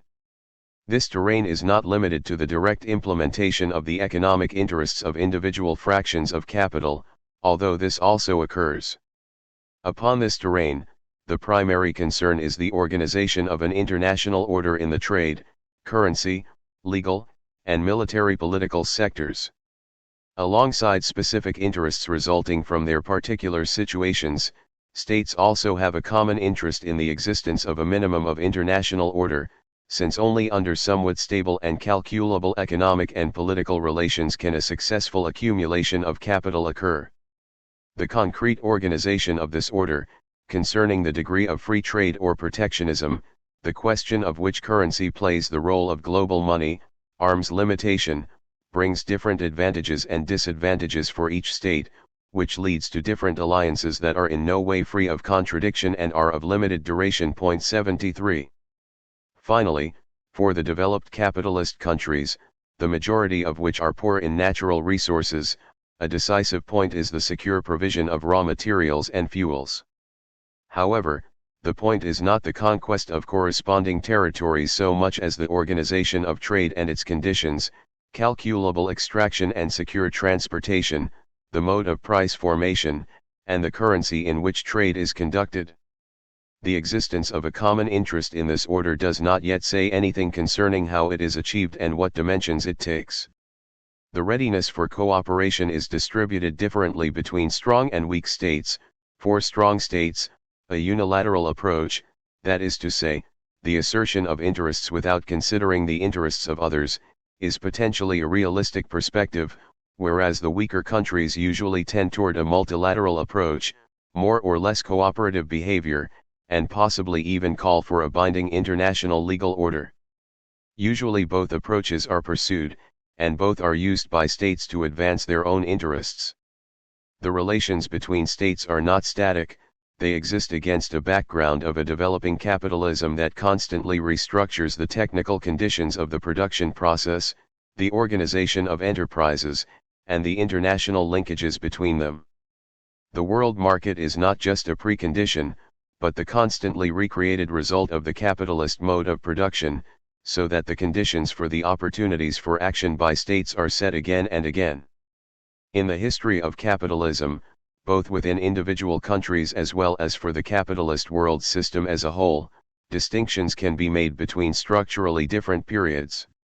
Marx attempted to analyze the fundamental commonalities between these periods that make it possible for one to speak of capitalism, see section 2.1. Periodization thus applies to a more concrete level of analysis than Marx's Capital. However, such a periodization should not be mistaken, as frequently happened in the history of the workers' movement, for an inevitable development toward a final end, whether a highest stage of capitalism or even a necessary transition to socialism or communism. On the other hand, caution is called for when the assertion is made that now it is a matter of a completely new, completely different capitalism. The phenomena that have been discussed in the last few years under the catchword globalization do not constitute a complete break in the development of capitalism, rather, they are merely the most recent phase in the crisis-prone implementation of the capital relation on the world market and the accompanying profound transformations in the social and political relations of individual countries. 12. Communism society beyond the commodity, money, and the state. Marx's political aim was to overcome capitalism. A socialist or communist society, Marx and Engels used these terms interchangeably in the 1860s, in which private property in the means of production is abolished and production is therefore no longer carried out with the goal of profit maximization, was to take capitalism's place. Marx did not draft an extensive concept for such a society, so that even today many readers of Capital are surprised when they find out that it does not contain even a small chapter about communism. However, at various points, both in Capital as well as in earlier writings, Marx attempted to draw conclusions from his analysis of capitalism concerning general determinations of communism. Since such conclusions depend upon the respective level of analysis, there are widely varying pronouncements that do not, however, add up to a unified conception. There are two widespread complexes of conceptions regarding what constitutes communism in Marx's sense. However, neither has much to do with the critique of political economy outlined in the preceding chapters. Communism as an ideal.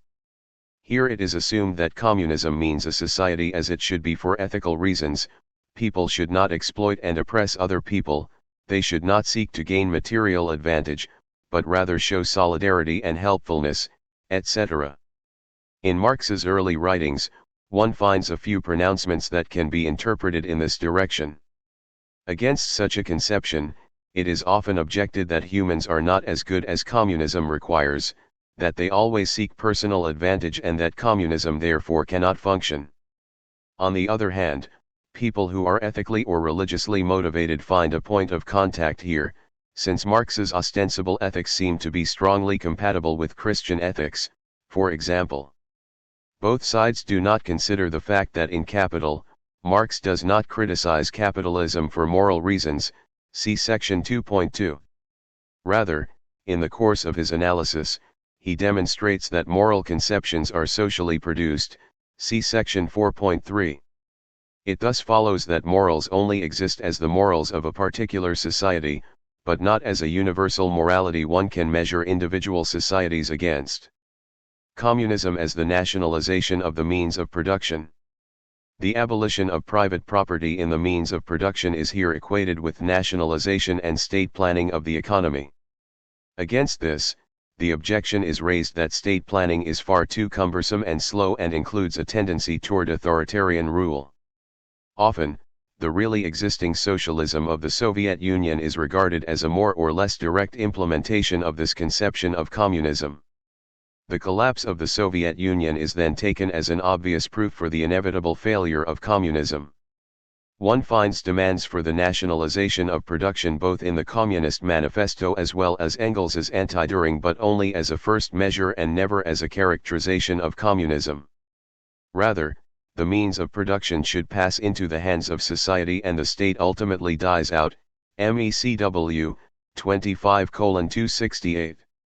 In the few fundamental observations concerning communism that Marx makes on the basis of the critique of political economy, two things are clear. First, that communist society is no longer based upon exchange.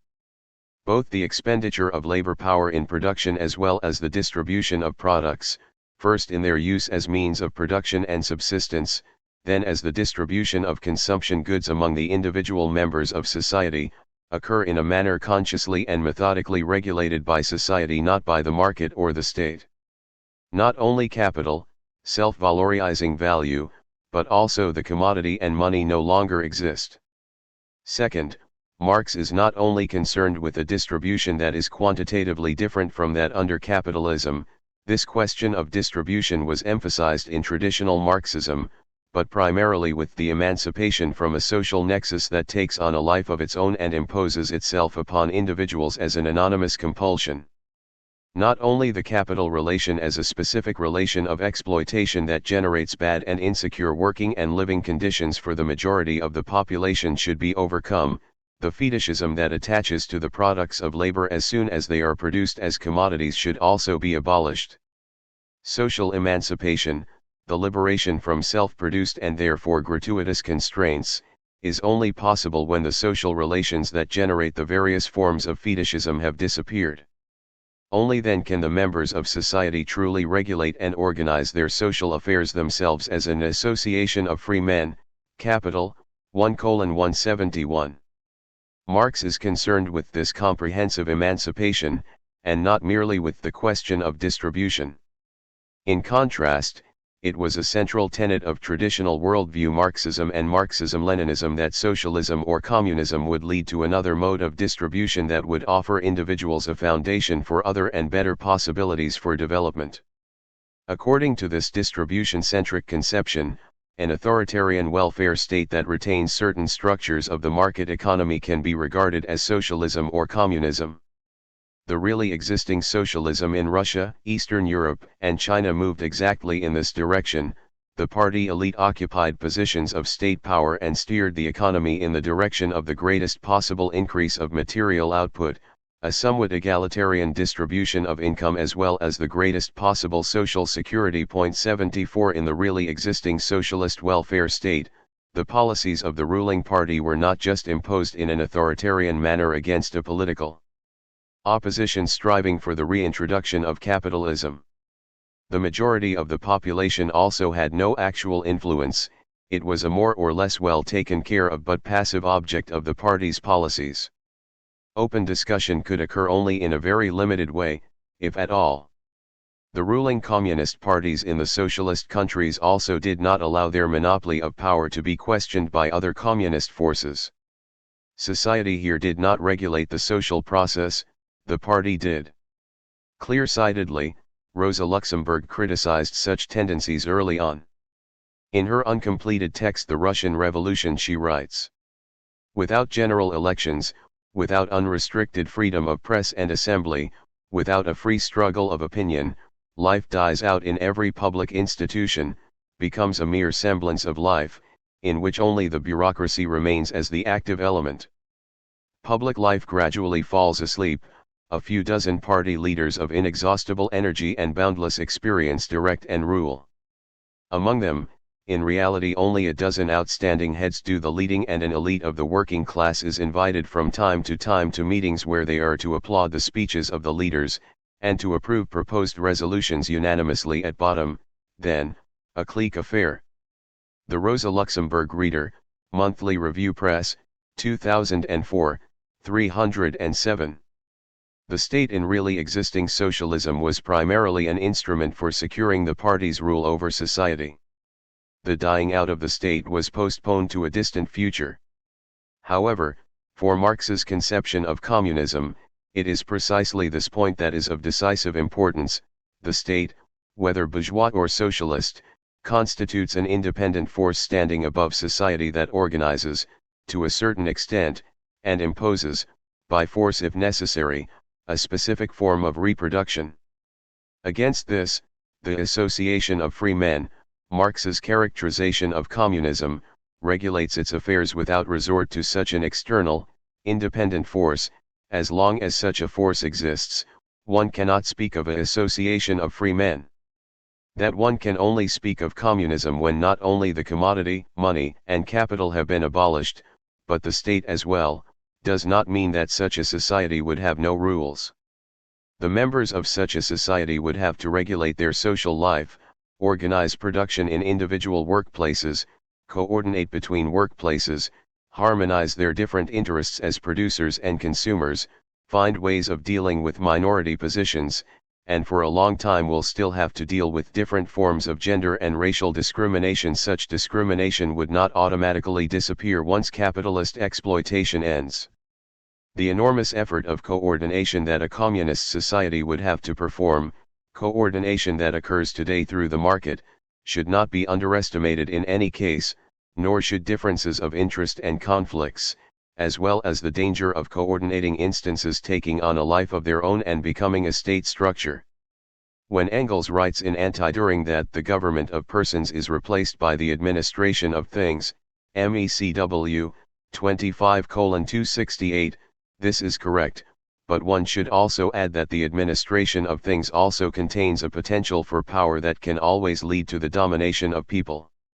Despite all these difficulties, there is still no immediately apparent argument as to why a communist society should be impossible in principle.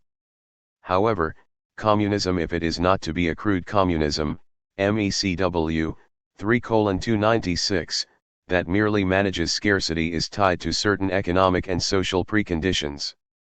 Marx emphasizes the massive development of productivity on the basis of science and technology, as well as the comprehensive development of the abilities of the workers as essential preconditions for the transition to a communist society.